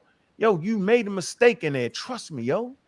You did not get through that shit flawlessly, yo. You did not teach yourself forensics, facial recognition, and not make total mistakes. That's not real. Experts make mistakes with people reading the data. So you could never convince me. Maybe you convince people. Malachi York made a career off convincing people of this. So you got to go back to why I do what I do. Got to go back to why there's the pseudo killers. Got to go back to why the community of skeptics has been formed. The Raw Squad. You got to go back to why. What's the why? Because we was tired of people playing experts. When why not just bring the experts? Peer review. Listen, 350,000 years. Human beings have come to the realization that your work needs to be goddamn reviewed, yo. Even when you writing a book, yo, I'm writing a book down, yo, it's getting reviewed. The article that I got published, big up to Dr. Mayat, it was peer reviewed. Boy, I'm gonna tell you something that's funny, G. If I didn't have that work peer reviewed, right? If Dr. Mayat did not take the proper course, you know how many mistakes was in that? You know how many sources we got that was wrong? That we only learned through peer review? Bro. I'm saying that to be on par. See, we want to be on par right here, yo. And maybe you don't know what on par means. We want to be in alignment with the field. And to be in alignment with the field, if you think you got what you got, then it has to be peer reviewed. Just has to be, bro. There's no way around this, though, G. Well, that's my thing, good brother. I mean, you made several points that I want to get in on. First of all, I'm familiar with the scientific method. I'm familiar with how the community operates, and I look at you and Smash right now. Yeah, that's kind of disheartening for me to see where y'all at with that. But guess what? That's what people do. That's how the community works. You have friendships and our relationships come to a standstill over disagreement. How does it work? You said what? The community works like what? What I'm saying is you put some research out there, and if I don't agree with it, I go out and attack your information. That's Okay, just so a well, and all I'm saying is everything that you just said. I'm just letting you know that I understand how this works and what your intentions are. But I'm saying that we're doing more damage right now with the way we operate in this field with the data. Oh, nigga, you ain't a PhD or you're not qualified or certified to do this and to interact with the data. And clearly, you had an example this evening in your dialogue with the King's monologue. The brother is solid and convinced in his position. Is all I'm saying. Yeah, he got you. Yeah, that's and what I'm just trying to tell you. That's the point. He got you. No, I'm not saying he got me. Yeah, he do got you. No, if you well, think, brother, hold on, if you think that man actually all he did was memorize some damn terms, yo. I promise you, yo. He just learned what the hell he wanted to talk about, did a reconstruction and got y'all, and disrespected the damn real anthropologist and act like he wasn't. Bro, nobody's listening to him over an anthropologist, yo. It's not even reasonable. That's like a person to drive a race car, a Ferrari, not a Ferrari, but a Formula One, right? And somebody to drive a street racer. I'm a street racer. Would you pay him millions of dollars to get behind a goddamn stock car or Ferrari or Formula One? No, you wouldn't. You'd be like, yo, knock it off. If you was going into surgery, would you let Dr. Sabi operate on you?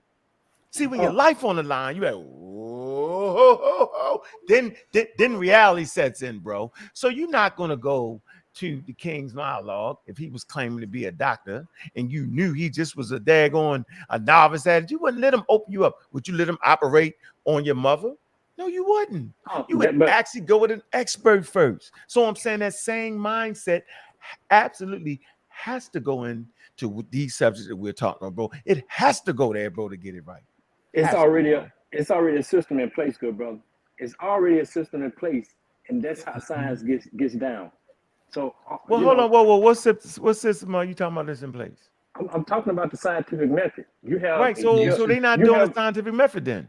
No, you have a theoretical construct, and then you have a research aspect of it. I mean, in the 1900s, Einstein had to create another section of calculus just to prove relativity. No, he was a scientist, yo. Why you gonna use a scientist? And all scientists wasn't messing with him like that. He was in the fringe. He was in the fringe of it. Man, but that's a scientist, though. You don't get that? Yeah, but he's. That's what I'm talking about. That's my point, bro. That's not the statement. He's not proposing the theory of relativity, which is totally transformative. No, he's saying that the forensic scientist that you have, what she did with the skulls, that expert, I have a better representation without the skull. I did it with just looking at statues and photos, and my representation is more accurate than hers. That's what he's saying. We're saying you can't do that. Right. No, that's crazy. Okay, no, that's not what I heard him say. Are you guys familiar with the replication problem? That's what he did, yo. That's what he said, bro. Can I ask my question? No, but you can't act like he didn't say something he did say. That's the whole conversation right there. What he said that's why we was like that. What I heard him say was he looked at who was funding that lady's research. Which is and why she chose the construct or the skull that she chose. Yo, he made that up. He made that up. He just said it. He just said that, bro. He didn't offer you any proof on that. Well, I mean, he just made a statement. He made a statement, but he was describing his methodology, and y'all didn't get into it and say, yo, that's not so you basically saying that methodology is, you think that's methodology, that looking at who funded a person means they couldn't do all right, yo. See, that's where you at. That's not what I'm at. But you're not trying to hear. You're not even trying to let me get it out. I asked, are you familiar with the replication issue in the scientific community today? In the scientific community, bro. And I'm talking about not on YouTube. I'm just talking about an issue that real scientists in the scientific community. Yes, not in the damn YouTube community. That's even worse then. Yo, whatever you think it is in the scientific community, yo, it's quadruple in niggas running around playing on YouTube, dog. That's what you need to know. But see, brother, now what I'm getting at is, but what I think what you like to do is you like to look at the real data. You like to look at what the real experts are considering. You like to look in and examine the same data. Am I wrong? Because they're the most qualified, yes. Because they're the most qualified, yo. They're gonna make the less mistakes. But what I'm saying is, okay, there's a study that came out in 2005, I believe, that said 50% of their research is not able to be replicated. 50% of their research is not able to be replicated. Okay, so if 50% of qualified, educated, doctorate degree scientists, then 0% of the novice community shit can't be replicated. That's the point I'm making. And you have to show something that can't be replicated is actually in a journal as writing exact. Because part of the process is replication. If you can't replicate it, if it can't be demonstrated independently by other scientists, it's not gonna make it, bro. So you have to show examples of something that they have now that's an ongoing theory that has not been replicated by other scientists internationally. If you can do that, then I'll bow out. Yeah, go get that. Now we've reached the place where you need to show us a source. Where's that article that you talked about, bro? Let's look at it. While he finding that source. I was listening to the maybe Social can chime in too. So I'll listen to the lady you had. I forgot her name, but she mentioned the fact that I may be mistaken, but she was making it seem like the Near Eastern or whatever brought language into Egypt. Said what? Writing into Egypt from into Egypt, ancient Egypt, the Near Eastern, Sumer somewhere. That's how I got from her. It was sounding like she was saying that writing started in Sumer, then it came into Egypt. There's a dispute on which culture, whether the cuneiform or the hieroglyphs, which came first. But there's no claim that one came from the other. Yeah. Okay, but like I understand it, but she came and she making the same. I saw something. I'm talking about just her. The one you brought on. She was making the same like Sumer came first. Well, and they brought that knowledge. They brought that technology into Egypt. I don't like making it seem. Did she say it? Did she do it? Like, no, she didn't say it because that's not the science. Sumerian and the cuneiform is isolated language, and it has no connection to the hieroglyphs. Exactly. So one didn't come from the other. I agree. I just do a quick source to what I'm talking about. You talking about replication crisis? That's what you're talking about? What you talking about? Yes. Why 50% of research comes back and it's not able to be replicated, and a lot of that stems to some type of bias, whether it's a bias on the person. Well, I'm not here to attack, good brother. I'm trying to go ahead, finish your point, brother. Go ahead. I'm saying all this to say that we got to get to a point where I don't know what this is. We get to a point. Didn't come on, bro. But I get you. I know what you're talking about. Type it in. I just typed it in. I think I got it. But you can put up the replication crisis. I know what that is. You don't think I'm familiar with that yet? No, I don't. I'm not saying that, bro. But you asked me for this to put something up to explain what I'm saying, and all I'm saying is that I want us to get to a point. Yeah, everybody got a bias. If you present an ideal, yes, it's human to be biased towards your idea. I agree. And I'm also saying it's okay for you to attack my idea. But but as long as we add something to the knowledge base from whether I was right or wrong, or you and I both was wrong, and somebody else came and said you was wrong because this. Because in my understanding, that's how the scientific method works, and that's what peer review is all about. It's either something wrong with the logic or the theory, or something is wrong with the methodology and the research. That's all I was saying. I know, yo, but I know that's all you're saying, but do you understand what you're saying? Well, tell me what you think I'm saying. I think you think that us on YouTube is some kind of scientists.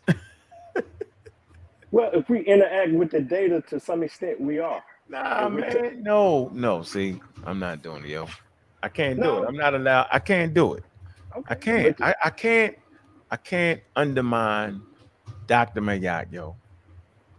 No, I would not put myself on a level with a Dr. Mayat. No. I said I can't undermine a person that has been in our corner. Pseudo killer official, yo. I cannot undermine that, bro. Right? Like there's a difference between her conversation and my conversation. She'll tell you where I pushed her at. I don't want to get into all of that because that's taking too much credit. What I'm saying is, yo, the rigor that she had to go through, yo, cannot be replicated on YouTube or by yourself. So the first time somebody say out their mouth, I ain't had nobody check this, yo, you tripping. That ain't even, that's not helpful to what we trying to do, bro. Yes, you might have a channel where you the guy and the buck stops at you. That's cool. Then you be the guy. But over here, yo, that's not the standard, bro.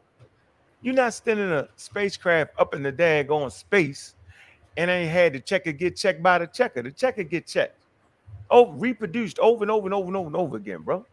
You saying I built the spacecraft. This is what you basically saying. You got people to build rockets all the time, yo. I hope you know that. You got novice, not attached to nothing, build rockets all the time. Type it in YouTube. And they also lose their life. No, that's true. Far more frequently. There's research on principles of physics. I get that. I get that part, that's bro. all I'm saying, yo. So so what I'm saying is, so you saying you here, but you not here, or you not for real, is what I'm hearing you say. I don't get the point. Well, I'm getting the point and saying, hey, we're gonna look at the real data, we're gonna make opinions and do commentary on the data, but we're not gonna act on the data. Because what I'm saying is a good idea can come out of that, and it may not be somebody that's in somebody's lab. I know, yo, but it still got to go through somebody's lab. Yeah, that's fine, but just let it go through the rigor. You like Smash may be a genius, and he's on to something. Okay, then it needs to be examined. Right, bro. Put it through the same rigor that they went through to get their work published. That's all we're saying, bro. Yeah, why you think a shortcut should be allowed? That's what I want to ask you. I'm not saying until you do that. Until you do that, it's not a fact. You can't just present it as if this is. You can't say the experts are wrong. You didn't have a chance to examine your work. That's what we say. Yeah, that's all we're saying, bro. Like you can't say you something that you're not before you are. Like saying you can beat me in basketball. You can beat me in basketball. You ain't never even played. You ain't even give me a chance. You ain't even give me one-on-one. You ain't give me one-on-one. You already telling niggas you better than me. No, I ain't heard Smash. I haven't heard of Smash Rockwell say that, and I didn't hear that guy say that tonight. They claim to be I'm better than the experts. No, I haven't heard that. They play, yo. But it's a process. I understand the process. He chooses and picks which part of evolution he agrees with. You can't do that. He chooses and select which aspect of Egyptology he wants to agree with. And he can't substantiate why, and he has no evidence to substantiate which part he doesn't agree with. You can't do that. No, y'all ran that brother through the gambit. He came in and said he do recreations or replicas of art. He don't do nothing, yo. He playing like he do it. I'm trying to tell you. I don't know what he does. I'm trying. If I say I drive race cars, I'm a street racer. I really don't drive race cars, yo. I'm just saying, I don't give a damn what he do in his art room. Right. That is not comparable to a goddamn anthropologist doing forensic facial reconstruction, bro. Yeah, come on, yo. You gotta know the difference, yo. Like you at a certain I point. don't care if he can pop a wheelie, bro. I don't care if he can pop a wheelie. You know what I'm saying? Like, I'm saying, like, shit. At the end of the day, hey, I'm gonna say this in bow, good brothers. At the end of the day, if he's gonna challenge the leading authorities or the leading ideals or the consensus, he's gonna have to enter the process, and it's gonna be peer reviewed. And I ain't come up here to be argumentative or anything. I came up It's a here discussion, because family. Yeah, It's a yo, discussion. stop the soft style. I see you I'm soft style. yeah, like I'm talking shit, but I'm just talking shit, bro. It's a show. no, well, I'm just saying I got aspirations for us to move forward beyond the talking shit. So when you start saying, well, we ain't that, or we can't have a good idea. No. I mean what I say. I mean what I say. I don't say the joking part. What I say, pop with shit like that. I'm saying, like, okay, it ain't to be.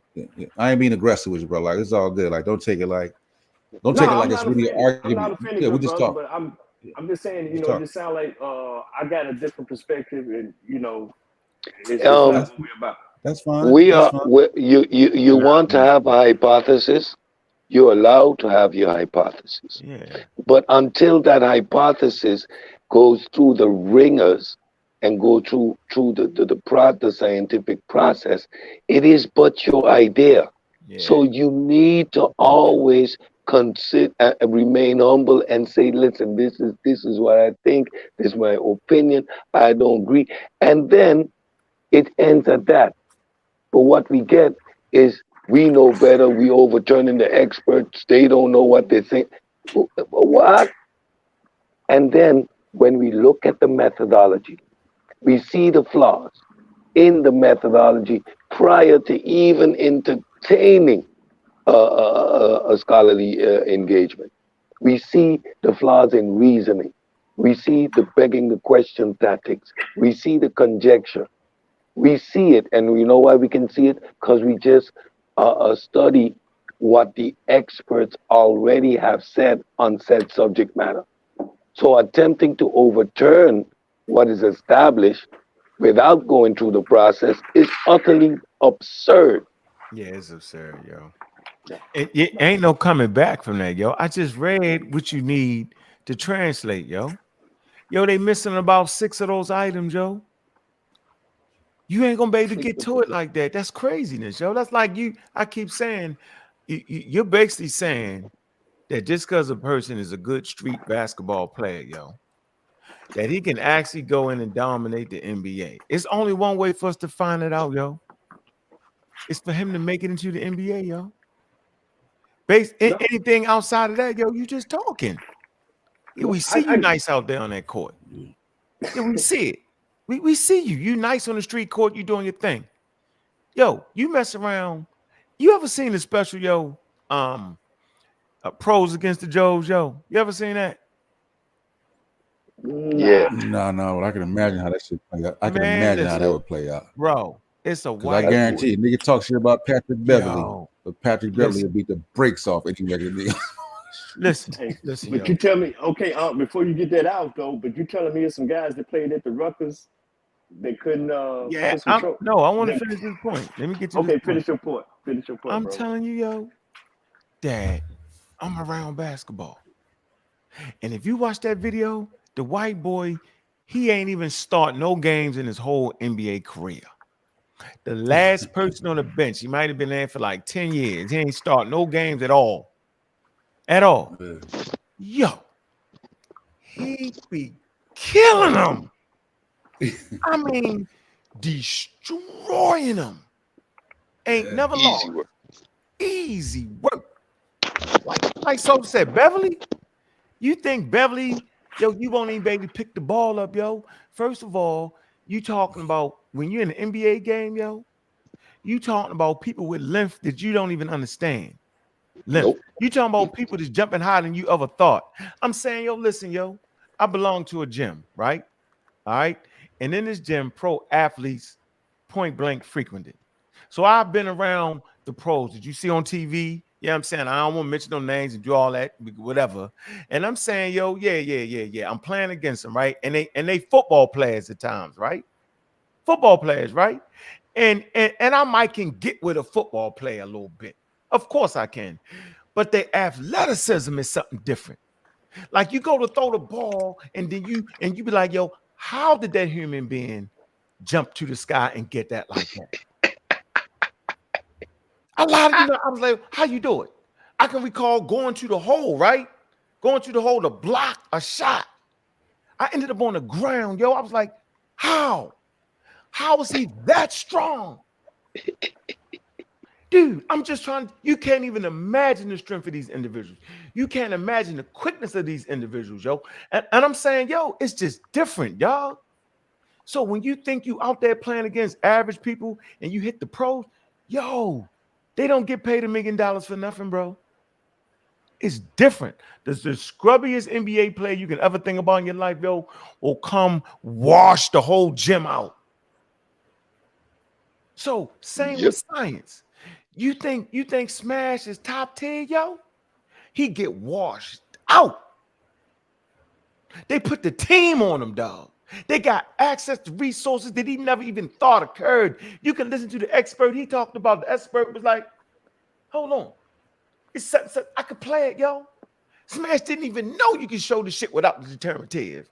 He learned something that day. Yep. We can't act like we ain't hear that. We heard it. I could play it right now, yo. We actually 100% heard what that man said. We heard him, yo. We heard what he said, yo. Hey, okay, Bob. I got and that. King's part, monologue just regurgitated the same mistake. He did the same mistakes. I can't make you see it, bro. I What? can't make you understand that man said, ain't nobody check my work. Jesus Christ. I heard him say that, but but that was that's when he lost. That's when the conversation was actually over with, yo. That's when you should have realized, yo, you was getting scammed. Oh shit, I'm getting scammed. I don't think I'm getting scammed. I'm pretty I done coursework and I got experience in My brother, technology. it takes Okay, eight different expertise, not just resources, expertise to be able to accurately translate a piece of text. It takes about 8 expertise. Hey, Brother Cedric, that's not even, I mean, that's not, I listen to that because I listen to you guys. I mean, I'm really more interested in probably geology and astrophysics and the computer software and stuff like that. That's my background. Is I'm a STEM guy. So I listen to you guys. That's your expertise? Yeah. You think I can come because I'm on the computer every day, I can come run circles around you, yo? You gonna laugh at me, yo. Yeah. No. You gonna say knock it off, huh? No, because there's man, we won't even get into the computer thing because that's a whole nother conversation. Okay. All I'm saying is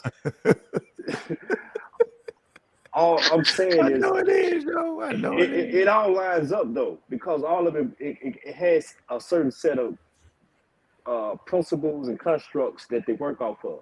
And because somebody comes up with a crazy idea, and I get it, you know what I'm saying? Hey, if they hop in the gambit and they get beat up and then they just get spit out, then you know, okay, it wasn't meant to be, bro, or you ain't him.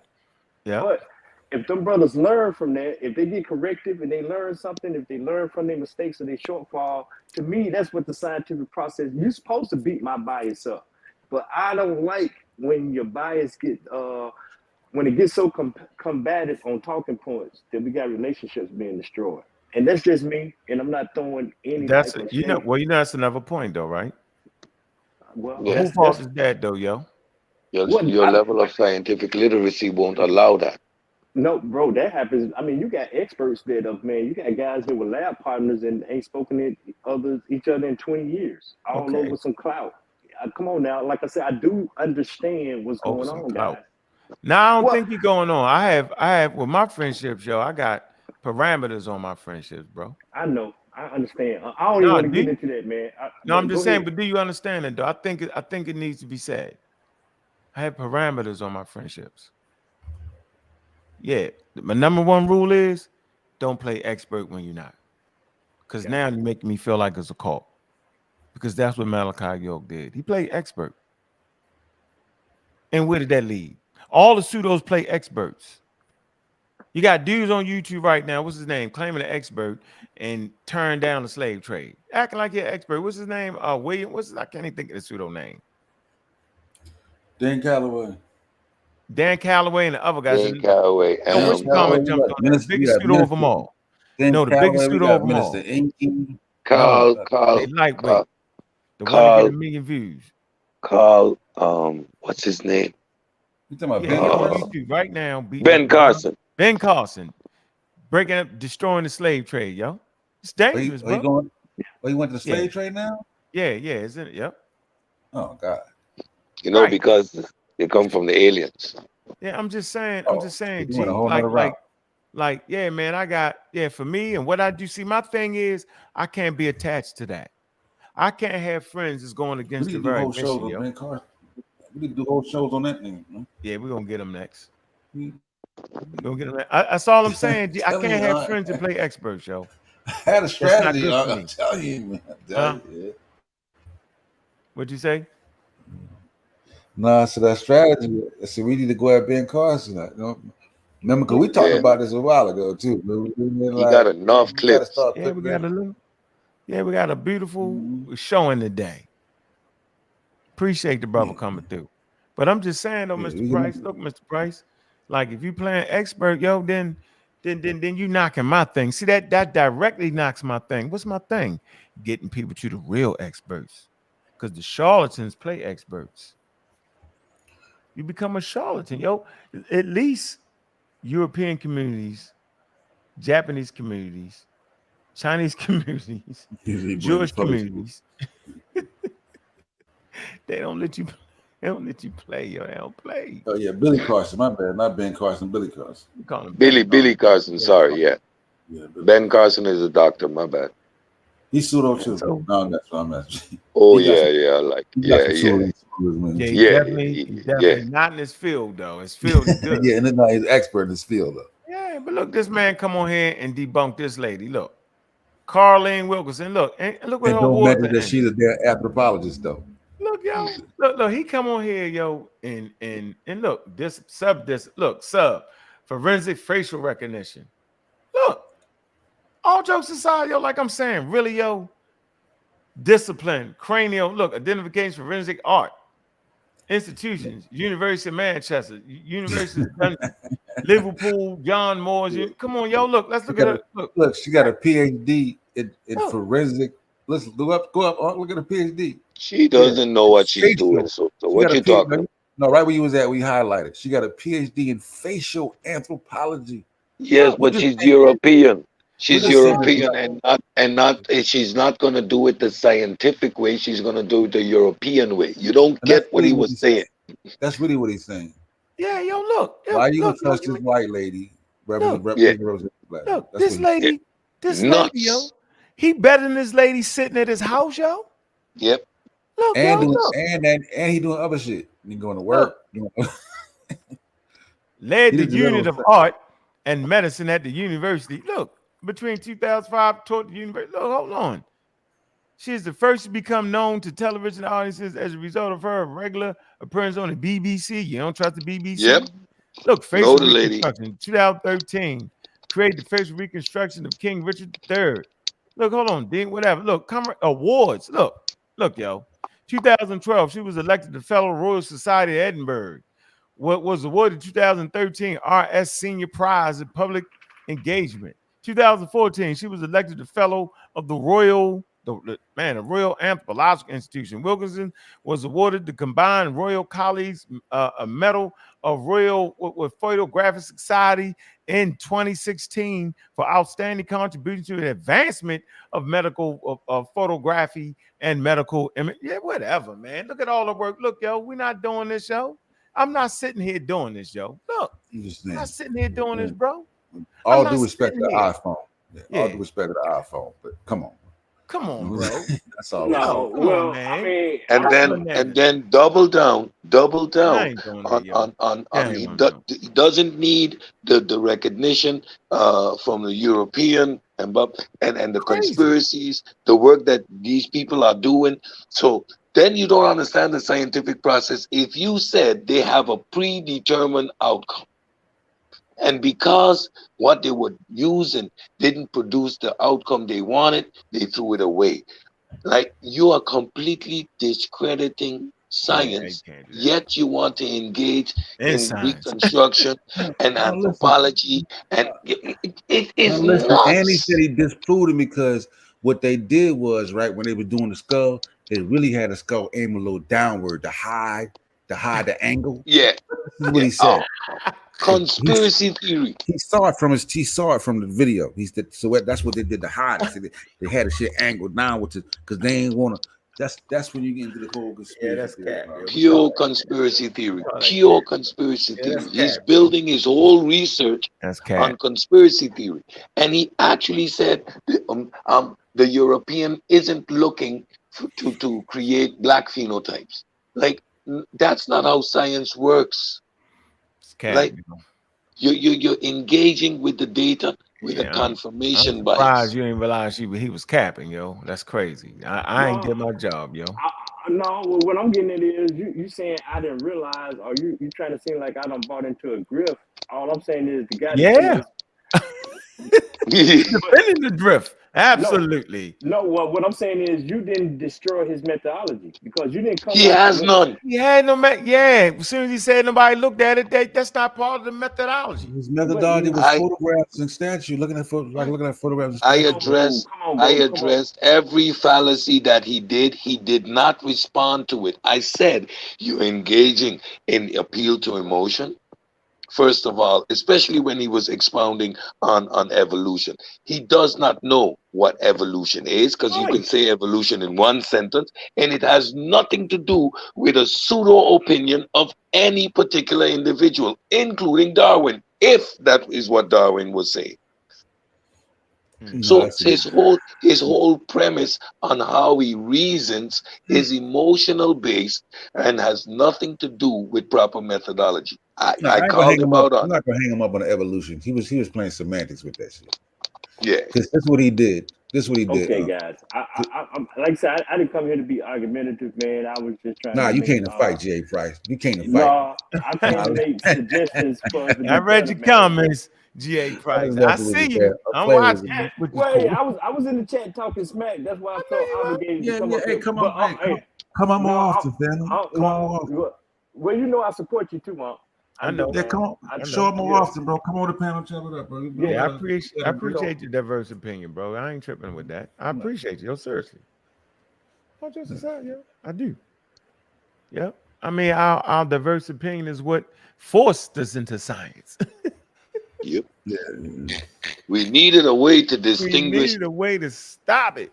Yeah, you're right. Yo. Distinguish fact from fiction. This is what he did with the Darwin thing, right? He accepts evolution.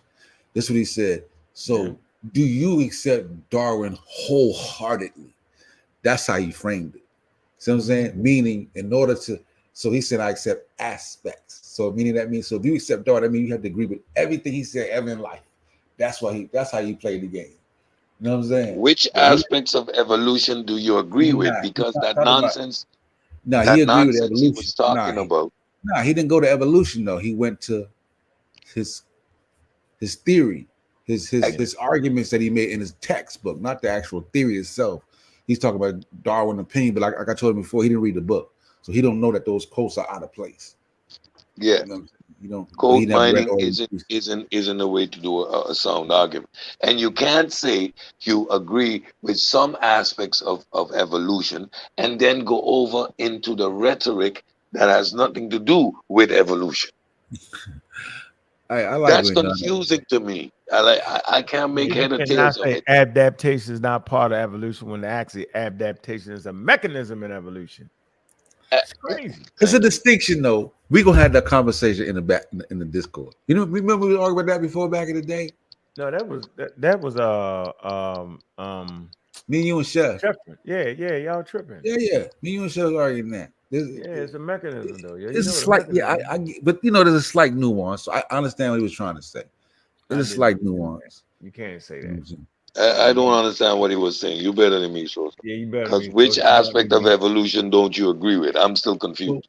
No, that adaptation is a part of evolution, but there's a distinction between what evolution is generations.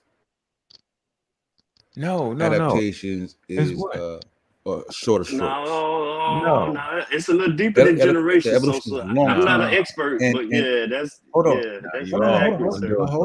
on. I'm just highlighting the differences.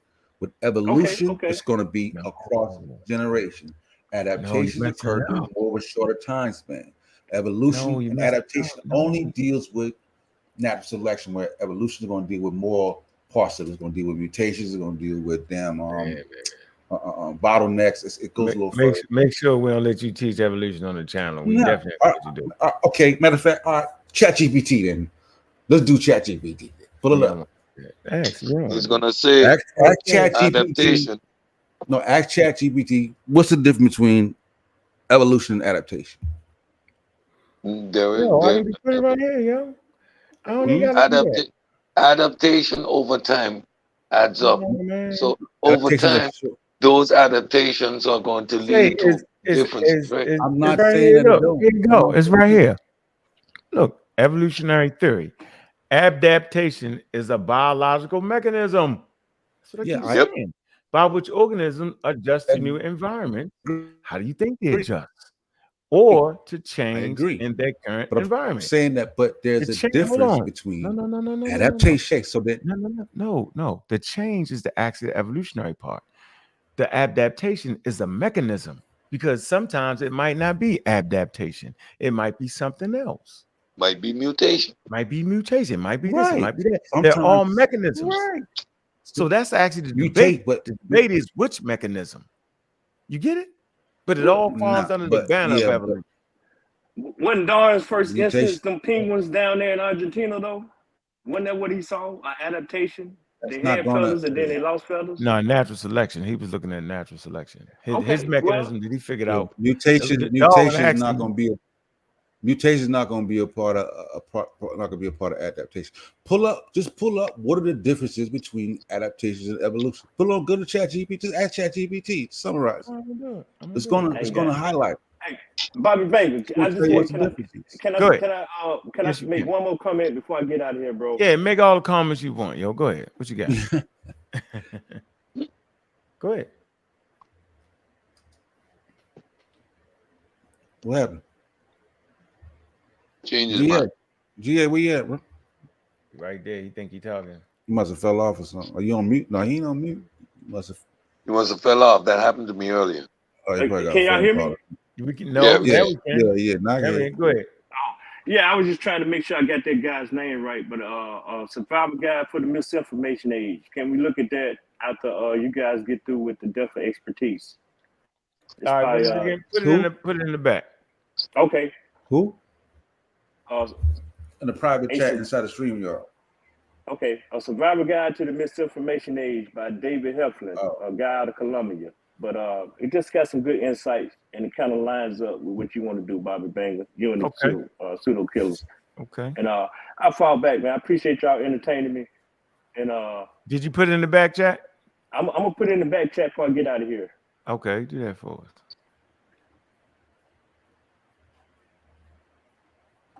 Put that together for us so we don't mess it up. What's the question again? ChatGPT is adaptation. Hold on, let's see that. What's the difference? Adaptation part of evolution. Hold on.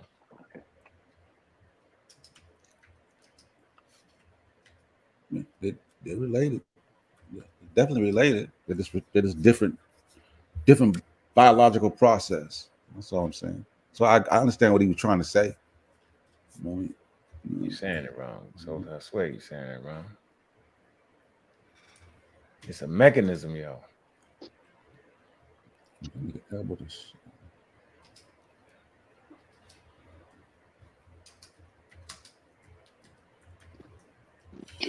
Where's my glasses? There you go. Here you go. I had to go back in there and watch the show. What I missed, man. Shit, what happened? When it went crazy when I left. Nah, everybody was jumping on. I was like, come on with that, man. This refers to the process by which a species become better suited to its environment. Over time, adaptation can can be behavioral, structural, or physiological changes that help an organism survive and reproduce in its environment. Adaptation can occur relatively quickly within a population's lifetime, and they often result in natural selection, favoring traits that enhance the organism's fitness in its environment. For example, the thick fur of a polar bear is an adaptation that helps them survive in cold climates. 2. Evolution. Evolution, on the other hand, refers to the change in the inherited characteristics of biological populations over successive generations. That's what I said, right? It Right. involves changes in the genetic composition of population over time, leading to the emergence of new species from pre-existing ones. Evolutionary process include natural selection, genetic drift, Mutations. mutation, and gene flow, while adaptation is a specific mechanism within evolution. Evolution encompasses a broader range of processes and outcomes, including origins of new species and have diversity of life and the diversity of life on Earth. So we're both right. At the end of the day, that's what I said. I understand. I adaptation agree. is a component of the totality of evolution. But it's a mechanism, yo. Simply put, it's a mechanism. It's a mechanism, yo. Nobody argues that, yo. A distinction between what adaptation is and evolution. There's a distinction. I said adaptation is short term, right? It doesn't deal with mutations and bringing in a new species. That's not what adaptation is. That's evolution. This is where adaptation goes. It is one aspect of the evolutionary process. It Y'all see fits this? Y'all see this within screen, yo? the totality of evolution.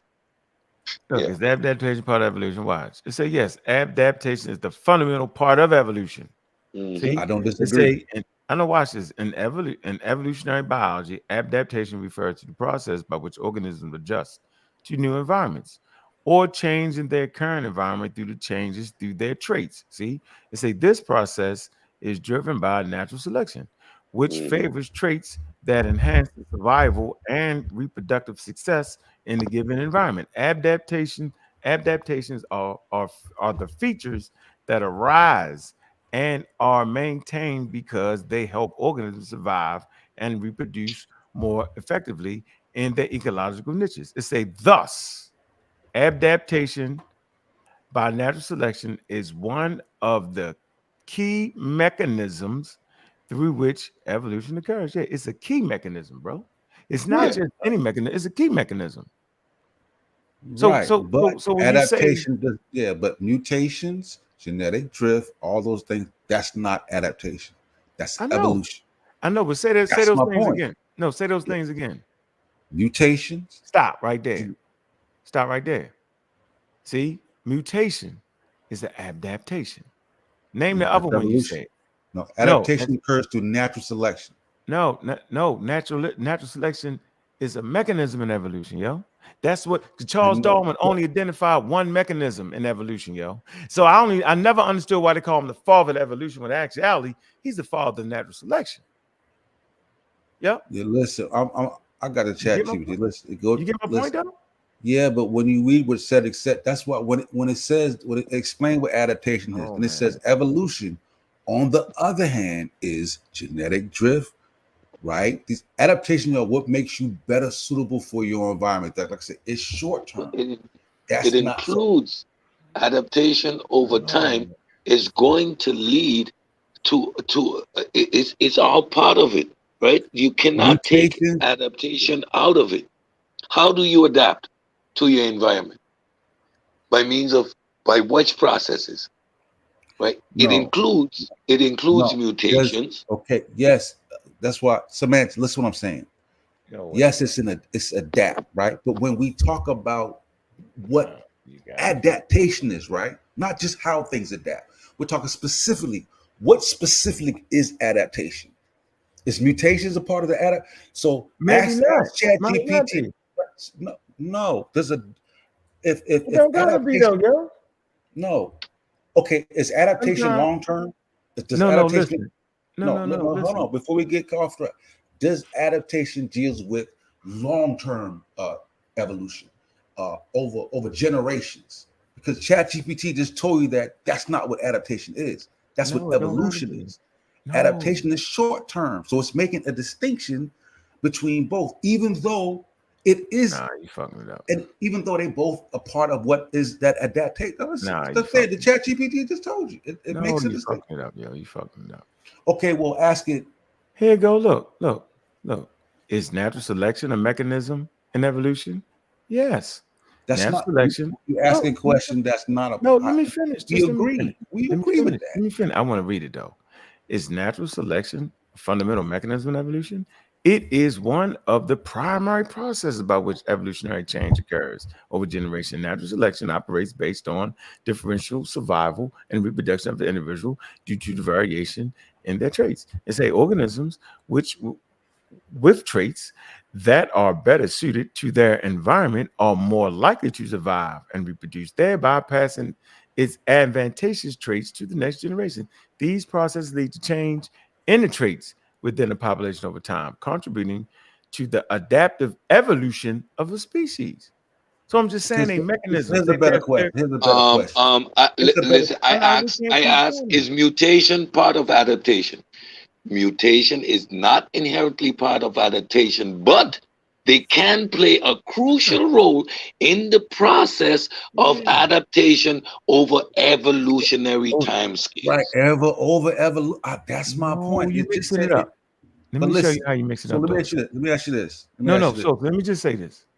Make it easy for everybody. We're saying the same thing. We're just No, we're not. Listen, I'm letting you know that the debate is not over whether evolution occurs. It's a mechanism. Science.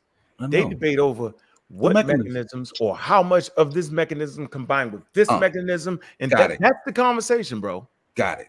Right. So if I say adaptation is a mechanism in evolution, the answer is yes. And then you can go on and add. And my answer is yes. So we're not arguing. So we're not arguing over that. What are we doing? My argument is this. I'm asking you this: is there a difference between adaptation and evolution? Yeah, that's like asking, is there a difference between an arm and a body? Yes or no? Is there? No, it's what makes it. It's one of the things. A mechanism. You know what a mechanism in a watch? No, a mechanism in the watch is what makes the watch tick. Is there a difference between adaptation and evolution? An adaptation is a mechanism that makes things evolve, yo. You know this is what I do for real. I breathe this. The question you're asking, the question you're asking sounds like, is a foot equal to a body? Stop. Is hair color an adaptation? Let's look it up. It's gonna tell you what it is. No. Right. Okay. Right. Is hair because color? They figured out that it wasn't. Stop. Is hair color a part of evolution? Is hair color? Yeah. Hair color is a result of evolution. Right. But it's not an adaptation. It's a mutation. It's a mutation. It's a variation of an allele. Different hair types of variation. You know I got your Andy. It's not an adaptation. It's not an adaptation. Yeah, but some. Yes, but so an arm is not a leg, but they're all part of a body. Bro. You make an analogy that I'm not interested in. What I'm telling you is that the hair color, blonde hair, brunettes, all that shit, that's not adaptation. What is it then? That's evolution. Nah, man. Nah. What mechanism makes the hair turn, yo? There has to be a mechanism. That's where you're messing it up. Which mechanism produces the hair color change? Wait. It is. You could say the same thing for adaptation. Okay. What is the evolutionary? Right? Because adaptation are these things that give you an evolutionary advantage, right? That's what the adaptation is. It don't have to be, yo. So what is that? Yeah, you adapt because this is giving you some type of evolutionary advantage. That's why you adapting. This is what's causing change over time, right? Mm-hmm. So What is the evolutionary advantage for blonde hair? I don't know. We'll have to look it up. It might not even be an advantage. It might just be something that happens when you get old, yo. It might not be no advantage. It doesn't have to necessarily be an advantage, right? So that's what I'm saying. It's not an adaptation. Right, I didn't say it was. So, I'm just pointing out that. So that's one example of something that's a part of evolution, right? Hair color and change, that's part of evolution. But no, hair color and change is a part of evolution. Is a part of the human body, yo. So the hair, whoa. So not so much. Listen, the hair color is based off the amount of melanin in it, right? Which actually helps block out the UVA rays. Now the type of hair you have. Yeah, the type of hair you have, yo. I don't know about blonde. I'll talk about the type of hair, yo. So if you got the type of hair. No, I didn't talk about thick. I didn't say kinky, coily hair. You said the color of it. I said color, blonde and brunettes. The variation in allele, gene expression. Yeah, that's genes expressing themselves. For what reason? Yeah, that's the mechanism. That's the mechanism. Gene expression. The question is not how it's formed, is it an adaptation? An adaptation is something that makes you more suitable, meaning there's an evolutionary advantage for it. No, it's not an adaptation. No, it doesn't have to have it. It's not an adaptation. No. Period. It's not an adaptation. Hands down. It's not. No, I said it was a variation. I said it, yo. Didn't I say it was a variation, yo, an allele? Mechanism of evolution. But it's not an adaptation. Hands down. It's not. Hold on, bro. I'm gonna get you out of here. That's all I'm saying. Gene, hair color, and humans are several different alleles. No, there are different mechanisms within the whole evolutionary process, whereby adaptation is one of the foundations. Nobody's arguing that. I'm just pointing out that. Yeah, you got gene flow. Hold on. You got gene flow. You got the founder effect. You got genetic drift. You got mutation. You got variation. No, it's not. Yo, those are mechanisms. Those are all different mechanisms. That's like you saying the car door, the car hood, the car trunk. Now let's check. Different parts of the one car. Yeah. Bro, I listen, Gideon. But you making it seem like I fully understand evolution.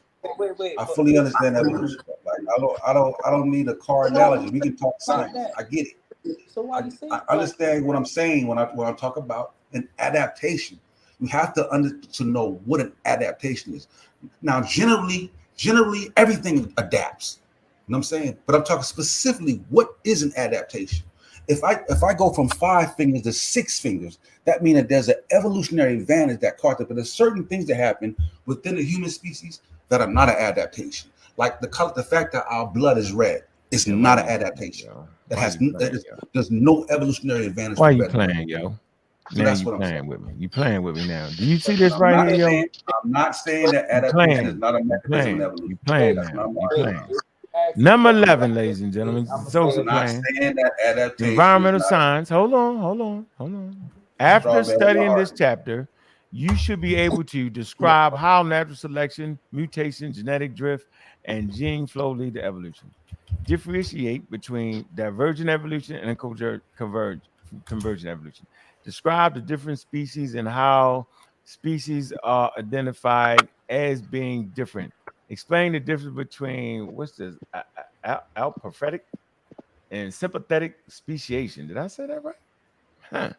Okay, look, it says natural selection and explains it.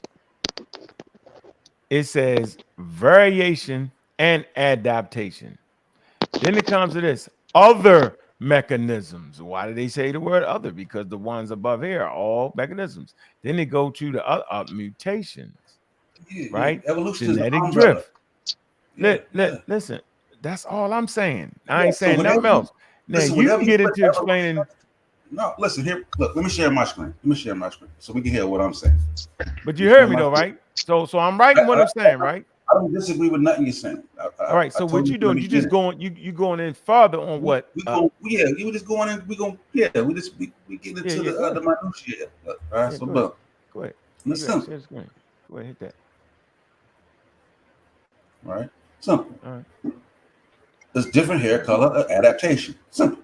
Oh, hair that's color gene flow. variation. Yeah, hair color variation in human is not typically considered an adaptation in the same way that, for instance, skin color is. Variation in hair color is largely due to genetic factors, primarily controlled by the amount of type of melanin produced by specialized cells called melanocytes. Hair color variation likely arose through genetic mutations, genetic drift, so on, so forth, and so on. You feel it? Yeah. Yeah. Yeah. I So agree, that's what yo. I'm saying. So right now, now listen. However, in some cases, hair color variation may have provided some selective advantage. Now, when that happens, it's an adaptation. But when it's not, it's not an adaptation. That's all. I agree with you, Souza. The hell is you But saying? that adaptation still happens. Adaptation gives you That adaptation happens still via gene flow. So that's all That particular adaptation still occurs via gene flow. Hold on, wait. That was the point I was making. I say something might occur based off of certain mechanisms, right? Some parts of it, some parts of your hair might have something to do with adaptation, but then some may not. I said all that. That's what I said. You know, yeah. So, but the mechanism that changes the hair still is going to remain gene flow. Natural selection is going to choose that particular hair type that came out of the gene flow. So you see, it's all combined. You could, but a gene flow can be introduced from one population to another.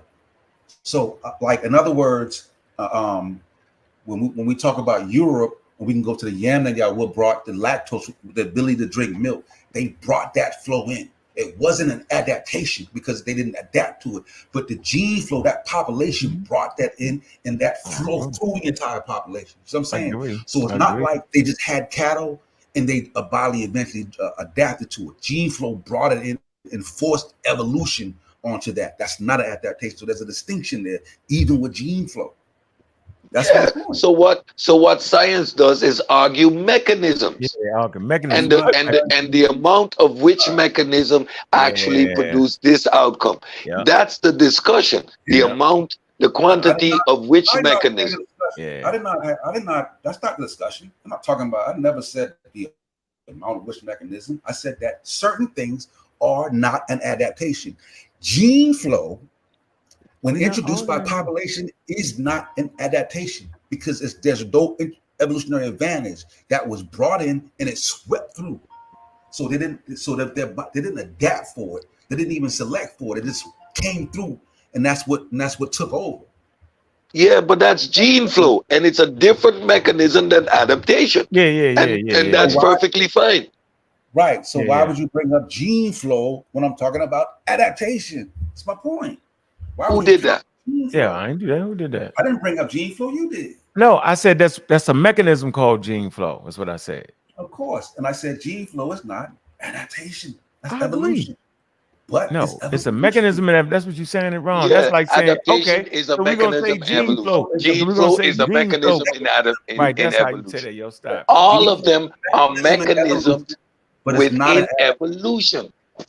No, it's a different aspect of the total thing we call evolution. So when we look at a particular... Listen, evolution is the umbrella. So whenever you say evolution, anything can fall under evolution.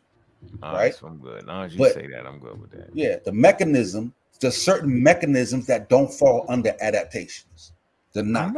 I know why. No, adaptation is a mechanism within itself. Why you keep repeating but so if we understand that adaptation is a mechanism to itself, right? Yeah, we agree. Yeah, then what are we out there? There's no need to argue. And mutation is a mechanism unto itself. Yeah, but so when you were saying it like it wasn't part of evolution, the way you were saying I agree from the beginning of the argument that it is a mechanism of evolution. But I said there's a distinction between what an adaptation is, because an adaptation is something that has a evolutionary advantage. That's what we call an adaptation. Things that don't have no evolutionary advantage, we don't call that an adaptation. It just falls under evolution. It's separated from an adaptation. That was my point. Oh, hell no. Red blood is not an adaptation, bro. We evolved to have red blood. I know, yo, but why you keep saying that's what's messing it up, yo? Red blood, because there's nobody is. No, but we're not confused about that. Yeah, when we say evolution. Say it again. Let me hear it again, Sosa. Say it again. Let me hear it again. Say exactly what you just said. Like I said, it just gave an example. Certain hair colors is not adaptation, right? Okay. It could come through gene flow, right? Yeah. Meaning the society, there was no evolutionary advantage selected for that. Right. That shit was just brought in, it just swept through, right? Adaptation refers to shit that gave you some type of evolutionary advantage, meaning growing a tail, meaning longer legs or some shit like that. And it referred to something over a short period of time. Evolution is long stage. You feel me? Yeah. Now, when we talk about turning into different species, total different species, that's something different than adaptation. Adaptation is short term, right? Yeah, but that depends on where. Hold on, said it. Let me finish my damn point, bro. Even though technically the word is that yes, they still are adapting, right? Within the English, because you know English is a complicated language. Yeah, but that's not adaptation. I get you. Just because it's adapting don't mean it's adaptation. I agree. Exactly. So when so you can't say that. That's all I'm saying, bro. That's it. Simple. What the hell is going on? Just because it's adapting, just because you can say, yeah, it's adapting, doesn't mean I wasn't saying that. No, that's not adaptation. I agree with you on that. Even though we're using the same word, adapt. Right. Yeah, it's just that's what I'm saying. Argument is when you finish it off and argue with the fact that it's a mechanism. Because that's all I've ever said. When people try to separate adaptation from evolution is when I had an issue. And I thought you were trying to do that. That's why I said it's under umbrella of evolution. I'm trying to that was the point. So certain people think that certain people would think gene flow into a population as an adaptation. No, I got you. No. Yeah, you're right. So you have to, that's incorrect. Yeah, but there are people that use adaptation to disqualify evolution. That's not evolution, that's adaptation. That's what that guy did on the show. That's why I didn't understand why you thought you understood him, because he did exactly what Cedric said. He said it's adaptation. I don't think you can't disqualify evolution. Yeah, you can't disqualify evolution. But that's the creationist trope. No, so when I hear that, my Cedric, that's what Wishman did, bro. Yeah. He came on and didn't say, and then so said, I understood what he was saying. I never understood what the man was saying. I told you. Well, I told you. I said I agree. It's a mechanism. That's what I said. I understand the point that he's trying to make. That's my he was trying to make the point. The last thing you just said. Yeah. I said I understand the point you're making, but it's still a part of evolution. You know what I'm saying? Yeah. He threw me with that completely. Yeah. Like I'm like, because clearly when you look it up, that's why I said when you look it up, I'm not even arguing with that. Of course he's gonna say that. You know what I'm saying? Because it's falls under arm. I know what he was trying to get at. He was just fucking it up. But like I said, I understand what you're trying to say. Yeah, that's that creationist trope. That's that creationist trope that when you talk about evolution, they say, nope, that's adaptation. And that's something that Dulcinea would say.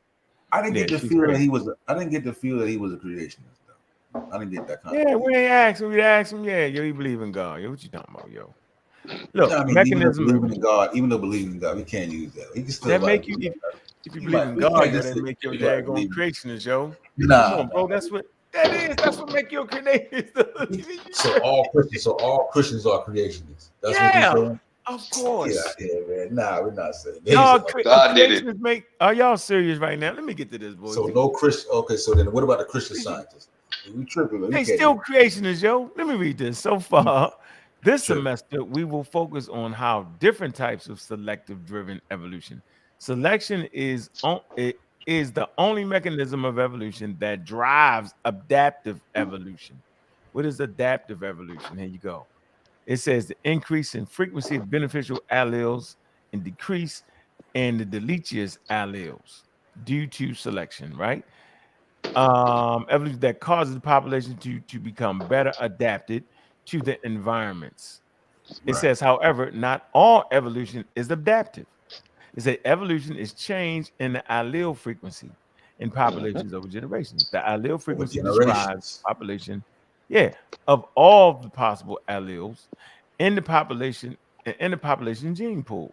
The gene pool is the sum of all alleles in the population. Changes of allele frequency can be driven by more factors than just selection. However, we will investigate the 3 other mechanisms in evolution. Gene flow, the other mechanism, see? Gene flow, mutation, genetic drift. Gene flow, and they go down with that. Yeah. This is a textbook right here, yo. It is the introduction to biology too. And look right there, non-adaptive mechanism of evolution. Right. So that's all the point I'm trying to make up. I know. You're not wrong there. I'm just saying, but it's still a non-adaptive mechanism. Still a mechanism. I'm trying to tell you. When your man came on here and everybody else to mess it up, they be trying to separate that from that. Exactly. Yeah, and you're like, come on, yo, it's not different. It's not evolution. It is. It's a That's not mechanism. evolution. That's adaptation. It's a Come on, yo, mechanism. that's wrong. You're wrong with that, bro. Because evolution has mechanisms, about 7 different mechanisms they have identified. Horizontal gene flow, mutation, genetic drift, all, you know what I'm saying? 8 different mechanisms in it, yo. All that he was saying, the way he was saying it was found effect, huh? Saying if it ain't adapting, then it ain't evolution. Yeah, he's tripping. All of it is evolution. So no, there is not really evolution. There's only adaptation. There's only, all of it is evolution, but not all of it is adaptation. Yeah. Again, that's that. And all of it is evolution. All of it ain't mutations or something. Or all of it ain't horizontal gene transfer. Oh man, what's up, Gullo? Gullo be dining and coming in and out. What's good with it? Nah, shit, I just be, shit. I got a lot of noise in my house. What's good with it? Nothing letting back in there. We at the 5-hour mark overtime. Man, hold on, man. First of all, we ain't took a cash app break. How many cash app? Ain't nobody get really. New Orleans getting break speed off now. Oh man, hit the cash app, man. Y'all, come on, yo, show some love. Y'all trip. Oh man, 5 hours. We done had the king. We done had the king. Oh Lord, Jesus. We had the king in here. We had the king. That good guy was going crazy. That's his hero. The gods are black. The gods are black. That good guy hero. And, He's like, and that's why it's divine. Yeah, I don't know if y'all brought it up already, but I would say gene flow is just gene pool, different populations going into other populations, the gene pool, that's what they don't understand about the Egyptians. That's why if you understood the gene flow and the bottleneck they can occur, right? They don't understand none of that. The founder effect, they don't understand none of that. Because if you isolate a population, you don't have gene flow. You got inbreeding. Yep. And you wouldn't have the diversity that we call evolution. Oh man, yeah. All right, here you go, Gozy. Here you go. Well, Link, because you wouldn't call a goddamn the first creature that walked on land turn into a whale in adaptation. That's evolution. That's over generations. You know what I'm saying? Like an adaptation gonna be short. You really it's not gonna be some shit that captures that hundreds of thousands of years. Short. Yeah, it allowed the first animal that went back into the ocean to survive. Right. That's short term. And that process, selective sexual selection, natural selection. Depending on what the organism is, viruses evolve very fast. Yeah. Yeah, when they transfer one. Boy say he's self-taught like 25 years, and he is an expert because you can be in the field of that type of stuff and then work in that field for a certain period of time, and you're considered an expert. Yeah, because you're working in the actual field. Yeah, you can't run around and start doing that, man. Hey, man, look, man, hit the Cash App link, man. Take a moment out, and we're gonna finish having this conversation. We got the street Sufi on here. He changed his name. Everybody be blocking him out of shit, so he changed his name. They afraid of the Gozy. They afraid of Gozy. I hope I got you back on the King's monologue. That's why I texted like, come on, bro, because I know you talked about him, but I said, come on, let's get the conversation. Yeah, he blocked me, bro. He blocked you. You get blocked. You definitely get blocked, bro. I hate to tell you, you get blocked. Yeah, you know, it's crazy. What up, Gullah Geechee? What's up? Peace and love to the panel, man. But hold on, let's freeze for 1 second. Give me 1 minute. Take a slight break, real quick. Y'all know Cash App and the daggone things, moderators, man. Just real quick, man. Show some love, man. Ain't nobody showing no love. Everybody chilling today. Really? Man, you know we appreciate everybody, man, around here, man. They be popping through. Yeah, y'all know what it is, man. Yeah, y'all know what it is, man.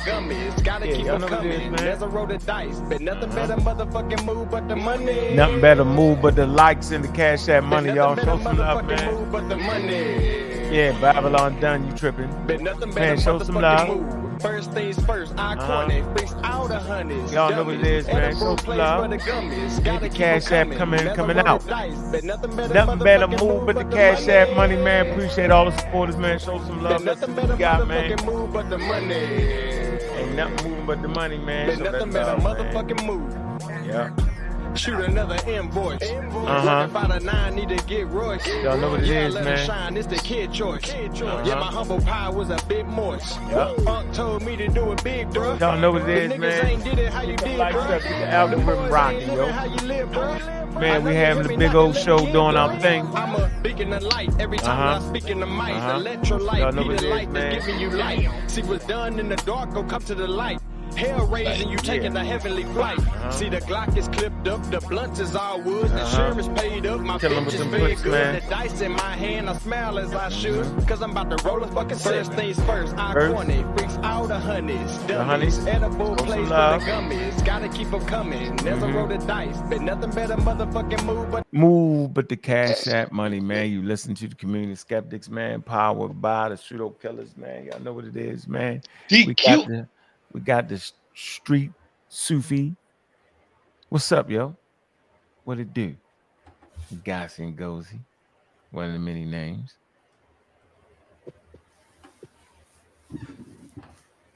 What Babylon Dunn said, natural selection is intelligent. Oh, come on. Yeah, we can't even listen to you. But come on, Babylon. You Babylon Dunn. I recommend they get that the Richard Dawkins book, The Greatest Show on Earth. That's a really that's good a great one. It is. Yeah, Go ahead. Greatest Go Show, ahead. Hey, Babylon Don, you can't. Them dudes weird, bro. the whole, like, I can't even take them dudes serious, bro. When I be hearing them say my name and say crazy shit, it's just entertaining and funny. I don't take nothing y'all say serious, bro. Y'all weird, bro, and goofy. Natural selection equals intelligent design. Yeah, you serious? Yeah, that's what they say. That's what they say. Hey, you heard when King of Monologue tried to talk about them proportions like that means something, and then he lied and talked about like study Flinders Petrie on the morphology. They just didn't look at the nose; they looked at the top of the skulls too. Yeah, you careful with that. This dude's crazy, man. Yeah, he was out there, yo. Yeah. But we got him to admit, and I hope the audience heard it. He said that he based his image of the Egyptians based off what he feel they look like, not what they really are. He admitted that. So anybody that's listening to him or taking his information like it's absolute, you're sick and you're pseudo, because he's letting you know that that's his interpretation of what he feel they look like based off the statues. Yeah, it's crazy. Nobody grabs a statue and say, "Yeah, that's a such and such." Nobody plays forensic scientists. And the brother was making a great point that those statues are stylized, right? Yeah, they all have the similar features. You're gonna tell me that each royal, none of them was fat, none was short. Each one of them had that chiseled face and looked the same way. Like that stylized representation. So now even to go and make a reconstruction off of that, in of itself isn't really academic. Man, big up the Mr. Harris, man. That's some love right there, yo. He just bought y'all a couple minutes. Because we definitely on the overtime tip. Hey, Ngozi, what you got to say about adaptation? I'm saying adaptation, right, is a mechanism in evolution. Of course. Don't miss. So what am I saying? Don't do me like that. Of course, it's a mechanism within evolution. You have. What am I doing? What is Sosa saying? We ain't talking about Sosa. We talking about King's Monologue came on. Well, you have adaptations, the changes, mutations, genetic drift. natural selection, sexual selection. I know. Look at Gamble. See, so look what you started from. What I've read, adaptation isn't a mechanism of evolution. The different mechanisms affect adaptation. Boom. I told you. I know what they say. Yeah, that's true. Natural selection is a part of adaptation. All you got to do is look into it. I mean, we can look into it so he can see it and read it. It's all right there. Right, let me ask you this, right? Goes like there's certain things that fall under adaptation, right? Like natural selection, that's part of adaptation, right? Natural selection, sexual selection, this different mechanisms is responsible for how the organisms go through its changes or its mutations. Right. But when we talk about it, right? But I'm just clarifying, we were having the conversation. But when we talk about adaptation, we're talking about things that had an evolutionary advantage, right? We're not just talking just in the regular sense of evolution. Correct. Right, because there's some things that happen under evolution that just doesn't fall under adaptation. There was no evolutionary advantage for it. Gene flow brought it in, or whatever. Correct. Yeah, correct. That's why we was having an argument about. Yeah, I'm not saying adaptation is not a part of.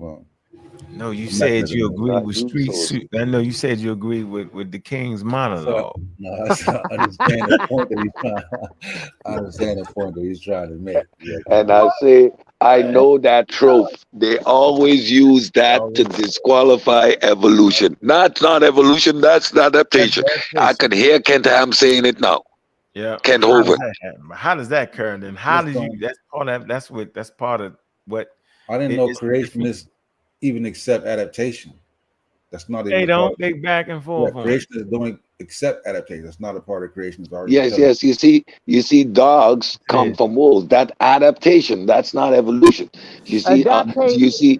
No, don't do that. You see, the tiger and the bear, the tiger and the lion. That's adaptation. That's not evolution. The interrelated phenomenon of evolution. It's going to deal with speciation and adaptations. All you gotta do is look into it. It's just common sense. I don't know. King of Monologue don't know nothing about evolution. He said it publicly. So anybody that does not understand the basics of evolution or the basis of just regular biology, they don't have a voice to speak. He's just an internet artist. That's all he is. He makes images based off what he feels they look like. This is what he said. So he cannot be used as a stance or a level of authority of anything. We gotta get Mr. Imhotep too. Mr. Imhotep too. Definitely get him on there. But it's gonna be hard to get him on there. He's a ducker. We're gonna keep shooting that. King's monologue, yo. Big up to the King's monologue, yo. We gotta spin the band on Cam's verse too. Oh yeah, definitely. Cammy verse Ben Pseudo from the first day he appeared on Reggie's show. First day I came into the Discord and I was going off. This dude is wild. He's Pseudo. I don't know, man. He's making the Egyptians. He's making the Egyptians West and Central Africa. I think it's racist though. I'm not saying I don't think that they understand, but I some things are just in the back of their minds. They don't really understand. But I think it's racist to try to make. They are racist. They are racist. But I think it's racist to try to categorize an African based off its skin tone or based off their skin tone. Telling a person if they don't look like a Dinka or a common typical look of a Nigerian, they're not African. They're invaders. That's like I will never forget the day that Pan-African James said that out loud. I almost lost my shit. The man said plain and simple, those Somalians aren't real Africans. Yeah. I was done. I was done. What I'm saying in gold is that them dudes is racist. Period. They're racist. They are. They're trying to hide their racism behind some intellectualism, but they're racist. Yeah. Epitome of racist. Here you go, Sosa. Look, creationism is the name given to the belief that the creation story of Genesis is the literal truth about how the world came into being. According to Christian creationists, Christians are not all. You're not going to do it to Christian, man. Shout out my Christian brothers out there. We're not going to label all Christians Muslim creationists. We're not going to do that. God did it. God did it. It's a creationist. You're a creationist. There's some Catholic priests actually. There's some Catholic priests that actually help with, like, you know what I'm saying. Not according to us. Even in Richard Dawkins' book, he shouted out a couple of priests that actually helped him with his book. Yeah, like I've that. seen a Catholic priest do a TED talk. You know what I'm saying? They get pseudo when they say, you know what I'm saying, they go with the, you know, creation, you know, God created it all, and the process, you know, happened, you know, by itself type. I mean, that's not a scientific endeavor. Who is not a scientific endeavor? So they can do that type of agency. Yeah. Yeah, well, they're creationists. God did it. You're a creationist. The scientists are never going to address who. It's not a scientific endeavor. There is no who. Desmond and Gamble. Post that for us. I don't know that or not. No. What is there to substantiate the hypothesis of a who? For us to even consider a who, there needs to be a there. Where's the there to consider a who? Let me read the comment on the screen. Let's read the comment on the screen. Gamble, we want to see what you say from what you've read. Where is it? Yeah, from what he read. Yeah, pull it up. Yeah, give us what you read. Wow. Anyway, man, any closing thoughts, man, on our conversation with the King's monologue? I just want to say I thank you for allowing that guy to come on. It's actually hard. It's actually hard for people to reach him because he usually like block people or shut them down. I think he did an excellent job, and you also allowed him to expose himself so the world can see who he is. So anybody that uses him as a source or a center of authority in his community, that lets us know who you are, because he said it. His images is based off what he feels. It's not reality. So it is what it is. Wizard of Oz behind that curtain. That's what he was. That's what he was. He just don't attack it from a scientific perspective. I'm glad he pulled up though. You know, like I feel like if you got the heart to come in Lions, then you got my respect. He came in there ready to do it. You know, he ain't coming there like goddamn Sayana Ghana. No, you know, he came like Sayana Ghana. I was like, this nigga trip. Oh man, that dude finna lie and say the Germans was where the plague came from. What? You was arguing with him one day, and he was heading to the directions talking about you know, like the plague and all that during the Black Age, the Dark Ages. He was trying to say that the Germans brought the germs. And I said you was arguing with him the other day. The German. German, the German. I was trying to get on. And show him that the actual came from Asia, from rats, and you know what I'm saying. Yeah, rats, man. That's different from Germans. Pseudo killers and Brother Gullah Geechee, I want to ask all y'all: do you think that I want to ask on your shows or on you guys' platform? Do you think that y'all can ever go through this melanin dosage test? Because I'm tired of hearing that as well. Yeah, we did it though. We did it though, but we could do it tomorrow again. Yeah, let's do it tomorrow. Yeah, most scientists definitely think it's pseudo. Trying to determine. I'll crank up in the afternoon tomorrow. I'll probably crank about 1 or 2 tomorrow. It is. You can't do a melanin dose test. That shit funny as hell. You know what's the most funniest thing though? What's that? When a Sahotep say, "Yo, hey, I got it in my book." Who was like, "No, you didn't put that in your book." I said, "Saw yo, you messed up, yo." And then he put that study in there. Sosa, we gotta bring that up. His book. Oh man, he pseudorized his whole book with that. That was the one for diseases. Yeah, yo, remember we was arguing. We gonna clip him up. We gotta clip that one. I think that was on Garfield show. Remember? Yeah. So I'm gonna take a piece of my skin, and I'm gonna take a sample from somebody from South India, and we're gonna do the melanin doses test, and we're gonna determine which one of these individuals is the African. That's a problem. So now we can do the spectrometry, we can isolate the cells, we can do the spectrometry, we can give a quantitative analysis. There is so much melanin in this one, so much melanin in that one. What does that say? First of all, it can't say anything. It's mute. The argument is mute. It is so stupid to even consider that as a talking point. What did you identify? Because one individual, the darker one, what you might call a sub-Saharan African is actually an Indian, and the other that you might quantify as an African is from the Caribbean. So which one is the African based on your melanin test? It's problematic. Yeah, it doesn't say. It can't tell you that.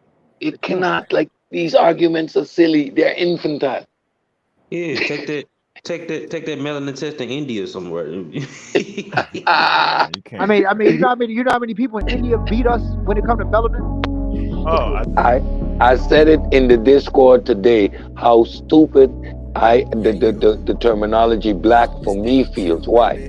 I'm looking at myself and I say I'm black, and I'm looking at an Indian, South Indian, that is twice as black as me, and I look at him and say he's not black.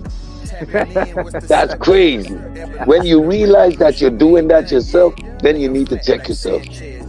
Hey, I'm a Rock Squad up 2.0. Yeah, I'm a Rock Squad up 2.0. That's in Guys and Gold Gala. You know what I'm saying? King Sosa 2.0. Peace, man. Appreciate everybody coming through, man. Appreciate all the love from everybody, man. We'll be right here, yo, on the Pseudo Killers tomorrow noon, man. Dealing with the melanin dose test, man. Big up to Gull and them. Big up to everybody in the daggone in the chat, man. You know what I mean? Desmond Gamble, appreciate you. Babylon Dumb, appreciate you. God Mind, change the name. What's up? God Mind. Mika 1, what's up? Zoo 221, appreciate you. Babylon. Tony Aspel. What you talking about? Man, everybody's through, man. Appreciate the cash apps, man. Appreciate the love, man. African, tapping in, Gideon Block, appreciate you. Appreciate you. Certificate. Some good kush. The Savior is actually grown. See, Gullah and Kent is where the money. Appreciate everybody that came through. Ain't nothing but love, man. We stand at the pinnacle, man. Man, look out for the interviews, man. We got one coming out Friday, man. Got a couple of them coming, man. Just putting together our questions, man. And we always ask that key question. How do you arrive at Kent? Yeah, ain't nothing but love, yo. Yeah. Blind Cripple are crazy. Rise. DQ, baby. Organized truth every time. Who those killers? Africans tapping in. Live. Organized truth every time. Kudos. Who those niggas? Dedicated to those killers. Space age Africans tapping in. Yeah. Man, big up to the community skeptics, man. It's a force in the community, man. It's a force that brings the experts, man. This is what we doing. Bringing science to your living room. With flair. With an African-American touch to it. Look, man, it's your host, Bobby Banger. Source up or shut up. And with that, we out.